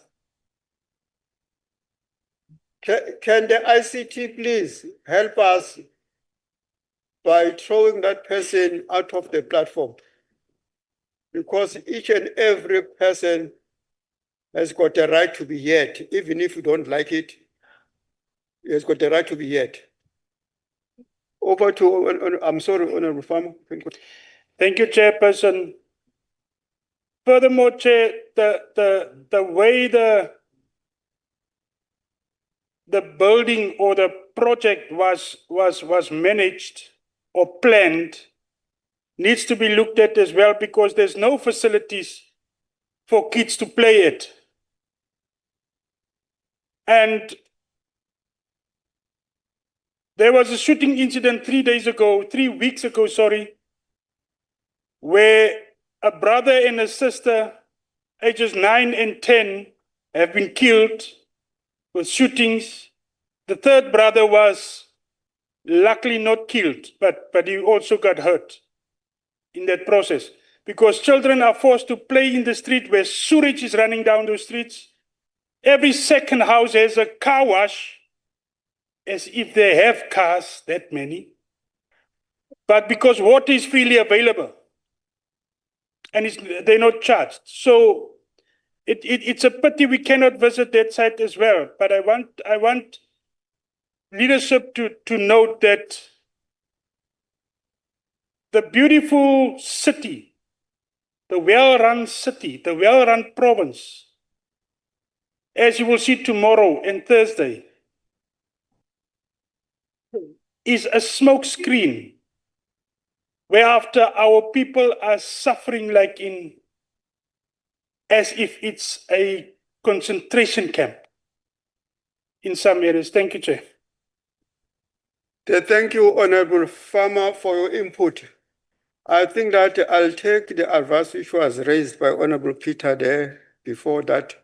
Let us not point fingers. Let us come with solutions.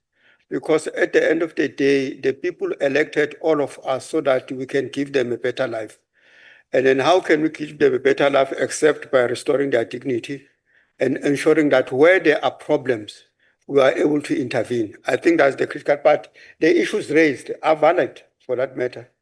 And that's why in the past, the Department of Housing was changed to Human Settlement so that it can address all the issues which are associated with the living spaces of the people. But the issue is that how do we help to ensure that those living spaces are livable? So what is our contribution? That's why what is critical here is that as we come out with a program at the end of the day, our programs of the select committees must be able to address those issues. Let us do that. Is there any other, because I see it was only one person on the site, is there any other person I'm leaving out before I give the various departments the chance? I didn't hear any councillor speaking.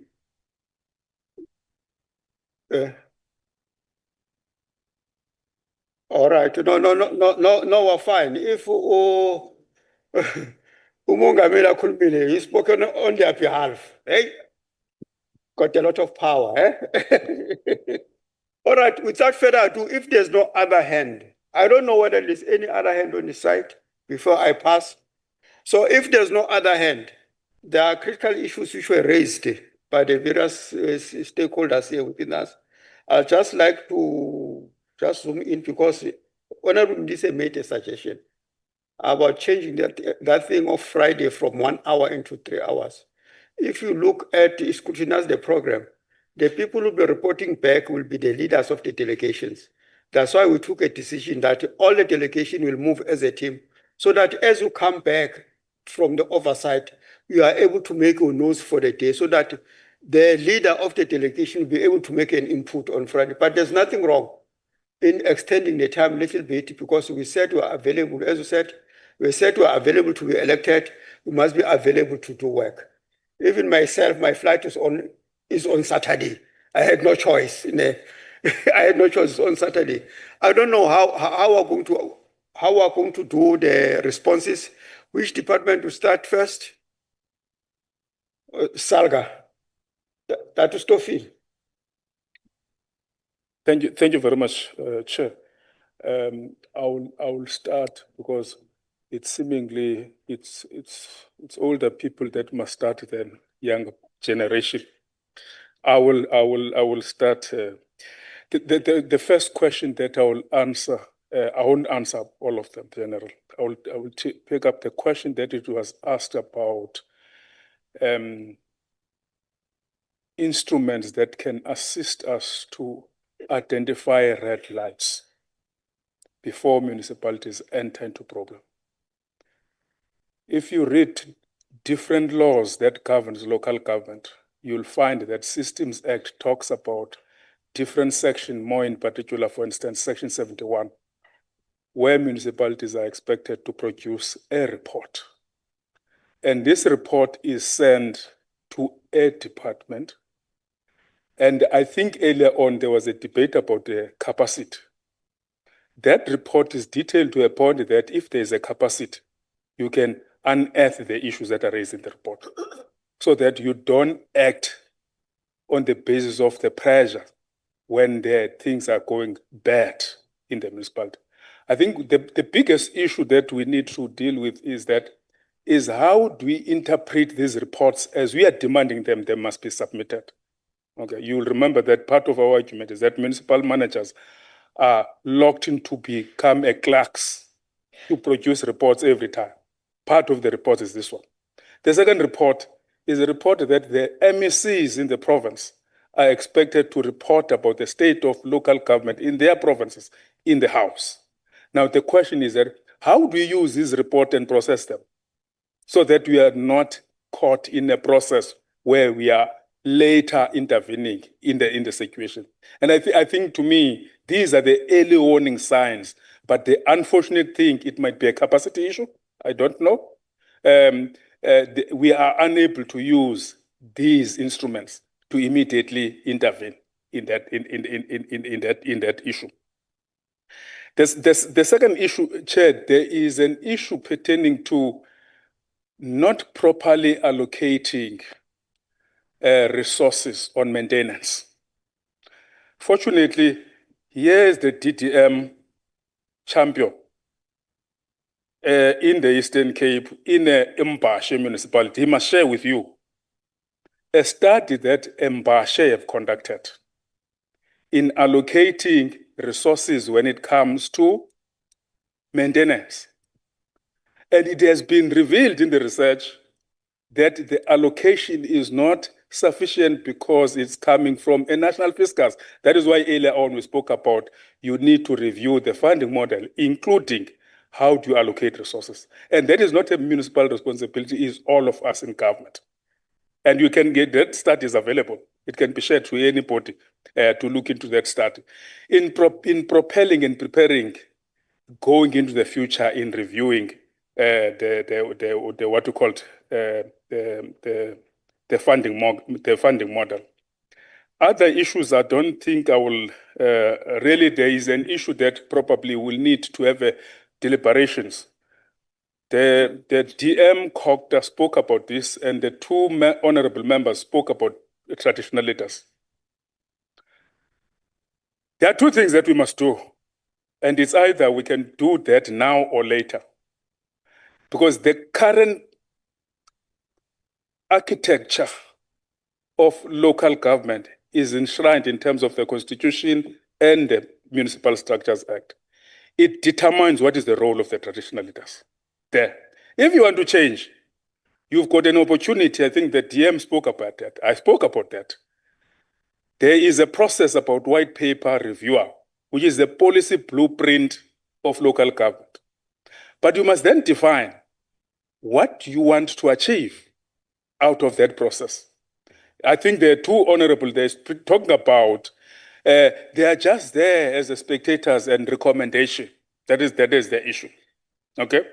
I think as you enter into the debate about the reviewal of the white paper, you must be cognizant of the fact that as those that have been appointed by the Constitution as councillors, they've got the responsibility to administer, to manage an executive. And what will be then the role of traditional leaders? Okay? That is why it is important in the review of the white paper, we need to be clinical or meticulous on what we want to achieve. A different white paper from the last 30 years outlook. So I think to me, that debate is not lost. It's a debate that we must use going into the review of the white paper, because it is true. Traditional leaders, you must remember, 60% land mass in the Republic are in the control of the traditional leaders. And therefore, they need to play a particular role. And that particular role should not be thumbsuck. It should be detailed research and how to then deal with that issue. Part to that, to us as SALGA, it will be very good to look at that. You see, as you drive out of different cities, if you drive out of Polokwane, and she will know, Minister, she was a mayor at one point, there's an urban development. And you see the boundaries of a municipality ends at a particular point. At the rural place has no control, but there are developments. And that is possible. There is a possible loss of revenue to municipality. There's also a possible opportunity of development from traditional leaders.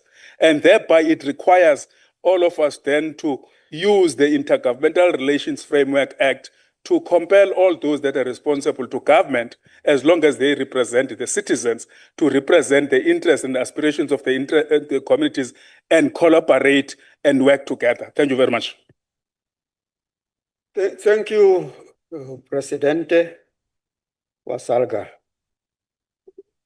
I'll request the Deputy Minister of Cocta to come in, because there are a lot of issues which you raised around Cocta, around traditional leaders, around the issue of infrastructure development, around the issue of a chief who connected more than 100 households into a borehole out of his own pocket. So I think those are the things, those are the stories we need. That as South Africans, we are working together to make a better country, make South Africa a better country.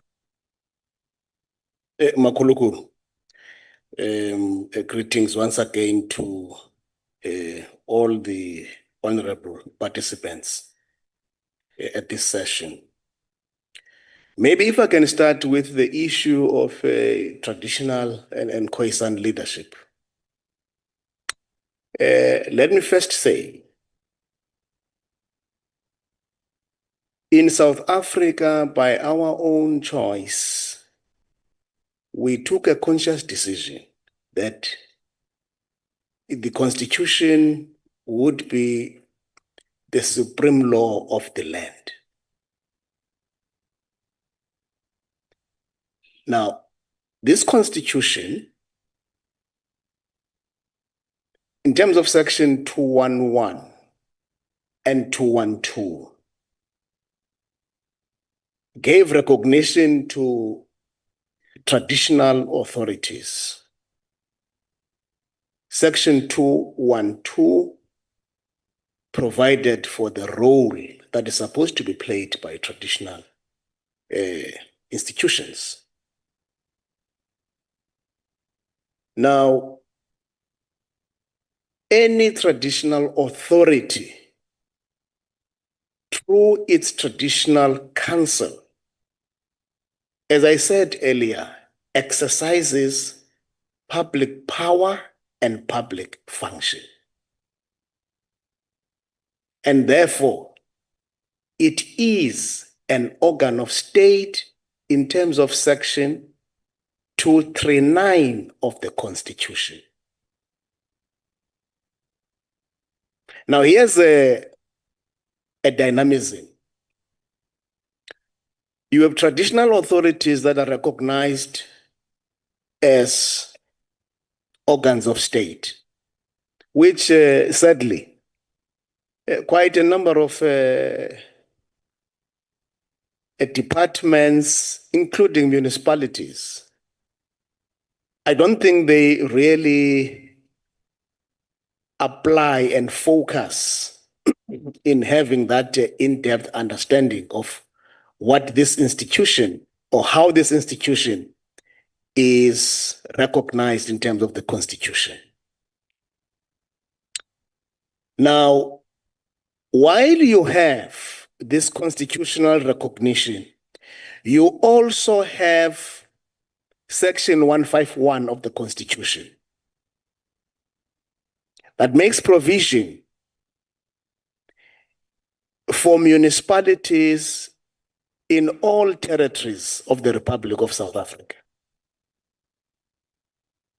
Now, these are two authorities, a municipality and a traditional authority. So which one is the subordinate of the other in the two? That's also compounded by the provisions of Section 40 of the Constitution. Section 40 delineates in terms of the spheres of government. And I'll come to that when it comes to the DDM and its functionality. But save for just giving this explanation that you've got the national sphere, provincial sphere, local sphere, which are distinct. And by being distinct, it doesn't suggest that these are political boundaries. These are just administrative boundaries to make sure that service delivery does reach where it is intended to reach. That's why now you also have these two elements wherein these spheres of government cannot work in silos. They are interrelated and interdependent.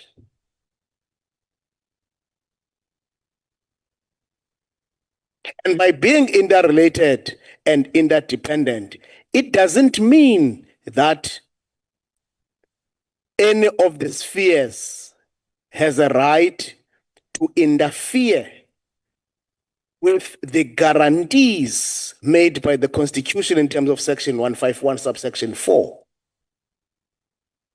That national and provincial spheres may not impede municipalities in terms of exercising their powers.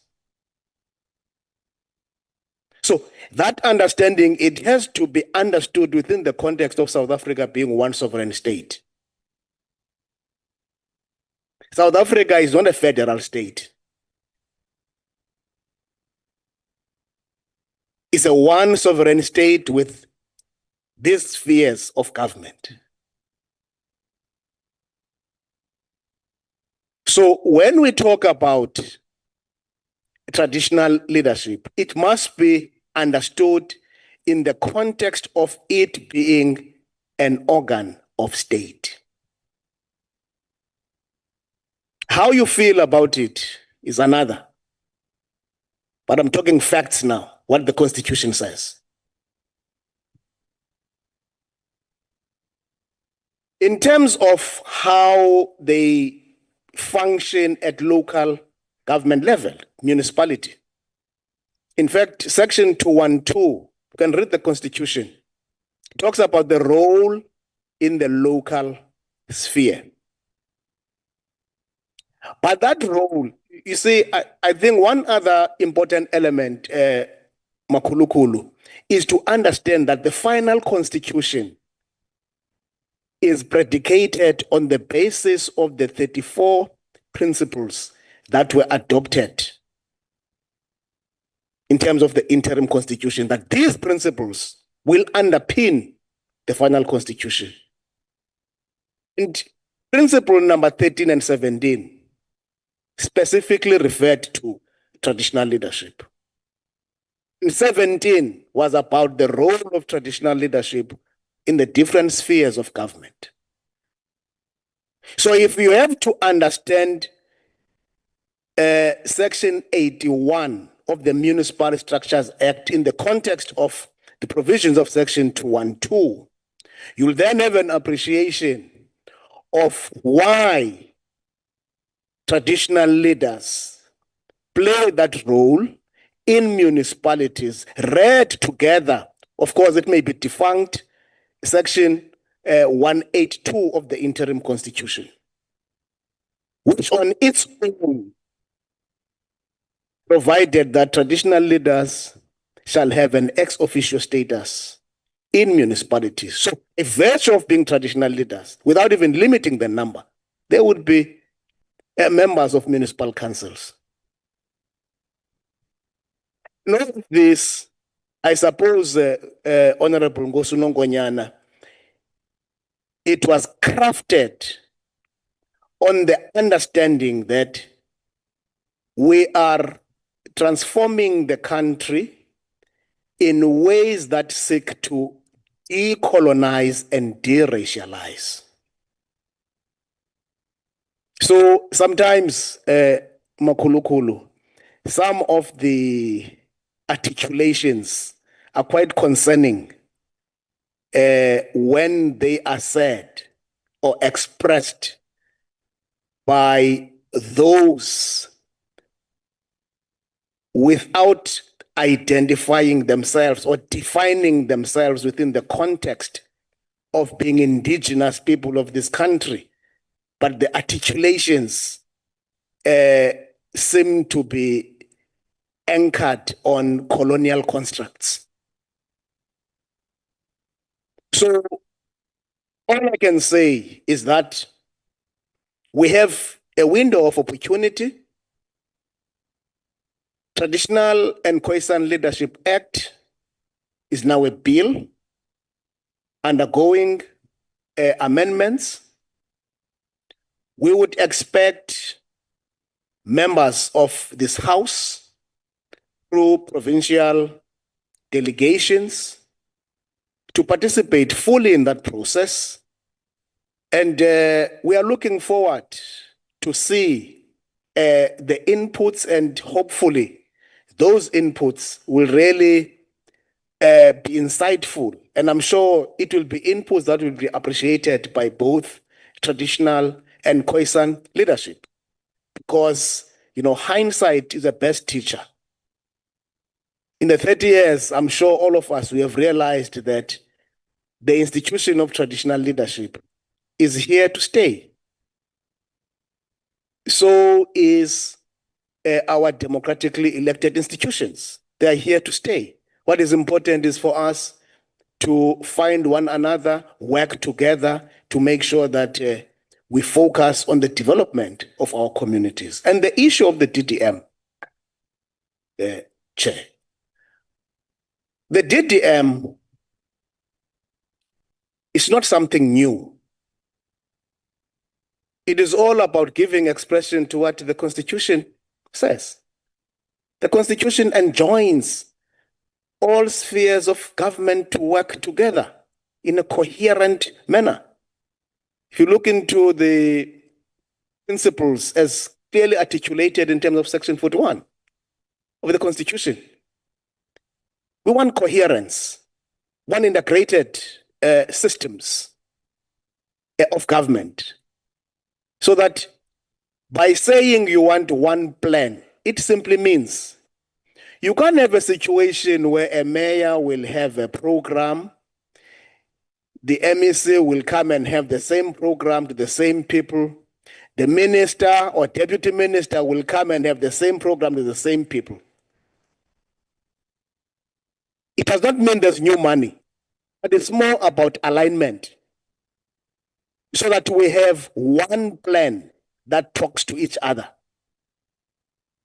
So DTM is really about giving effect to the provisions of both Section 40 and 41 of the Constitution, as well as Section 154, subsection 1. We have an obligation, both provincial and national, to support municipalities, even before you invoke the provisions of Section 139.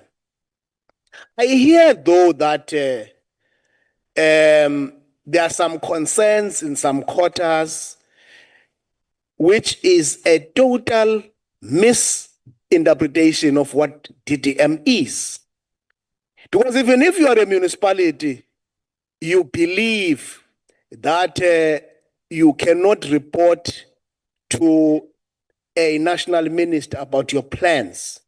Go and look at what Section 155, subsection 7 says, read together with Section 156, subsection 1 of the Constitution.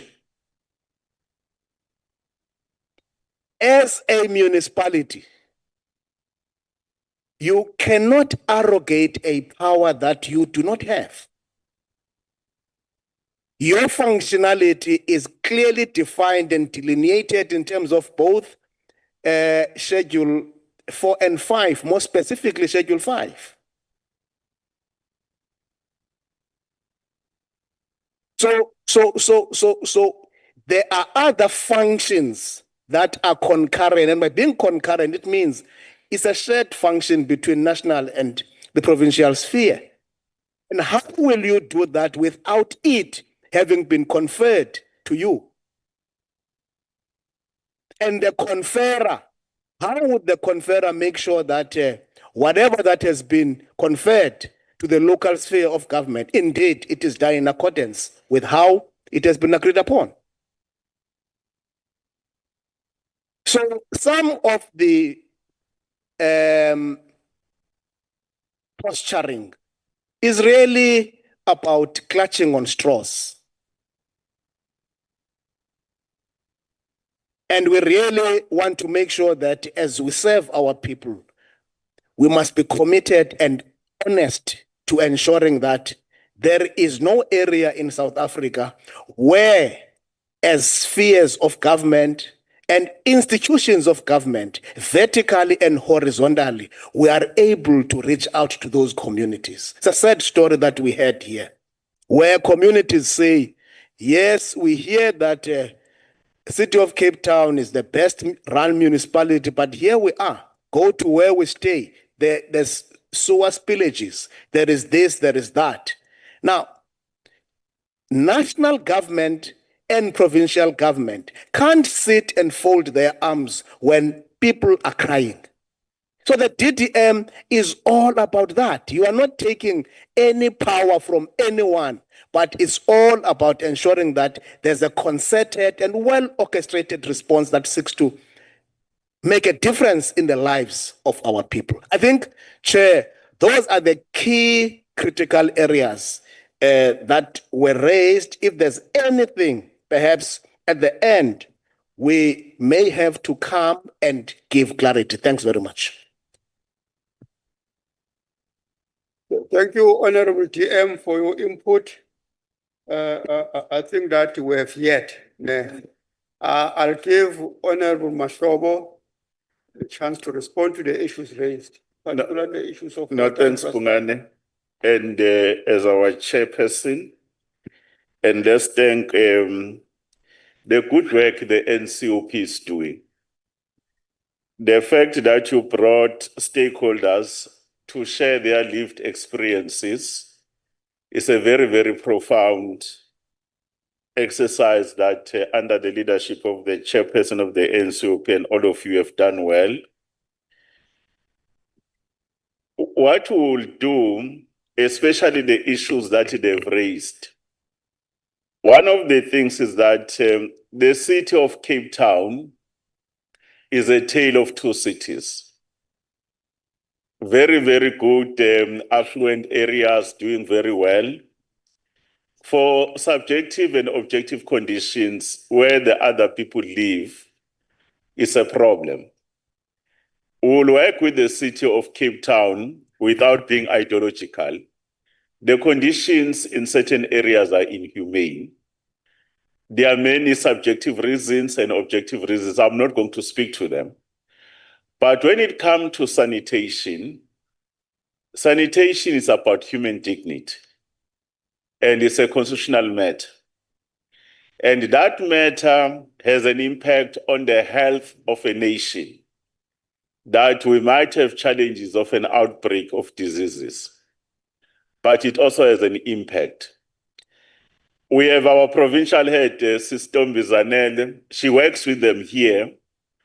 We will work with them to say in areas that we call them informal settlements, what kind of sanitation solution and technology that must be used. Especially our Water Research Council with the CSIR, working with the Melinda and Bill Gates Foundation, we have made a lot of advances and were respected internationally. In KwaZulu-Natal, eThekwini, where Comrade Ndimbi was presiding there, we have rolled out non-sewer sanitation technologies, using less water, managing the issues of the sludge in a humane way, dealing with the issues of odor. You know, when you have a big nose like mine, for African condition, you can have problems when you go to areas that are stinking. And it's a human dignity matter. We are looking at that. That's why we must work with them together. Because even the number of these sanitation facilities that are deployed, if you look at the ratio, there's a ratio on how many people can use a sanitation facility. They are not consumer rate. In other words, they are not directly proportional. It's an inverse proportion. We need to look at that. But generally in the country, the rollout of non-sewer sanitation technology, it does not necessarily mean it's a lower standard. It's a poor standard, especially in a country that is water scarce. We'll work with them. We'll also have to deal with the question, we are producing norms and standards around the sanitation facilities that must be given to citizens. We then at a time at a nomenclature called VIP toilet. You know, there is nothing called, the VIP toilet, it has a name called ventilated improved pit latrine. There is nothing improved there. Because you know how people are settling there closer to each other, how windows are. And you know that if it is not managed well, it can have an impact around those that are there discomfort, but it also has an impact on groundwater. You know, many these so-called VIPs have been rolled out without taking into consideration the geotechnical assessment, where is the water table. Many people in rural communities, they like doing groundwater exploration boreholes. But behind them, there's a septic tank there. There's something called VIP. At a particular point, we're going to have risks. How we handle the question of sanitation. And as a country, we're actually, our numbers, they're at 84%. But then the reliability of the service needs to be dealt. Remember, in the world, there are 3.6 billion people just to deal with that particular question. On the other issues around water quality, we're working well with them. We don't want to lie. Their results, they look good in terms of the blue drop, but they are not 100%. Remember the issues of the sewer outfalls into the ocean. We look at the numbers, and it's a matter that must be attended. I thought I need to speak to that. The issue of sewer running in the streets, including into public areas, in the main, we have it all over the country, including in all these townships where these stakeholders are coming from. Sewer is in the streets. In the main, is issues of the block sewer mains, where people, they put foreign objects, is an objective issue. We can't put foreign objects there. But then there is a question of the design. You know, from the bulk sewer towards the household, those designers, they've not designed well. You find that the diameter it starts from 900 millimeters, it goes down to 600 millimeters, goes down to 300 millimeters. And by the time it comes in, there's going to be a flashback because of issues of pressure. Poor design because it's going to have an impact. But then there's an issues of vandalism of the infrastructure, including contractors when they don't do due diligence, when they do certain work, they go over the line. But the issue we insist is the speed at which we respond if there's a spillage. And is the speed at which we must respond when there's a leak. We cannot be in a position to take so many out, and worse if it's sewer. And everywhere we want municipalities to do that particular due diligence. The issues around capacity building, we work well as government. You know, we have decided we want to professionalize public service. In our own case in water, we work with the sitters. We don't want, there are many people there who have been working in the water systems. There's a classification in terms of regulation of 2013 by Minister Mulewa, may her soul rest in peace, around Water Services Act. Who are these people that must work in the water system? What is the classification and the size of the system? They must be properly qualified, different expertise, and the issue of capacity has been there. But there are those who are managing the system that they know, but they are not certificated. Our decision is that they must be certificated within the next 3 years. There has to be a recognition of prior learning. That's the job of SALCA, COGTA, and ourselves, mobilizing the sitters, because we want to appreciate that the water business and asset management is technical, is scientific, is engineering, is financial. You need those expertise. Therefore, there is a lot of training that is happening, and there is an improvement. But there is issues of affordability for the small municipalities. In rural areas where people, they don't want to be there, that is an issue of the terrain and the environment. What do we do? Then the ability for district development model as a response, where we can actually consolidate a necessary capacity at a district level. Then we'll be able to attract it, we'll be able to afford, then we deploy it as a response.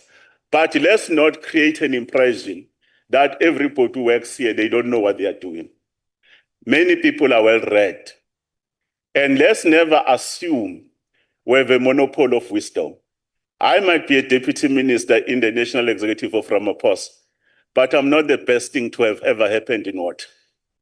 These expertise exist within communities, including indigenous knowledges. Indigenous knowledge system around disaster management. Disasters are not happening for the first time. They were there before. Climate change is not a new phenomenon. It has been there before, except that because of human activity, the issues are becoming more acute. But that program we need to do. And we can't actually assign wrong people, and also people who are not prepared to learn. The issue of Mpumalanga is a good story to tell. When you look at that issue of Mpumalanga as a good story to tell, is that we must also ask our question, what can we do for our country? Rather than to say, what will the country do for me? I spoke to Mr. Maseko. He has a human spirit of solidarity. He believes that he cannot be in a position in the sea of poverty and water poverty alone, that will not be in a position to share. He took his own money. We have spoken to the mayor of Hersibande, Comrade Walter Mngomezulu, who are supporting him, because there are certain matters that we have to handle. But it's not that government is just idling. But all of us, we appreciate that local government is everybody's business. On the issue, Honorable Comrade Koboshian, you know what? The issue of water in South Africa, we are absolutely correct. There are areas, we call them water management areas, where we have good rainfall. The Eastern Seaboard has good rainfall.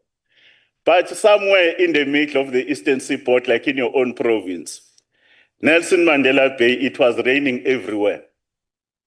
But the water was not falling on Untitled. Very funny things how the rain patterns are now. In Free State, there's an area called Maluti Apofong in Kwakapungwane Nose. We normally get something called winter rains, like in the Western Cape.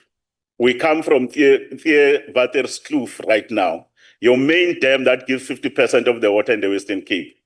There was a time where there was a drought.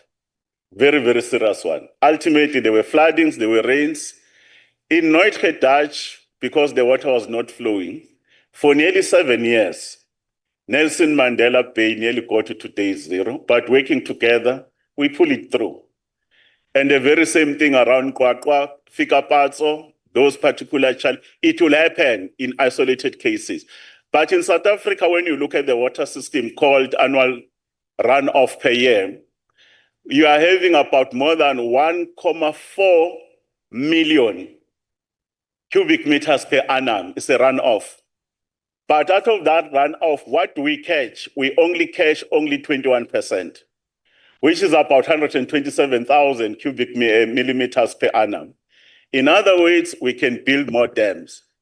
The only problem we have is how do we license certain decisions between development and environment.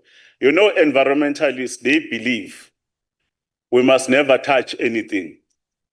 Leave it as pristine as it is. But also developers, they don't sometimes want to regard the issues of the impact on the environment. These two are not mutually exclusive. They are mutually dependent. The issues that we need to do is to find a balance. That's why there's something called environmental management plan, so that you can be able to mitigate. It's the very same thing. We're running out as a country of energy sovereignty. We can have gas here. But there are people who hate shale gas exploration. They see we're going to affect water. Then, in other words, you want to promote one aspect of our lives in terms of sustainability. Remember, sustainability is about planet, it's about people and profit. And how do you find the balance between that? Let's be able to handle that. In the Eastern Cape, Comrade Koboshian, just note, we're trying to build 4 dams for you now.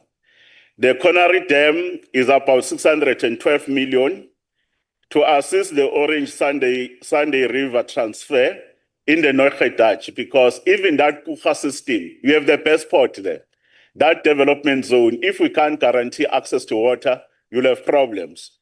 Then the Zalu Dam is about R1 billion as we stand now. It's going to assist you in your Kucha River around Lusigisig. By 2029, that dam must come on board. And then the one that is Umzimvubu, that is well known now, work has been started, budget has been confirmed from the fiscals, 8.1 billion rands. From the Ntabelanga Dam, we need to do that. But you know, the tail of Peshagwe, the other side of Ingwinaman's, the other side it doesn't. That's how our areas, they look like. Those are some of the issues that I thought I should respond. The issues of pollution. Pollution must stop. Pollution must stop. Because if it doesn't stop, it will have an impact, for an example, on food security and economy. The World Trade Organization places high levels around hygiene and sanitation standards. And our markets are going to be kicked out from international markets. We export a lot, and we actually gain a lot of money through dollars. In terms of dollar denominated, our business are growing. But equally, we must stop the pollution, because the treatment of water will be very expensive. We have a poor municipality called Matibeng in Northwest. There's a dam called Artis. They are highly polluted. It receives more than 1 billion liters nearly a day from Gauteng and surrounding, highly polluted. Then the water is so dirty. But even if it's dirty, we'll treat it. But the treatment cost will be high for both the chemicals, the energy, the kind of skills, the mechanical breakdown that will happen. Therefore, now that we're amending the National Water Act, it will come to you. We are going to actually hold mayors personally accountable. Liability for mayors as the head of the institution, the speakers, including the MM. That's what we are doing as part of the reforms. But we are prosecuting those who are actually messing up, including the issues of the management of the dam. Jagersfontein, we finalized it, it is in court. Remember, Jagersfontein, they're tailing dams, including here in the Western Cape. Any dam owner has a responsibility to ensure that the dam safety and issues of structural integrity are managed. If you don't do it, you'll kill people. Those people of Jagersfontein in Kopanong, they have a right to go for a civil suit. Well, I'm not going to discuss those issues, but engineers, top engineers, because you need a professional approved person to manage these things. South Africa has more than 5,500 dams. Only the major dams we own as national government, they are above 500. No, they are between 380 to 420. Most are also owned by municipalities. They too, they must look after their dams. Others are owned by farmers. Some, they are stealing that water. Thank you, Pungan. Thank you, Ntombela. Thank you, Ntombela.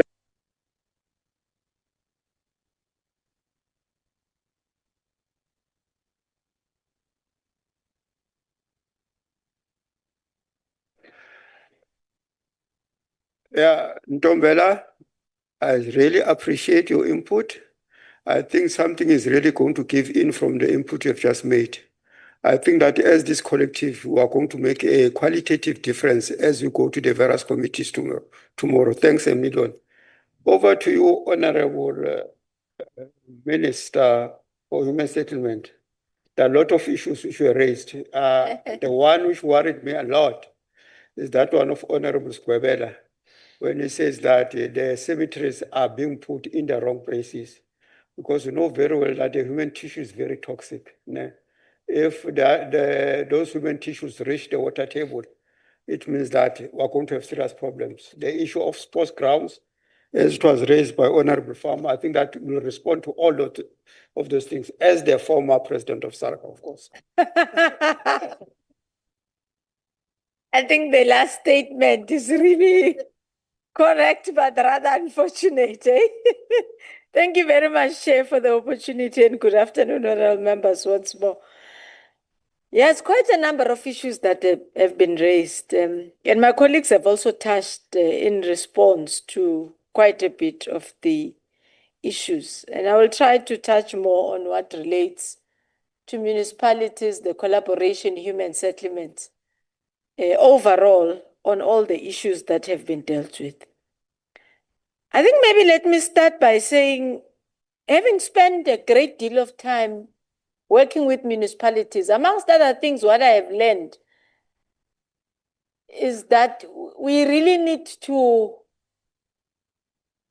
find expert opinions in municipalities. I think it's rather a bit unfair what we do, but it could be informed by the fact that because it's at the coalface, we experience the service of a municipality on a day-to-day basis, and it's practical, it's real.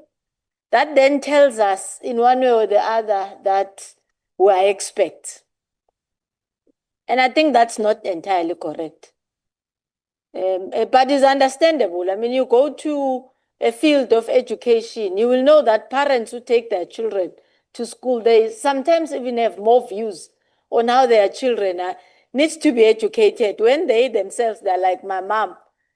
She could only rely so much from the experts who were supposed to assist me in getting an education. But correctly so, the intention was good, is to say I want to contribute to society in a positive manner. And I want my daughter to be better than I am.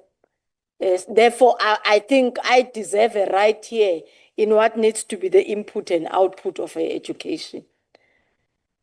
The capacity and the deployment of municipalities is very critical, but I'm very, very skeptical at the approach in which we take in discussing this. We become, I think maybe let me not say what we become, rather focus on what I think we may want to consider. Municipalities are a very complex space. You cannot resolve them without utilizing system thinking.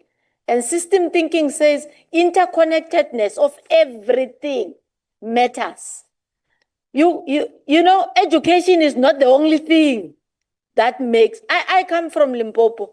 I know a mayor who never went to a classroom, but I can tell you she's one of the best. Small rural municipality, Bloberg, I can take her anywhere, that mama, anywhere. Any funeral, she's there. Any drilling of a pothole, she's there. Anything, any crime, any death, anything, she's the first to arrive on the scene. And she never saw education. And I can tell you now, I will never say she's not a best mayor. Yes, she has got limited capacity in terms of the budget and any other thing, but her MIC is 100% spent, her audit is okay. She just puts the system in place to make sure that everything is enhanced. And I can give you a mayor who has a master's degree in local government, and it also has difficulties in responding to issues that Mama in Bloberg should have limited understanding on. But anyway, I'm just saying it shouldn't be a simplistic view that you need one arm of the connectedness of what makes a response to municipalities. There's education, there's a fiscus, there are people, there's a response, there's vandalism, there's community buy-in, there's all these things which makes a leg of what a municipality should be. So yes, I would agree with investment. Yes, I would agree with quite a number of issues that colleagues have raised, but I will caution on how we look into the thinking from a one type and a window type of thinking. Where one can argue and stand up and say education is not important. This is year 2025. We need to accelerate and make sure that there's that access. I don't have to be heard to be saying, no, that's not what we need to do. I have got a serious challenge with national government where I come from when it comes, Honorable Keza, to the payment of municipalities. And I still insist we do not make a considerable effort in making sure that we do things right. It gets compounded by the figures that you gave, that the other one offset the other, and there could even be a remainder of funds that gets to be allocated or remains to municipalities. I hear the issue, Honorable Mahlobo, of let the municipality give you a bill. When I was mayor, I used to ask a consumer, if you think my bill is it's incorrect, how much did you think you have consumed? Because the argument should be about the incorrect part, not about the no payment at all. But what amazes me with departments is that they will opt not to even pay, return the fund to the fiscus, but not pay a municipality.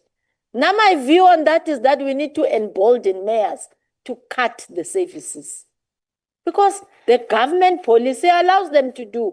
Inform a person who owes you, a resident, including government and commercial, 14 days. After that, terminate the service. Why do we terminate the service of an old woman in a township and not of a government department who both have not paid? Why actually, for a lack of a better word, not dealing with them and treating the two equally and fairly as we should be. We target the one who's weak and we leave the one who's powerful to remain with the debt, and it compounds. There's an issue of a breakdown of informal settlements here. And it came from our stakeholders as well. The principle is correct, but the figures from where I'm seated are slightly not aligned. Now, we use our HDA as our entity at no cost to assist us at joint municipalities to calculate and count even houses and shacks on an informal settlement. In order not to do a wastage, we do that calculation every August. So we have not yet concluded the 2025 cycle, but in 2024, at the end of August, when we concluded the exercise, we had 4,075 informal settlements. And they range between 100 to even over 3,000 in a informal settlement. Whether the space allows it or not, you're going to experience Danun where you can hardly even walk in between one shack and the other. There's no street, there's no road, but we count as they are. Now, the leader of informal settlements here is Gauteng, is MECs here, Tasmin Muta. She has 886. The skewness about that is that about 500 are in the city of Tshwane. In the Western Cape, they are in position 2. They have around 802 informal settlements. And Cape Town, of course, takes the lead in terms of the ownership at around 481.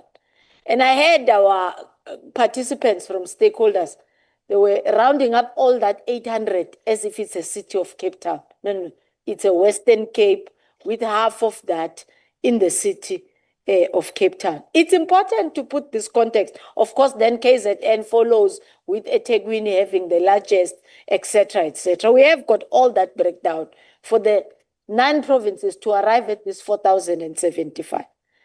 Now, if we are outside of the politicking about how we usually play our politics, that shows you that there's no fiscus that will be given to the city of Cape Town that will eliminate almost 500 informal settlements in a financial year or even in 10 years. Because as we are sitting here now, there's someone who's building a shack somewhere as we speak. So when we come back to you next year with a 2025 figure, we're not going down or going up. Regardless of the investment that we would have made financially, emotionally, and otherwise into a specific area.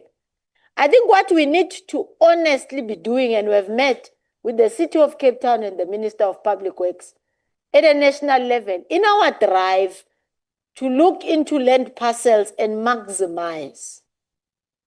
And I'm specific to the City of Cape Town. We've done that in eThekwini and in Gauteng and everybody, because this is what the discussion is about today.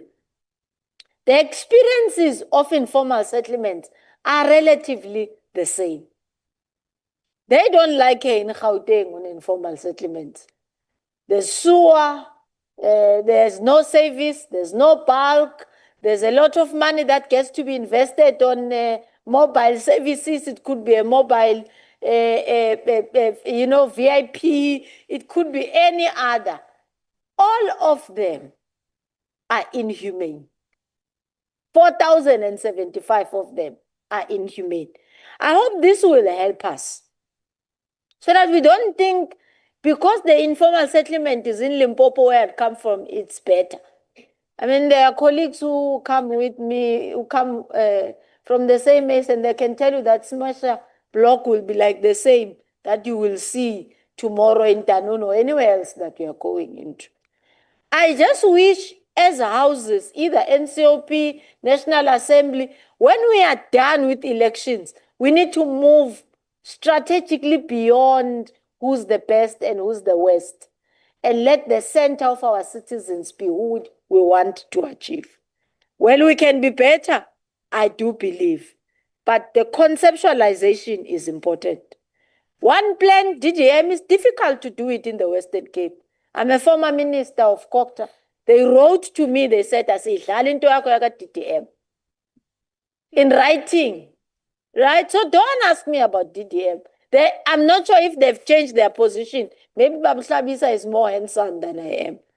But at the time, we were institutionalizing DDM. It actually led to the draft of the legislation, which I left at the COCTA table, that we must enforce DDM. Because forget institutionalization if you do not have DDM.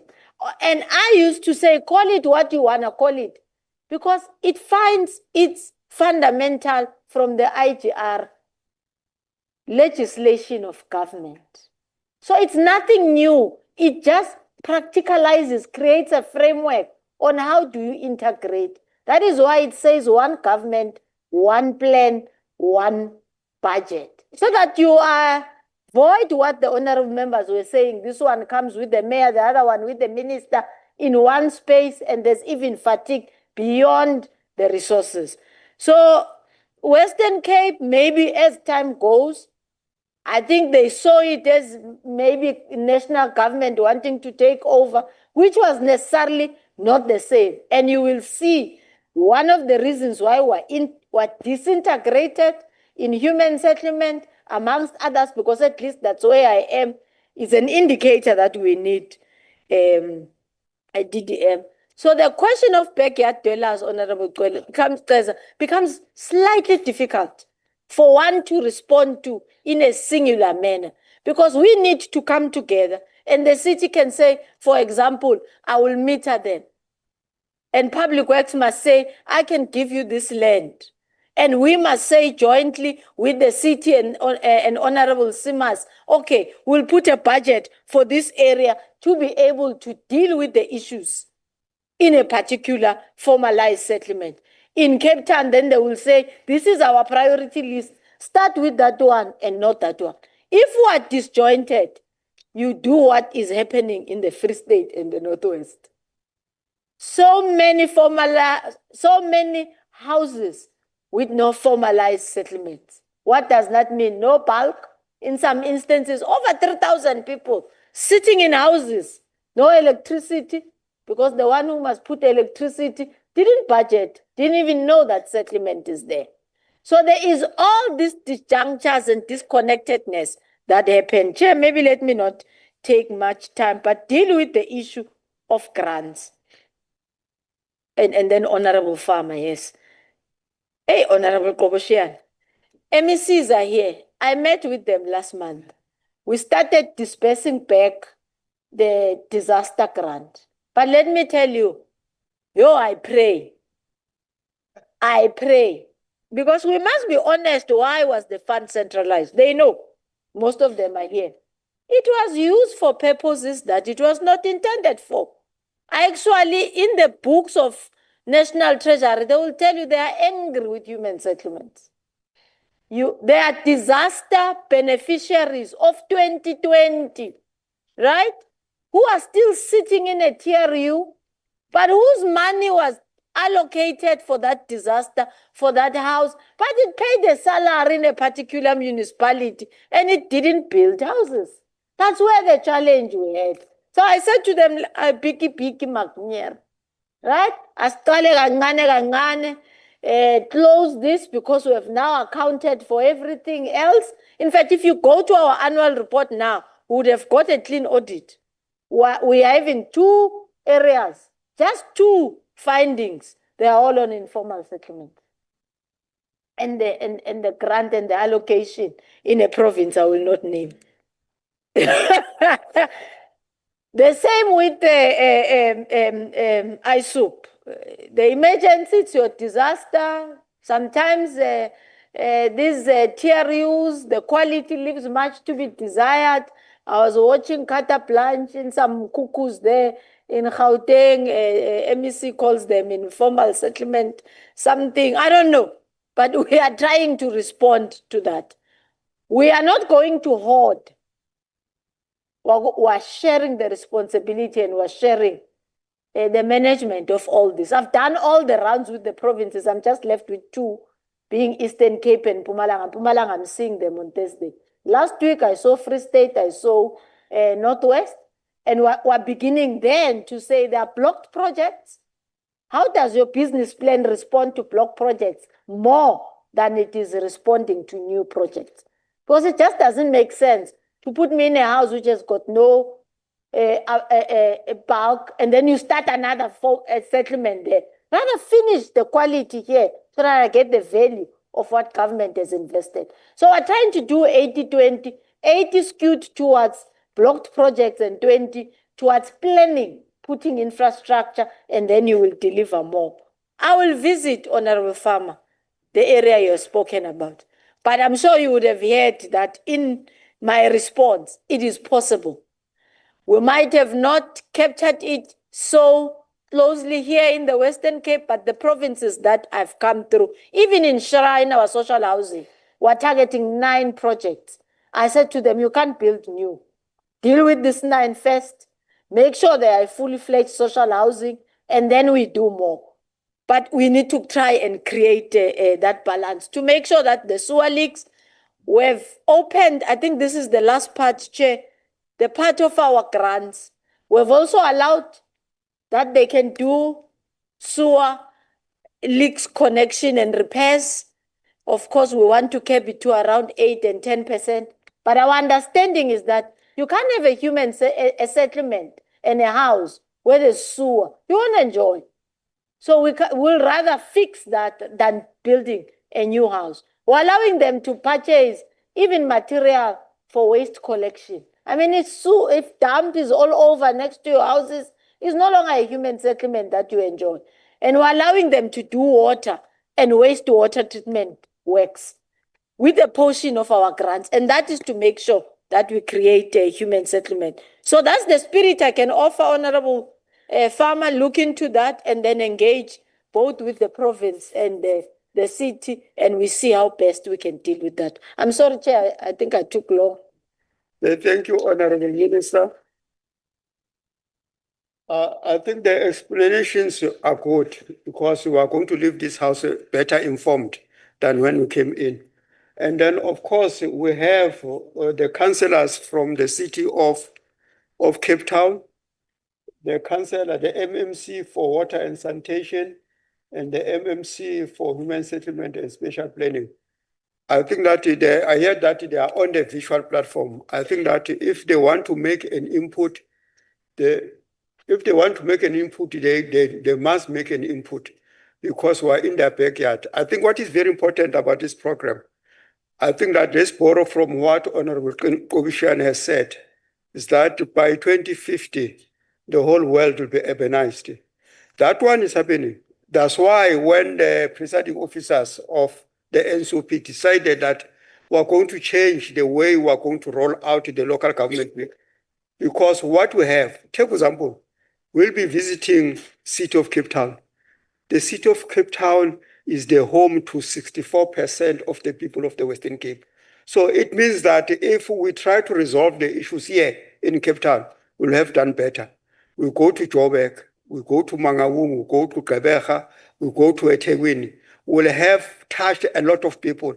I think that's how we're going to have, because this one is the 7th administration. I think that we must be given an opportunity to change so that we can make a better impact from what we have learned.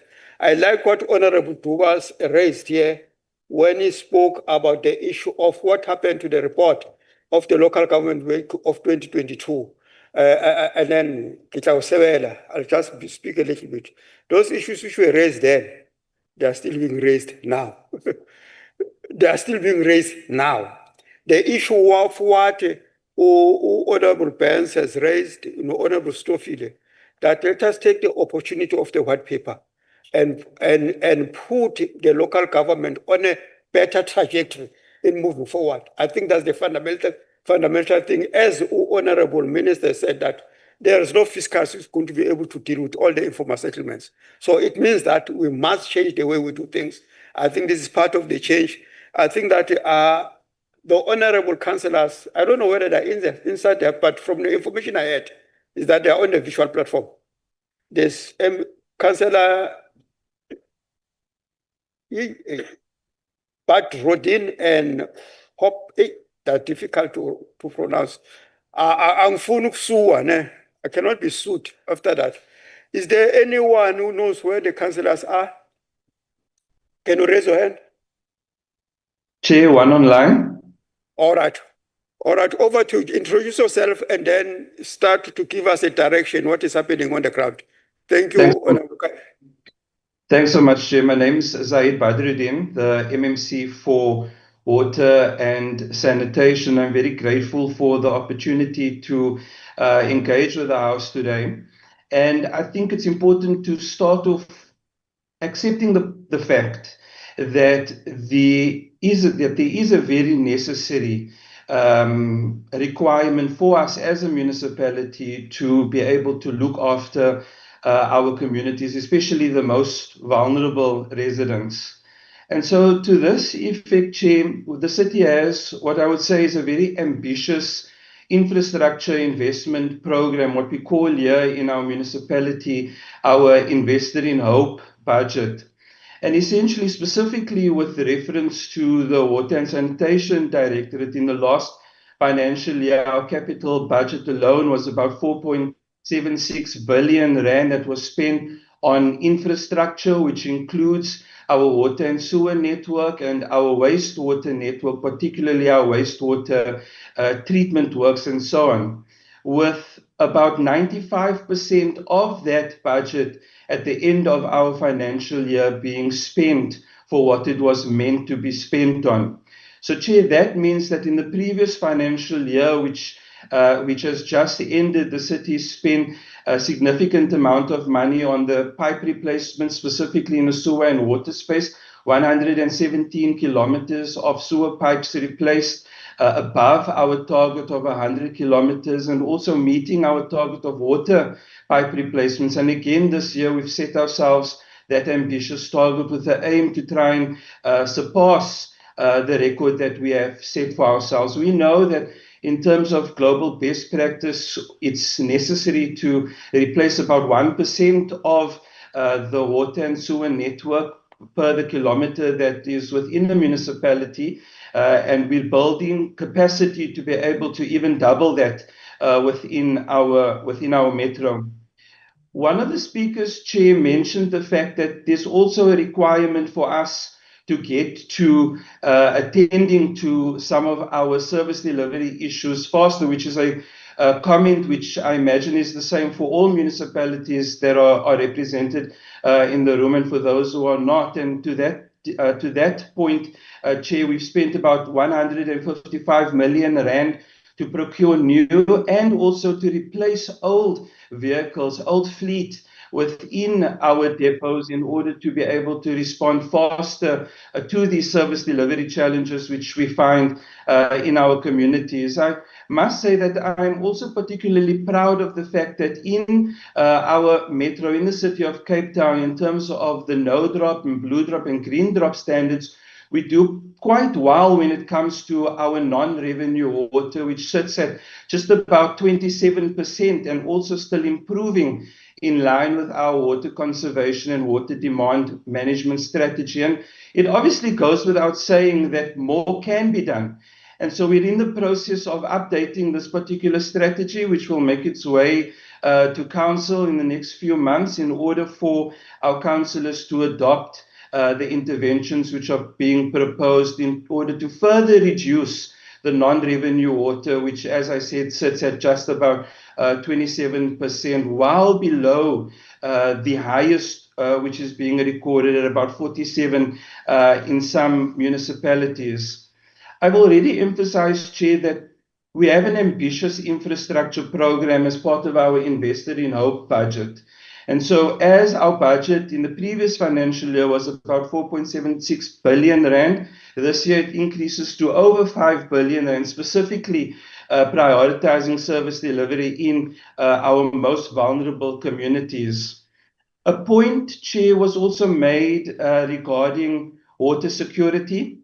And in our municipality, we have made a commitment to our residents that by 2030, we will be producing 300 million liters of new water from new water sources in our metro. So that means diversifying water sources, moving away from surface water in terms of our dams, and really focusing on infrastructure specifically linked to responsibly accessing groundwater, responsibly bringing online desalination, but also investing in water reuse. Almost 70 million liters of new water, 70 to 100 million liters of new water will come from reuse alone, and 70 from desalination, which is at advanced stages of the Section 78 process, and will also come to council in a report later in this particular calendar year.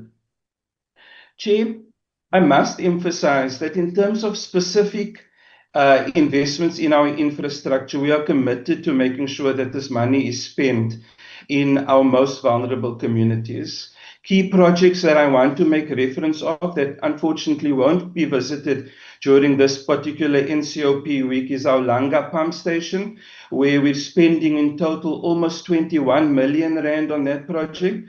Our Philippi pump station upgrades, we will be spending almost 15 million rand on those particular projects, but also more importantly, the upgrading of our bulk sewer collector system, specifically the Philippi collector sewer. Almost 166 million rand will be spent on upgrading that particular sewer system this financial year.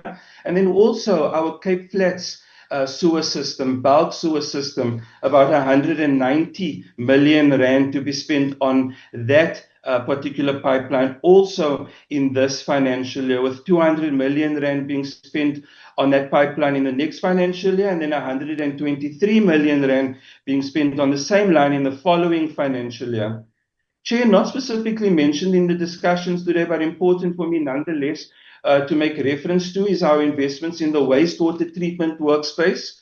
We know that this is particularly a challenge in many municipalities across the city, or rather across the country. But in our city, we are prioritizing these upgrades. Currently, we have a 5.2 billion rand project underway at our Portsdam wastewater treatment works, and have also just received or have taken over again the Zandvliet wastewater treatment works, a 5 billion rand wastewater treatment works upgrade, which largely serves our community in Khayelitsha. Chair, I'm grateful, I must say, to all of the members and councillors and MECs and officials who will be visiting our informal settlements. And the point has been made by a number of speakers that there are similarities that can be shared by some of these informal settlements. And I want to take the opportunity specifically to zoom into a period in our municipality around the end of COVID-19, where between the period of March 2020 and December 2021, Chairperson and members, 186 new informal settlements were established within our municipality in that short space of time during COVID-19. This equated to about 69,000 informal structures during that period alone, which essentially cost the city about 263 million rand to bring online basic services in communities where there essentially went no planning, but unfortunately as a result of land invasion and so on, it was necessary for us to bring in basic services for where it was possible for us to do so. Important for me to point out at the same time, Chair, that 60% of these informal settlements are what can be considered in high-risk areas. So these are under power lines, these are in wetlands, these are in retention or detention stormwater ponds, which basically don't exist anymore because they've been filled in with rubble and structures have been built on top of them, causing significant flooding in some of our communities, but also, as I've mentioned, in wetland and other nature biodiversity protected areas. At the moment, Chair, we in the city offer a comprehensive service to communities where it's possible for us to provide services. Almost 15,000 chemical toilets, almost 12,000 container toilets, 26,000 portable flush toilets, and then also another 15,000 or so full flush toilets, if my memory serves me correctly. In closing, Chair, I just wanted to make reference to the Honourable Farmer, who has invited a visit to the community of Wallerstein and Bloekombos. And I must say to the Honourable Member that I spent quite a significant amount of time in this community, having visited it previously, and also me personally having extended an invitation to the Human Rights Commission to join me in a visit to this community for the Human Rights Commission to personally visualize the impact of illegal land invasion on sewer and water infrastructure in our city. And I make the point because when these visits are conducted, I invite members and other community members and stakeholders to please take note of the fact that in an area where no development was planned, but land invaded, thousands of structures erected, blocking access to sewer infrastructure, our manholes, blocking access to servitudes, making it impossible for sewer operational teams to come into this community to maintain our infrastructure adequately. And so it's important for me to make that point that even sewer trucks can't go into this informal community because illegal electrical connections hang so low that it poses a risk to our operational teams. Also to say that in this community, Honorable Farmer, the principal of Blukombo School has appealed to us in the municipality to do something about these illegal land invasion areas because illegal water connections have made it so severe for the school to function that when water is being used from their network, because it's been illegally tapped into on their side, that their children don't even have access to water to flush toilets, and their teachers don't have access to water for when they're able to go on a break. So this is a serious challenge for us, not only in our municipality, but I imagine across other municipalities as well.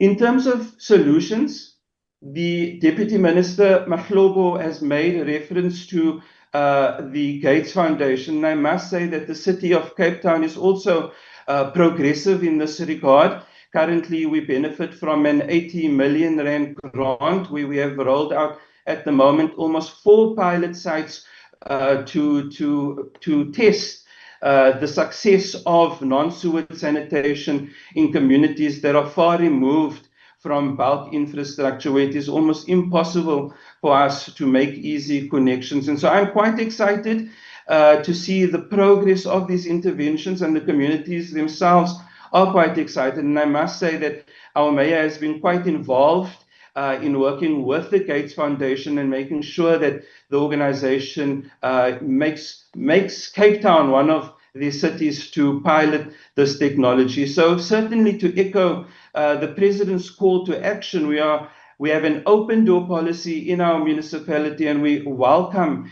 any representatives from other municipalities to come and see the amazing work that we are doing in the city of Cape Town. So Chair, I think for me, a takeaway at the end of this NCOP week would be for all of the political parties in the NCOP to reject illegal land invasion.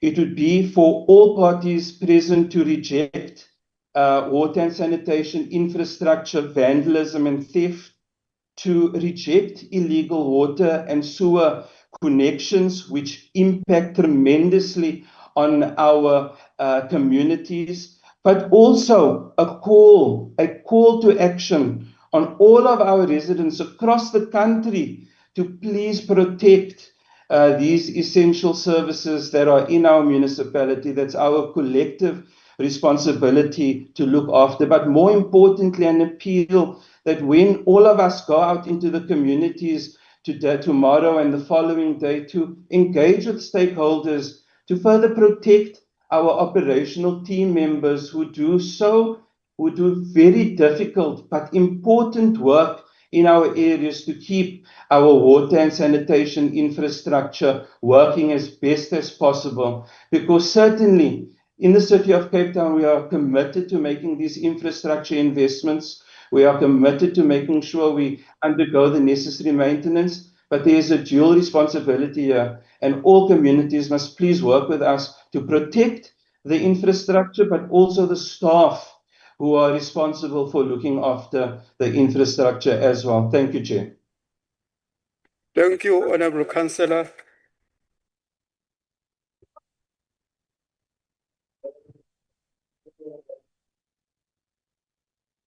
All right, bye, donkey. Thank you. All right, I think that there was also one critical issue which was raised. I think that for the MMC for spatial planning and human settlement, which was raised by Honorable Sibande and Honorable Siwisa about the issue of the bylaws. I don't know whether the following councillor can be able to respond to that because it affected the ECD forum.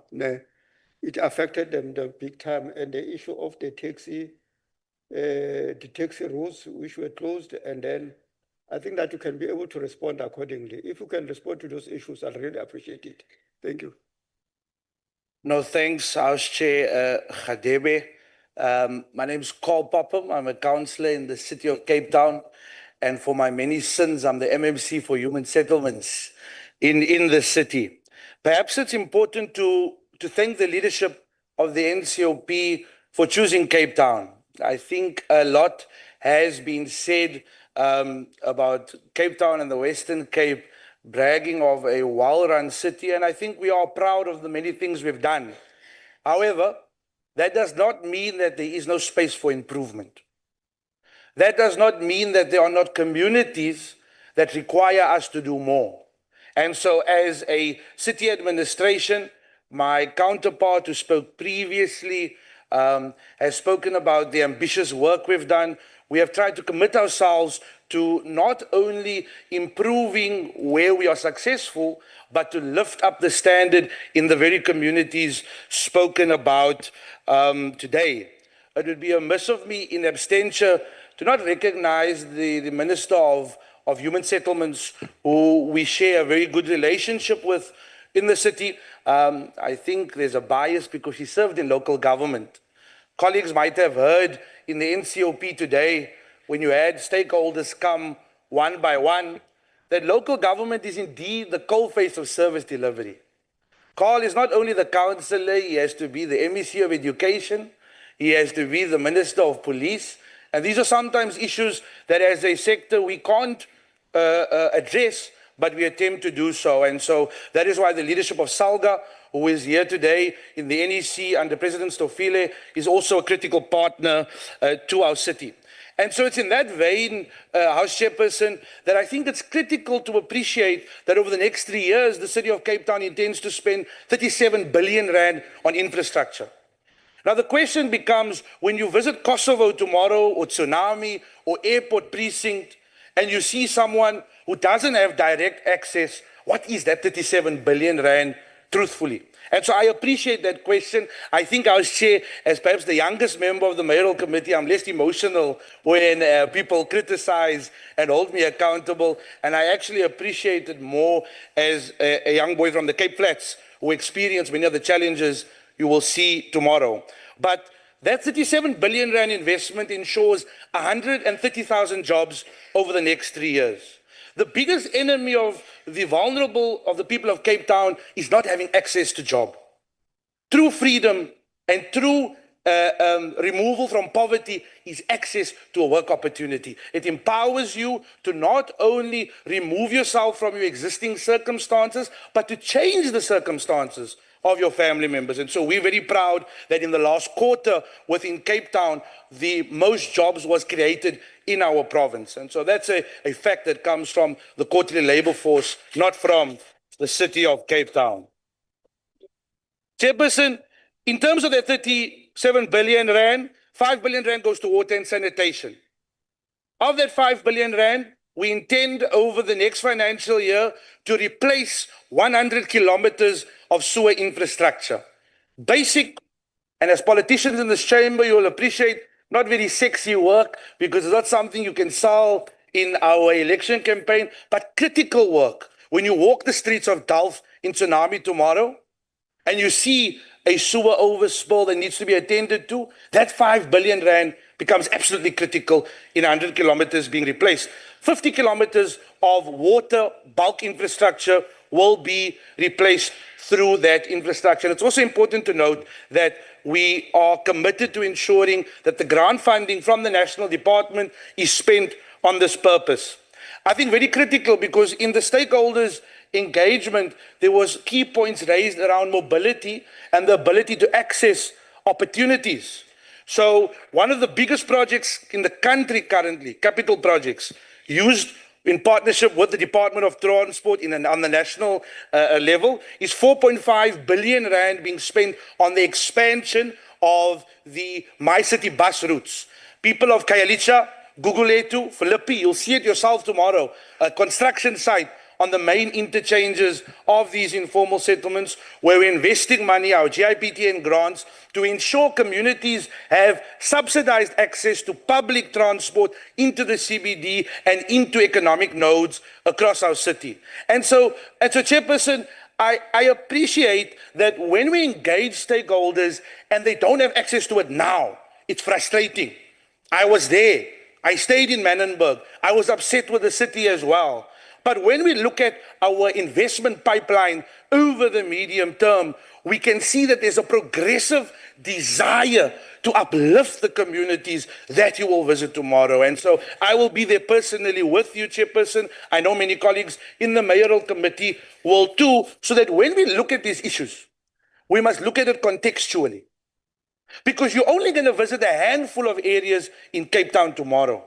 But there's a broader city that we need to service. 116 wards, 22 sub-councils, in excess of 4.5 million citizens. And so I'm always conscious, Chairperson, of what I like to call seen poverty and unseen poverty. And it's incumbent on us within this chamber, within the three spheres of government, to work effectively to address those concerns. A lot of concerns, Chairperson, was raised by stakeholders around safety. Now, I think I try my best not to politic on issues of human dignity.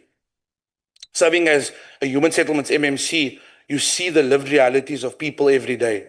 And when you see someone who doesn't have access to something you have every day, I think you learn very quickly that the sloganeering and the bickering that takes place in the political stratosphere doesn't actually mean anything to those people. But the city has invested more than 7 billion rand, Chairperson, to appoint 500 new Metro Police officers, where every ward in the city will have 5 dedicated officers. Now, when you have more than 30,000 people in a ward, 5,000 officers doesn't mean much. But when you also go to Schedule 4 and 5 of the Constitution, you'll appreciate that as a local authority, we are now spending money on what should have been spent on our responsibilities to provide this service. And so a collaboration, Chairperson, a collaboration and a serious collaboration is required with SAPS, where we work in partnership. Chairperson, we see that this concept called devolution is becoming a political football. But when you go to Mitchell's Plain, and every weekend people are being murdered, you see the realities of devolution. When you go to Airport Precinct in Gugulethu tomorrow, where that project has been stalled for years because of extortion, you see the need for devolution, not to take powers away from our national sphere. I agree with the Deputy Minister. We serve in a unitary state, but we also serve in a state that needs to work cooperatively, interdependently. And so if we can share a power that will service our people, why not? Chairperson, one thing we struggle with in Cape Town that I know my counterparts, particularly in Gauteng, MEC Mutara, and our colleagues in KZN and the MEC Duma, struggle with is extortion. And I'll speak to that also later. But in Cape Town, in this financial year, we've dedicated 200 million rand to appoint 300 armed guards to escort our basic services. Imagine that, Chairperson. 300 million rand spent to go into Gugulethu, to go and repair overflowing sewer, and money that should have been spent to build more for our community. But that is what our city is doing in order to innovate and to fulfill and mitigate the concerns that were raised at the podium today. Chairperson, but I serve at the pleasure of the Executive Mayor, and he made a very clear mandate to me when I came here today that although the local government week is in Cape Town, it's still a local government week. It's here to address the concerns, the struggles of the sector. And so Cape Town is the spotlight to assist more than 200 municipalities around the country. And so as a city, we really feel that this chamber is going to play a crucial role in making sure from a macro level, fundamental change is done in systemic programs so we can accelerate services. And Chairperson, I'm going to conclude with these inputs. One, we need a review of the grant funding mechanism for human settlements. I work with it every day, and I must give credit to Minister Godongwana. He is undertaking it. It needs to be accelerated. The current grant funding framework and the criteria attached to those grants do not meet the demands of the 2025 informal settlement. It speaks to a funding framework that accommodated the GEAR program almost 20 years ago, Chairperson. Secondly, we need the National Treasury to finalize and implement the commissioned local government equitable share review, directed by the President a few years ago with the strong support of our SALGA colleagues here. Here's the reality. 45% of the functions in the Constitution is allocated to local government, around 45%. 9% of the budget in terms of DORA is allocated to our sector. But now, how do you expect us to succeed? And I say this with the utmost respect and the utmost humility to the NCOP delegates in the chamber who approves the DORA Act when it comes to you. You're approving a budget that is cutting the knees of local government. And then you expect us to still be the coalface of service delivery. Systemic change is needed. It's easy to go to Tsunami Informal Settlement, Chairperson, and go and deliver 200 toilets. But have we fixed the system? Have we addressed the core issues facing our sector? Thirdly, Chair, we need to accelerate, which is currently being undertaken by Minister Simelane, the review of the white paper of human settlements. The qualification criteria for BNG housing is completely outdated. 2 SASSA grant pensioners in one house can't qualify for a BNG home. And I don't think we appreciate when we go to our homes how problematic this is for any institution, not just the City of Cape Town, any local government institution to implement such a policy, Chairperson. Fourthly, I think we need to go back to basics. In Cape Town, we recognize a simple fact that is a disaster for us. In terms of the waiting list and the demand for human settlements, Cape Town needs to build, or homes in Cape Town needs to be built at a rate of 50,000 a year. On our best year, we're building 5,000 collectively as the state, national, province, and local. We are building up to 5% of our target in actual fact. And so what we've done, Chairperson, we recognize that we need to release city land in order to ensure we build high-rise affordable accommodation to attract more people in dignity. And so we have not only done this to build more affordable accommodation, we have done so, Chairperson, to address apartheid spatial planning.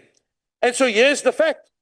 If you drive out of Parliament and you go out on the Foreshore Freeway, we've released a parcel of land in the inner city for affordable social housing that can build up to 1,000 housing opportunities.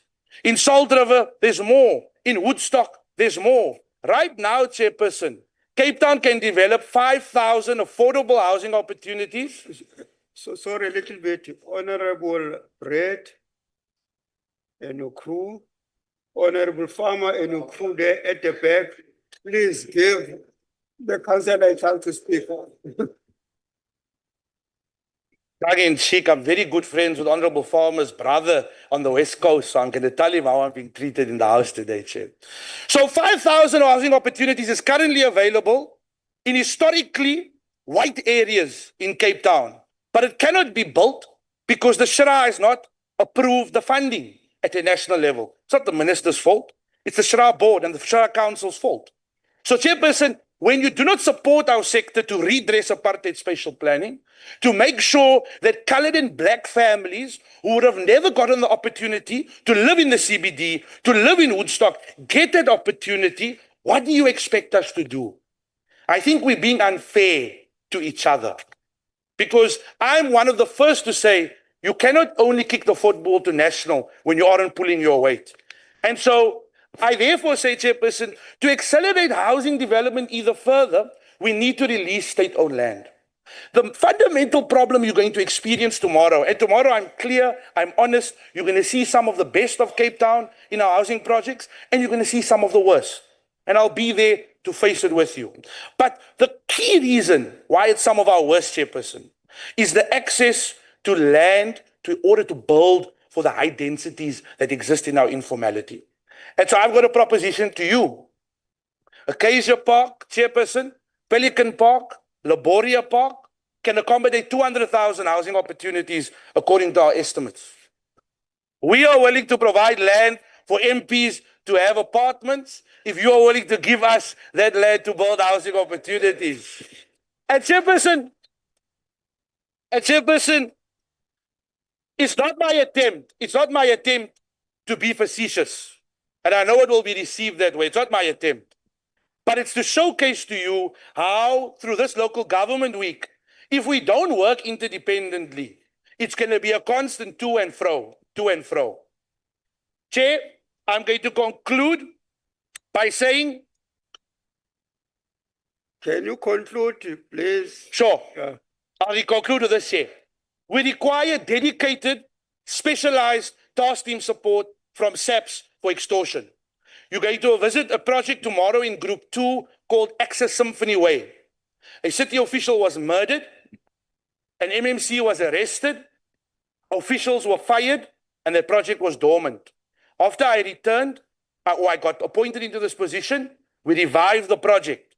It wasn't 3 months since I revived it that I got personal death threats for that project. 500 million rand, 3,500 housing opportunities. Tomorrow you'll see the contract on site, but at what cost, Chairperson? And so I'm making a great appeal that if we do not have specialized resources from SAPS to target extortion in Cape Town, we will not win the battle. So on behalf of the city, Chairperson, welcome to Cape Town. We extend a constructive hand of partnership, and we look forward to solutions to the many issues facing our people. Thanks, Mr. Chair.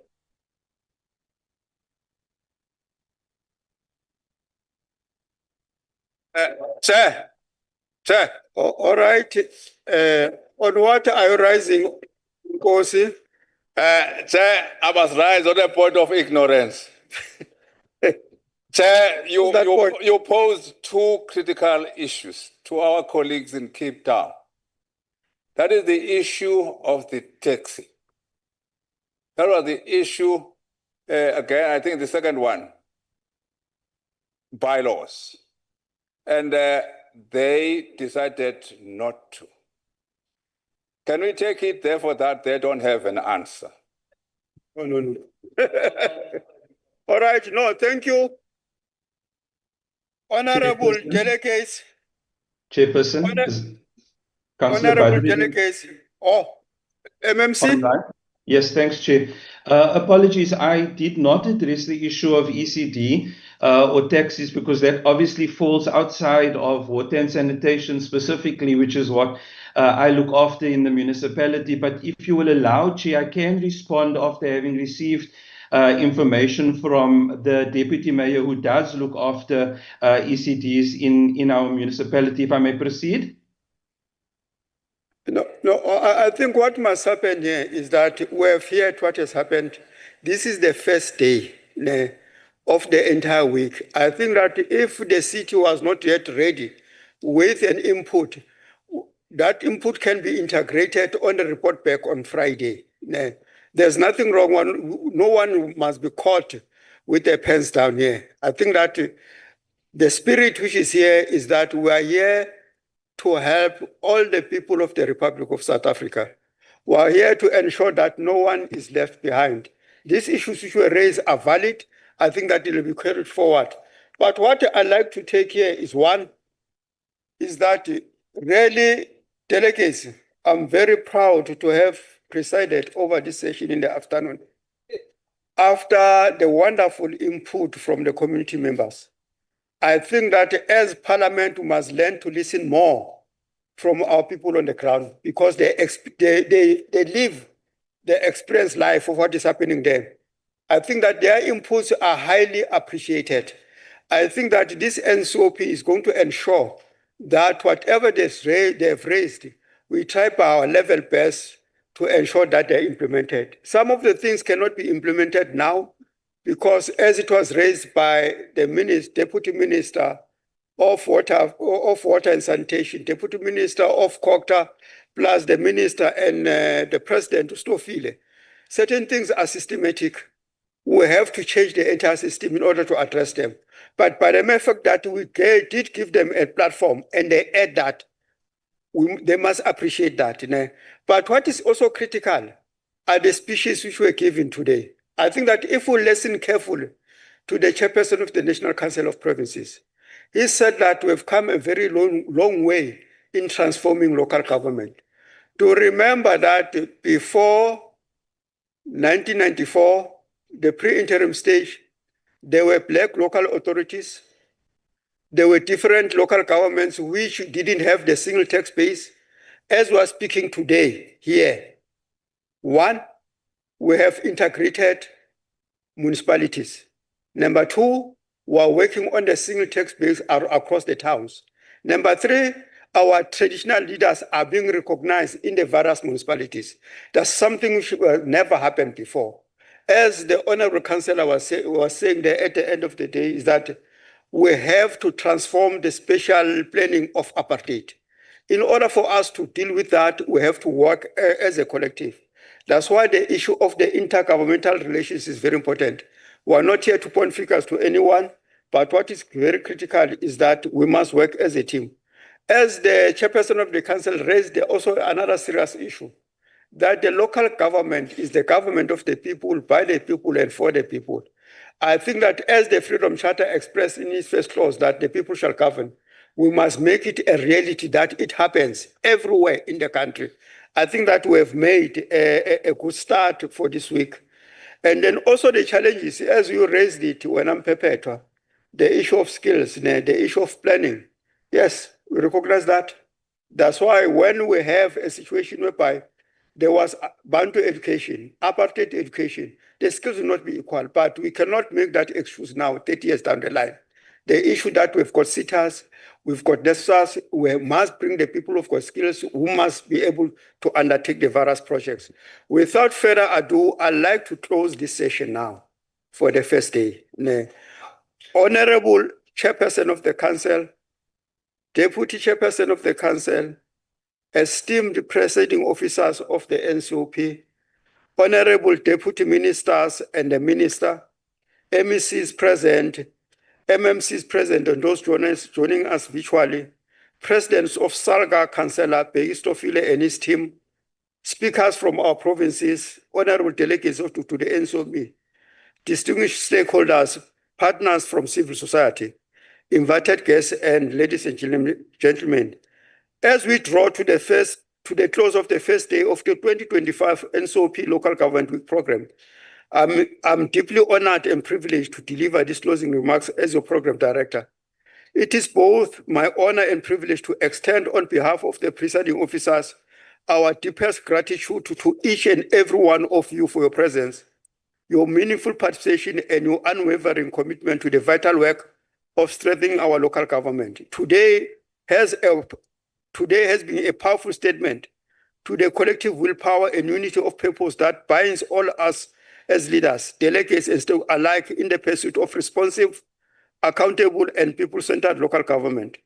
Honorable members, let us carry forward the momentum and clarity of the vision that has been defined today's engagement, and let us remain steadfast in our resolve to translate our shared aspirations into tangible improvements for the communities that we are serving. Let us do that without fear or favor, because that's what our people has elected us for, to go and serve them. I think that I'll give the secretary to the council to make some announcements for tomorrow, but from the side of the podium, bayadanki, ngiyalebucha, ngiyabonga, ngumsebenzi omuhle enwenzile kulo suku lokuqala.